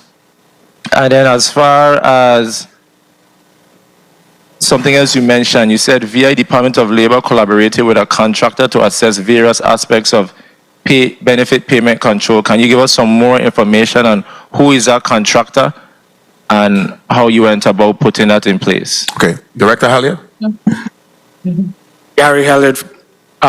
So the contractor was the firm called LexisNexis. The other tool we used was a software that was a product of the National Association of State Workforce Agencies, and that is I guess, a organization that most UI state areas contribute funds, and they do work on behalf to help the system. And based on that, it was during the pandemic, and it was a requirement and a strategy from USDOL that we go out. So we use some of the administrative funds from the CARES Act to begin and start to go out and do a RFP process to procure the LexisNexis. And if I may, Assistant Commissioner Legal Counsel is also a member of the organization, the national organization. And I don't know if you have anything else to add, Nisha? Yes. Sure. Nisha Hendrickson, Assistant Commissioner Legal Counsel. So yes, the National Association of State Workforce Agencies, we have several committees that work on different areas. One is that they have one that deals specifically with fraud. 30 seconds. And so they meet on a regular basis every Friday to be able to discuss what's happening in terms of the new and upcoming areas of concern. Another one of the contractors we use is a company called Maximus to be able to really vet and look at what's happening all across the nation to make sure that the Virgin Islands is having the most up-to-date in terms of fraud prevention. Thank you for placing that on the record. And like I said, change is never easy. I'm just happy that we're going through process of discussing it in committee, but I really look forward to seeing our people going back to work. We had a long run for COVID-19 and the list goes on. And like I said, it's a very hard pill to swallow, but we have to make the tough decisions, and I look forward to hearing more of the discussion as we discuss this bill before us. Thank you, Madam Chair, for the time. Thank you, Senator James. We're going to go to the bill sponsor, but before we do that, let me just ask. You said that on page 4 in your testimony that the Department of Labor is set to launch the employee portal soon. You know, we're always cautious about those words. We prefer to get dates, months, dates, years, so we could know and have some idea as to what to expect. If we have to move the goalpost, we have to move it, but we have to know what we're working towards. So I don't know what soon means, so can you please expound on soon? Thank you, Senator. Director Halliard mentioned that we will be finished by the end of this month, February, and be able to launch by March, because that payroll variation, that employer portal has to be in place by April so that employers can do the payment. The only delay that we had is that we had to wait until the actual calculations of the rate was run with the actual launch of the payroll variation to then be able to roll over those calculations so that the employers can actually see and visualize what's happening in the employer portal. And like I said, the video that we have has a snapshot that we shared with all employers in the territory, what the screen of the employer portal would look like. So it's already ready. We're just making sure that our I's are dotted and T's are crossed. Okay, thank you for that. And then under the page 5, section 309, you spoke to the proposing of the extension from 5 to 10 years for the employer. What is the interest amount that's associated with that, if any? Director Halliard, this is for those employers' contributions that are over, that we charge penalty and interest? So as far as the amount and to collect, I think that's more of a collection period as far as us being able to collect any penalty and interest and contributions due to us. That varies by employer, and the amount they owe to the system. So there isn't a fixed interest interest penalty? No? Yes, under the law, the penalty is $5 per quarter, I think, per month that you are late, and the interest, I think, is point, and I somehow for me can't recall the amount and the interest that is accrued on that once employer is late, but there is interest. So is there an opportunity for the commissioner or the commissioner's designee to negotiate that with the employers? We can negotiate or ask, or employers can request once they are ready to pay a waiver on the penalty and the interest. However, by federal law, the contributions that are owed cannot be waived. Okay, good. All right. And you said that similar to claimants with overpayment, some employers in the territory exploited a loophole avoiding payment of their owed unemployment insurance contribution. What's the loophole? Is the loophole what we spoke about earlier? I want to be clear on that. Yes, the loophole is that some people wait us out and the 5 years pass and then they pretty much indicate that they don't owe. Some individuals also have the process where they would come in and make an offer that is only within this particular period. So we're trying to make sure that we have more opportunity to be able to collect the contributions. That's the key thing. We need to be able to get the contributions to put back into the local trust fund so that we do not have to borrow. So this is the part that's troubling for me. Golly, where's that page? You have a chart in here, right? And you spoke to the loophole. So are you saying that if I am a employer who you've started conversation with, and I have long before the 5 years, and I haven't paid it within the 5 years, that's a loophole? Shouldn't be to the clock start when we initially had the conversation, meaning once we had the conversation before the 5-year period is up, are you saying that once that 5-year window is closed, you can't collect after the 5 years? That's what you're saying? Even if I contacted you, even if you contacted me before the 5-year window? That part is... That's what some employers are using. However, we've had bills that some people have owed go back to the 1990s. So I'm saying what we're trying to do, we've deemed some of those uncollectible, but we need to be able to collect as much of the contributions that we can within the period.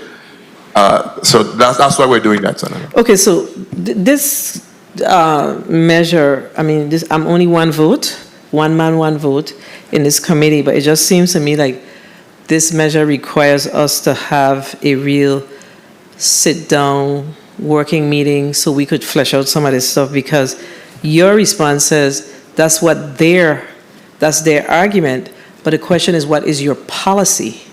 Because once you contact, the statute of limitation means once you start the case prior to the window closing, then that has nothing to do with how long it takes you to collect, what the agreement is or whatever that is that it takes you to collect those funds from that person. That window should not close after 2 years. So if that's what we've been doing, we create that one on our own. That's my challenge. Assistant Commissioner of Legal Counsel. Nisha Christian Hendrickson, Assistant Commissioner of Legal Counsel. To answer your question directly, Senator, if we begin the proceedings during the period of time, it gives us right now only the 2 years for individuals and 5 years for employers to do some kind of action. So in the event we put a lien on the business within that 2-year period or that 5-year period, we could do that. Or if we were acted to be able to get a payment plan in place. But what has happened is that we start and then the individual does not continue to pay, and if we don't take them to court or do some other more drastic measure, then they don't always pay. So by extending the period of time and, of course, adding more administrative staff in the department that has been, especially in the last 2 years, being much more aggressive, be able to collect the overpayments as well as to be able to collect the contributions, we've been able to close that loophole that the Commissioner was mentioning. So we're doing it on all sides. So there's culpability on both sides. That's what I'm hearing. I'm hearing that. Right, and that's why we are trying to address it in a holistic approach. We're trying to, of course, shore up our side by putting more individuals on boots on the ground to knock on the doors to be able to address that issue, as well as to extend the statute of limitations, so that we are making sure that we give ourselves more time to be able to do what we need to do to correct the problem. Yeah, I just think that we need some more meat around the language.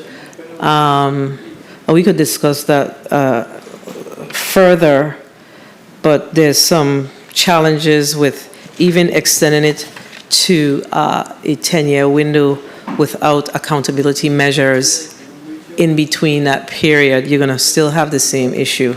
So that piece is what concerns me. And if I may, we haven't changed some of these in almost 30 years. So we're trying to get an approach that was not did not penalize the employers and individuals too harshly, but also, of course, gave us more our teeth to the statute that we have currently in the books. Okay, so definitely agree that we don't want to do that, but we still need to make sure that as we, the legislation as before us is as it came from the office of the governor without any amendments. So we see some areas where I think we could have a conversation with you to strengthen this, to make sure that there is some more accountability pieces included in it.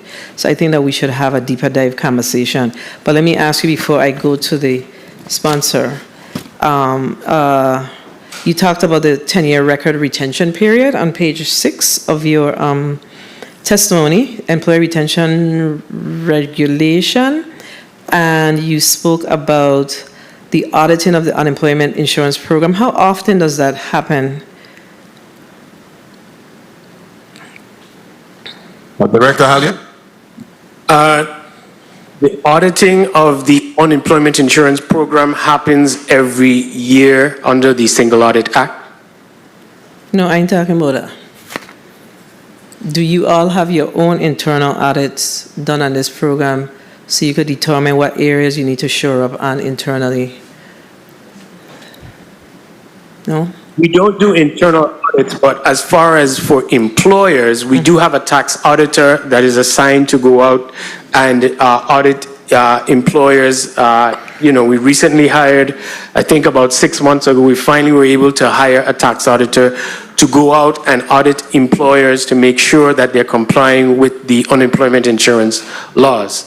So of your single audit findings, how many findings do you currently have in your last? When was the last audit at this government? 2020, 2019? I can't remember. I think we're currently on 2021. So 2020, right? They're working on 21, but that's completed. We're working on 21, correct.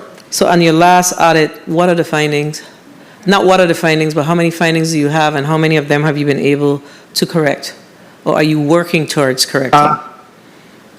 Well, currently, I think on the last audit, we had 3 to 4, and we are working on 2 of them. Some of them, the one, we still have some, I guess, corrections to do, but in 2021, there were, I think, 4 findings that were discovered. Okay, so those are 4 new findings or 4 findings that were there before, and so on top of the 3, you have 4. One was there before, and the other 3 were new findings, I think, that came about that weren't there before. And if I may, they addressed the one that was there before because it was tied to the not having the tax auditor in place and not having a financial analyst in place. So we have already addressed one of those. The others are very labor intensive, and we're working on getting the samples and be able to get all the correlations done. So we're working on those other findings as expeditiously as possible. All right. I'm certain that we have a lot more questions, but I'm going to hold there for now. And we're going to go to the Senator Novalee Francis Jr. You're recognized. Thank you very much, Madam Chair. And again, thank you to all of my colleagues who have weighed in on this important measure. And we have a lot of little nuances in government, when we look at waste management and we look at all of these agencies, and, left unattended, it mounts and mounts and mounts. And before you know it, we're $87 million in the hole. And it's critical that we address some of these issues and not kick the can down the road for far too long, that then it becomes difficult for us to address. Today we heard a lot of acronyms, WIOA, we heard FUTA, we heard SUTA, and at some point we will need to create glossaries of all of these acronyms, so that the public will be able to understand or try to minimize utilization of that. But of course, the FUTA is the Federal Unemployment Tax, the SUTA is the State Unemployment Tax Act. Today I heard, and I think that the issue of the change, this change is for the better. I truly believe. When we look at this, the issue of unemployment insurance is really a bridge. There's no employee, no one that wants to go well beyond the 26 weeks or even the 16 weeks, because it's just a short-term bridge, and it's significantly reduce what you will actually get paid if you do have a job. So it's critical that we're able to allow for individuals, and they don't lose anything, within that time period, which is good. That despite reducing the amount of weeks, the pay continue to be the same amount or even a little bit more as an incentive. There is an onus on each of these employees and the applicant. They have to, on a weekly basis, find some employer that and go to try to get documents filled out. They have to come to the unemployment office, and submit these applications and these work forms. So there's a lot of work that's involved in this bridge money that you receive. So it's in your best interest to shorten the time and be able to get to work as soon as possible so that you could take care of your family. I like the idea of the employers portal. I'm hoping that we could get that up and running, and even consideration of, rather than the monthly submittal, there's discussion from employers that I've heard that they'll prefer to do it on a quarterly basis. So that's something else that you could look at. Are you open to that? Yes, Senator. Gary Halliard, yes, it's a quarterly cycle, so every employer their quarterly information is due on a quarterly basis. Very well. So they were complaining that monthly they have to come in and file these documents. It's just on a quarterly basis they'll do it? It's on a quarterly basis. One of the things as we launch this out, we're going to have, initially they can file, come in, do their filing online, pay it out of their bank account. We already have begun the ideas of expanding that so that in the future, we can even have them register, and so that at some point, one of the goals that we have and the commissioner has put on us is that we're trying to get at paperless, and so that employees don't even have to leave their establishments. They can sit in their office or any time of day, 24/7, and file their information and be on time and avoid their penalty and interest when they pay their contributions. Very well. And I also spoke to the commission in regards to some of the other states, and doing the research for this, I also talk about trigger for unemployment insurance, and that trigger kind of act whenever it goes low, then the trigger kicks in terms of that payout. Have you seen that in your research as well? Yes, we've seen it in the research, and that is triggered by the EB, or the Extended Benefits Program that we talked about, where 1 minute. if anything, then those individuals are going to be available. It's going to be available to get extended benefits for an additional 13 weeks. That's in addition to the 16. Very well. Madam Chair, did my time call? No, you have a few more minutes, a minute or so. Okay. Seconds. Very well, thank you. And I suspect that we had a good opportunity, 30 seconds. Opportunity to be able to pay down on that future with the ARPA funding. And I'm hoping that all is not lost, but I suspect that 30 or 40 million dollars may have been gone to WAPA in this whole payout. And hence, you don't have to say it, but I believe that WAPA has really dealt us a hard blow with all of this ARPA money, because, all these plans that we have had, because I heard the discussion way back where perhaps the ARPA fund will be utilized during that window to pay that money, and now that may be blown away because now that we have paid WAPA in excess of $100 million, that ARPA money is no longer available for all of these other responsibilities that we have had. And it's up to this body now to find these monies to make good on those. So that's unfortunate. I heard my time call, and again, this is a measure that the governor has sent down in an effort to shore up, what we've been experiencing. And I asked for my colleagues' support. If in fact there's some additional information that needs to be had, I'm okay with that as well. But this is a can that we can't continue to kick down the road, because the amount continue to mount and increase on us. Thank you very much, Madam Chair, for the time. Thank you, Senator Francis, and I agree with your sentiments.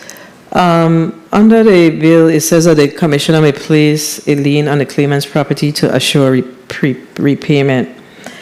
The statute of limitations to collect on the lien is placed on the claimant's property is 10 years. Do you ever utilize the small claims arm of the court to collect on any of these outstanding amounts? Yes. Assistant Commissioner, Legal Counsel, please. Nisha Christian Hendrickson, Assistant Commissioner, Legal Counsel. Yes, we do. As well as we connect with the Office of Child Support to be able to provide them a listing for repayments as well. You mean Office of Child Support? Wait. In other words, if an individual has child support payments and they get unemployment insurance, it's a mechanism for us to be able to No, you have to slow down, because the reporter is not hearing you. Say that. If the individual receives child support payments. No, the reverse. if an individual receives unemployment insurance payments and the individual is needing to pay child support, we send a list over to that office through the Department of Justice for them to be able to have that garnished. So we have different mechanisms. So to answer your question is yes, we do it in the civil area as well as with the Office of the Department of Justice for child support. Did it come across clearly? You did, but that, I think you kind of went off the rail when we're talking about this matter of repayment to you, repayment to the system, not if somebody's owed, if somebody has outstanding child support or has to pay child support. I'm talking about specifically, do you utilize small claims court for collections? Okay, that's two different things. Okay, so you do. And how often do you use it? Well, what we have tried, that is the lien process. So what we try to do first is to have the person come in and start a payment plan. Only in extreme circumstances will you go to the court to file a lien and then use the small claims process. So it's only in very extreme circumstances that we use that. We have not used that in the last few years. So does your administrative law judge have the authority to settle these types of matters and conduct collections similar to what occurs in paternity and child support? No, the area of hearing appeals does two things. One, they find out whether or not the person should be able to receive unemployment insurance at all. And then they would also they also do wrongful discharge matters, but they don't do anything in terms of determining whether or not a person is owed to the department, because they're the ones that determine if they get unemployment insurance in the first place. So no, do you they don't do that. have, The court is that area. so do you have a legal counsel? I mean, we need to first find out from y'all how many. I'm the legal counsel for the department. So, but you do all things labor, correct? That's correct. Yes, so based on the breadth and the depth of this program and the $86 million outstanding issue that we have, it sounds to me like we need to have a legal counsel with some teeth to begin to process up this stuff, because you're also the Assistant Commissioner of the Department of Labor, correct?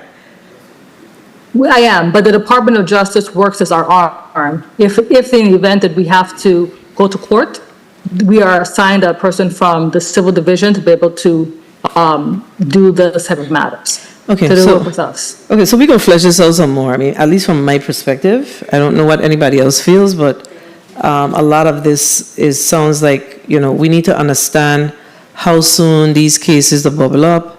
What are the other things that we need to give you as far as tools to make sure that, once we say yes to this legislation, that you have the tools internally to make sure that compliance and accountability is in place. I think that piece is part of why we found ourselves falling so far behind. Okay? So that's my perspective on this. Colleagues, do you have any other quick follow-up questions with regards to this discussion today on this unemployment measure? Senator Bolkes, do you have a follow-up question? No. Senator Fonseca? Senator Graff? Senator Carrion?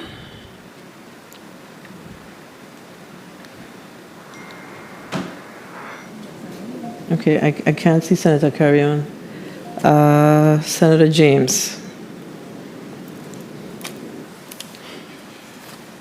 Okay, so we're not hearing any other follow-up questions. So what we're going to do, because we have to huddle before we make the final decisions on this, so we're going to ask the Department of Labor Commissioner, Mr. Malloy, to give a closing statement before we take a recess on these two matters that were before us today.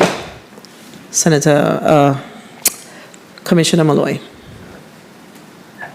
thank you, Senate Chair Fred Gregory, for the opportunity. We recognize very clearly that this is not a bill that anybody really wants to talk about. I mean, it is one that talks about taxes, it talks about collections, it talks about us trying to get more teeth or extend statute of limitations to be able to do collections. But we need to make sure that we understand that if we don't, the unemployment insurance system is going to be in the same position it was years ago. This process, everything that we've outlined, with your help in passing Act 8209, has been able to get the payroll variation, which we are at the cutting edge, where we and Alaska are the only two in the United States that's using this cutting edge process methodology that most of the United States Department of Labor is trying to get most other states to be able to get to. So we're right where we need to be in terms of on the right side of the federal compliance in making sure there's an experience rating. I want to be able to put on the record that the FUTA tax is about $87.5 million that's owed, and that the employers pay that tax as a result of not having enough funds in the local trust fund. Right now, as of January 31st, 2024, I want to say, put on record, that the local trust fund has $26,872,858.56. And so that's a far cry from where it was when we initially came in. When we initially came in, it was less than $2 million.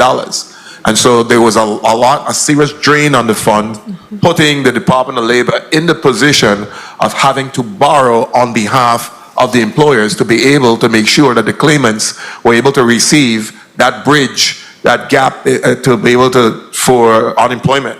So this entire process is only to make sure that we save everything that we've put forward here is to make sure that the system becomes solvent, the local trust fund is protected, and we get individuals back in the workforce as quickly as possible, because the wages that are expected to be collected are what, those total wages are what the payroll variation is going to look at 20 years of wages to start making determinations, and that's how we come up with our weekly benefit amount that's paid out. Right now for this year, it's $645 per week that individuals would be eligible for it. And it's on a base of $31,000. So we got to make sure that we're doing the right thing by our employers as well as the claimants, and all of us are in this together, because if we don't do something right now is the opportunity, because we don't have much time in terms of being able to turn around what's going to happen, because we cannot predict what the disaster might hit us in the future. So we need to make sure that the things are in place right now to safeguard the system, and we are making sure that the safeguards are that in the event that we do get an emergency, those safeguards are in place to continue to make sure that our residents get the coverage that they deserve. So I want to just thank you all for the opportunity, and we welcome the opportunity to have the sit-down discussions.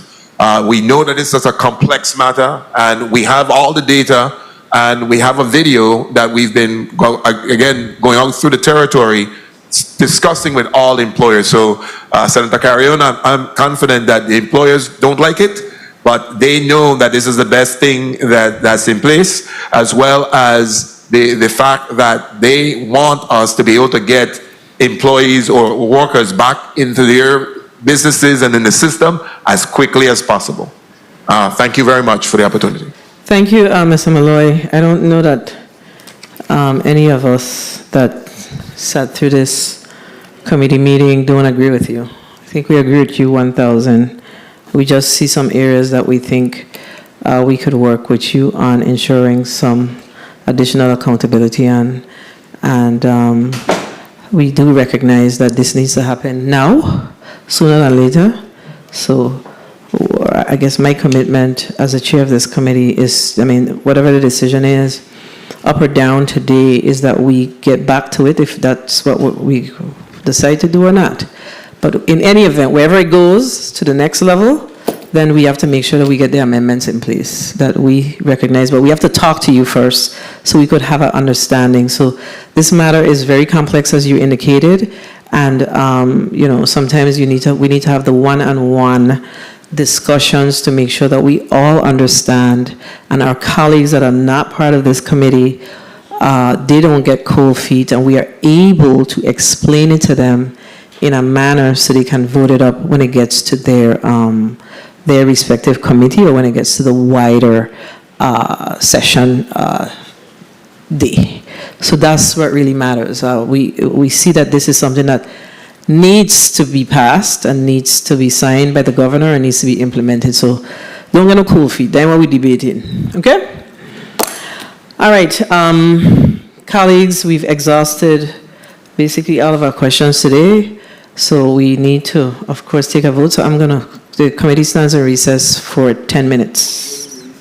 Oh, and I'm also going to ask, yes, sorry, Mr. Malloy, you and your team are excused for the day. So thank you for bearing it with us today on the work that we did with you. The committee stands in recess for 10 minutes.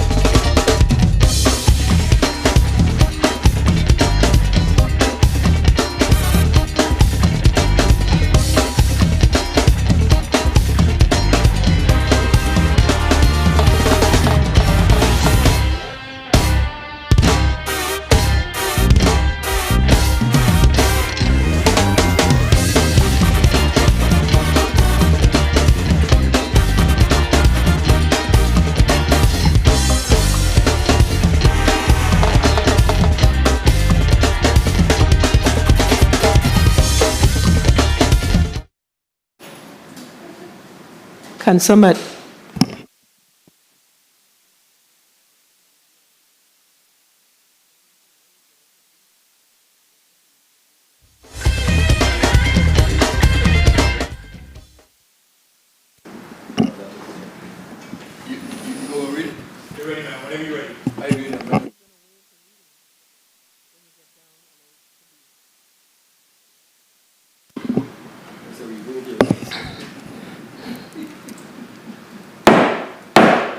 the committee is back on the record. Do I hear a motion? amendment. Senator DeGraff, you're recognized for your amendment. Thank you, Madam Chair. I move amendment number 35-538 to bill number 35-0133, offered by Senator Angel Bocas Jr. Bill number 35-0133, Section 1, Internal Section 190GG, is amended in the following instances. A, in subsection A, strike all language after including and insert the following language: marine shipping, logistics, sciences, or engineering and mechanics, maritime law, economics, technology, tourism and recreation, or safety and security, environmental, maritime studies, diving and underwater technology, yachting and recreational boating, fishing and aquaculture, mariculture, port management, naval. There's a motion on the floor. Senator Francis. Senator Francis, you recognize your motion. Senator Francis, you recognize for the motion. Madam Chair, I move to reading of amendment number 35-538. I so move. Second. Motion has been made, properly made by Senator Novalee Francis Jr. to waive the reading of amendment number 35-538. It has been properly moved and seconded by Senator Dwayne M. DeGraff. Hearing no objections, so ordered. I so move. Do I hear a motion? Second. Second. I ended it, he second. No. Now it's passed. Yes. Your turn. Absolutely, you know, I forgot that part, right? Amendment number 35-538 to bill number 35-0133 has been properly moved by Senator Dwayne M. DeGraff, seconded by Novalee Francis Jr. Hearing no objections, so ordered. Motion. Senator DeGraff, you're recognized for your motion. Madam Chair and colleagues, I move bill number 35-0133 as amended, an act amending Title 17, Virgin Islands Code, Chapter 15, relating to scholarships by adding Section 190GG to establish an educational scholarship program to support individuals interested in pursuing a career in the maritime industry in the Virgin Islands, be voted on favorably in this committee and forwarded to the Committee on Rules and Jurisdiction, to the Committee on Rules and Judiciary for further consideration. I so move. Second.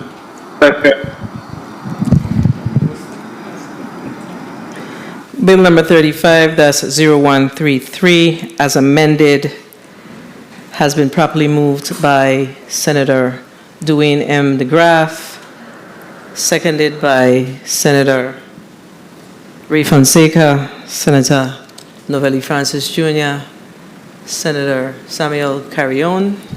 Roll call, please. Recognize the mic of the clerk. Senator Marvin A. Blyden.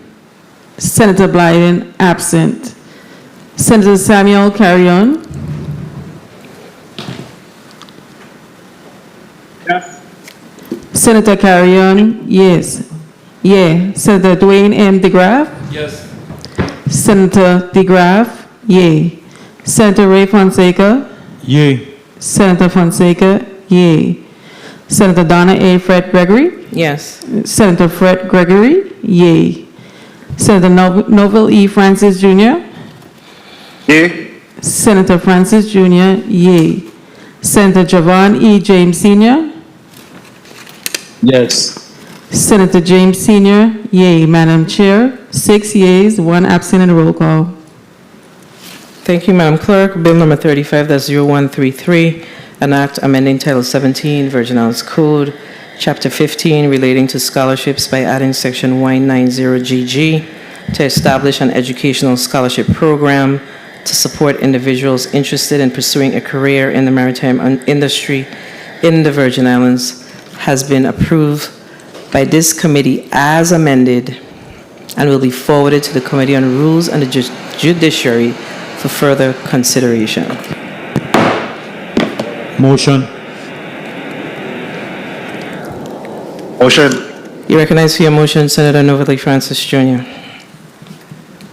Thank you very much, Madam Chair. Madam Chair and colleagues, I move that Bill number 35-0218, an act amending Title 24, Virgin Islands Code, Chapter 12, relating to unemployment benefits by reducing the number of weeks that unemployment benefits can be received, increasing the statute of limitation for the collection of overpayments of unemployment benefits from claimants and for delinquent employer contribution, allowing for the implementation of payroll variation methodology launched in the calendar year beginning January 2024, implementing a 10-year record retention period for employers and requiring employers to register with the Virgin Islands State Information Data Exchange System, be approved by the Committee of Budget, Appropriations and Finance, and sent to the Rules and Judiciary Committee for further vetting. I so move. Second. Bill number 35-0218 has been properly moved by Novalee Francis Jr., seconded by Dwayne M. DeGraff, Senator Javon James Sr., Senator Ray Fonseca. Hearing no objections, roll call, please. Senator Marvin A. Blyden. Senator Blyden, absent. Senator Samuel Carrion. Yes. Senator Carrion, yea. Senator Dwayne M. DeGraff. Yes. Senator DeGraff, yea. Senator Ray Fonseca. Yea. Senator Fonseca, yea. Senator Donna A. Fred Gregory. Yes. Senator Fred Gregory, yea. Senator Novalee Francis Jr. Yea. Senator Francis Jr., yea. Senator Javon E. James Sr. Yes. Senator James Sr., yea. Madam Chair, 6 yeas, 1 absent at a roll call. Thank you, Madam Clerk. Bill number 35-0218, an act amending Title 24, Virgin Islands Code, Chapter 12, relating to unemployment benefits by reducing the number of weeks that unemployment benefits can be received, increasing the statute of limitations for the collection of overpayments of unemployment benefits from claimants and for delinquent employer contribution, allowing for the implementation of the payroll variation methodology launched in the calendar year beginning January 2024, implementing a 10-year record retention period for employers and requiring employers to register with the Virgin Islands State Information Data Exchange System, has been favorably approved by this committee and will be forwarded to the Committee on Rules and the Judiciary for further consideration. Thank you, colleagues. Senator Bulkers, you're recognized for your point of personal privilege. Thank you, Madam Chair. Didn't mean to interrupt. But I wanted to say, Madam Chair and colleagues, thank you for your attention and support of Bill number 35-0133. Together we are laying down a foundation for a stronger, more vibrant maritime future here in the Virgin Islands, and your support is a commitment to our youth, our economy, and our cultural heritage. And by investing in education and training, we're steering our territory towards prosperity and resilience. Thank you, Madam Chair. Thank you, Senator Bulkers. And before we close, let me just say that we've all agreed that we recognize that there is some accountability components that we can work together on with regards to the unemployment bill in particular. And we've committed that we will work together before it gets on the Rules Committee agenda so we can make sure that we have the appropriate amendments to strengthen this, to ensure that we are able to have a viable program and a program that works not only for the Department of Labor, but for all those that are impacted by this particular measure. So colleagues, I want to thank you. Today was a good day. We had, I think the maritime discussion was just absolutely timely, necessary, and not sure why it took us this long. But I'm not sure if you're, what are you, a Gen Xer? Are you a Gen Xer? Yeah, so you're a Gen Xer. So it takes the Gen Xers to think about these things. So I want to thank my Gen X colleague for coming up with this very, very important discussion that we need to not fall down on this time. So thank you, Senator Bokes, for this. And of course, we need to shore up our unemployment system, because if we don't, let's be clear, if we don't, then we won't have the opportunity to provide unemployment benefits to those in our community. So all of these things are important issues that tough decisions, but we have to make them. Before I close, I just too want to congratulate Billy Goat, Mr. Tyrone Thomas, on winning the Grammy Songwriter of the Year in Non-Classical Music at the 66 Grammy Awards ceremony. And I actually knew his dad very well, Miguel Sack, Yakibo. I know them very well, and his mom. I knew these people very well. We are from the same generation, so I'm very proud to see that, Virgin Islanders are making big moves, and it's our job to support them. So colleagues and staff, everybody that's still here in the paint with us, thank you for the work that we did today, and of course we always have more work to do. The Committee on Budget Appropriations and Finance is hereby adjourned for today.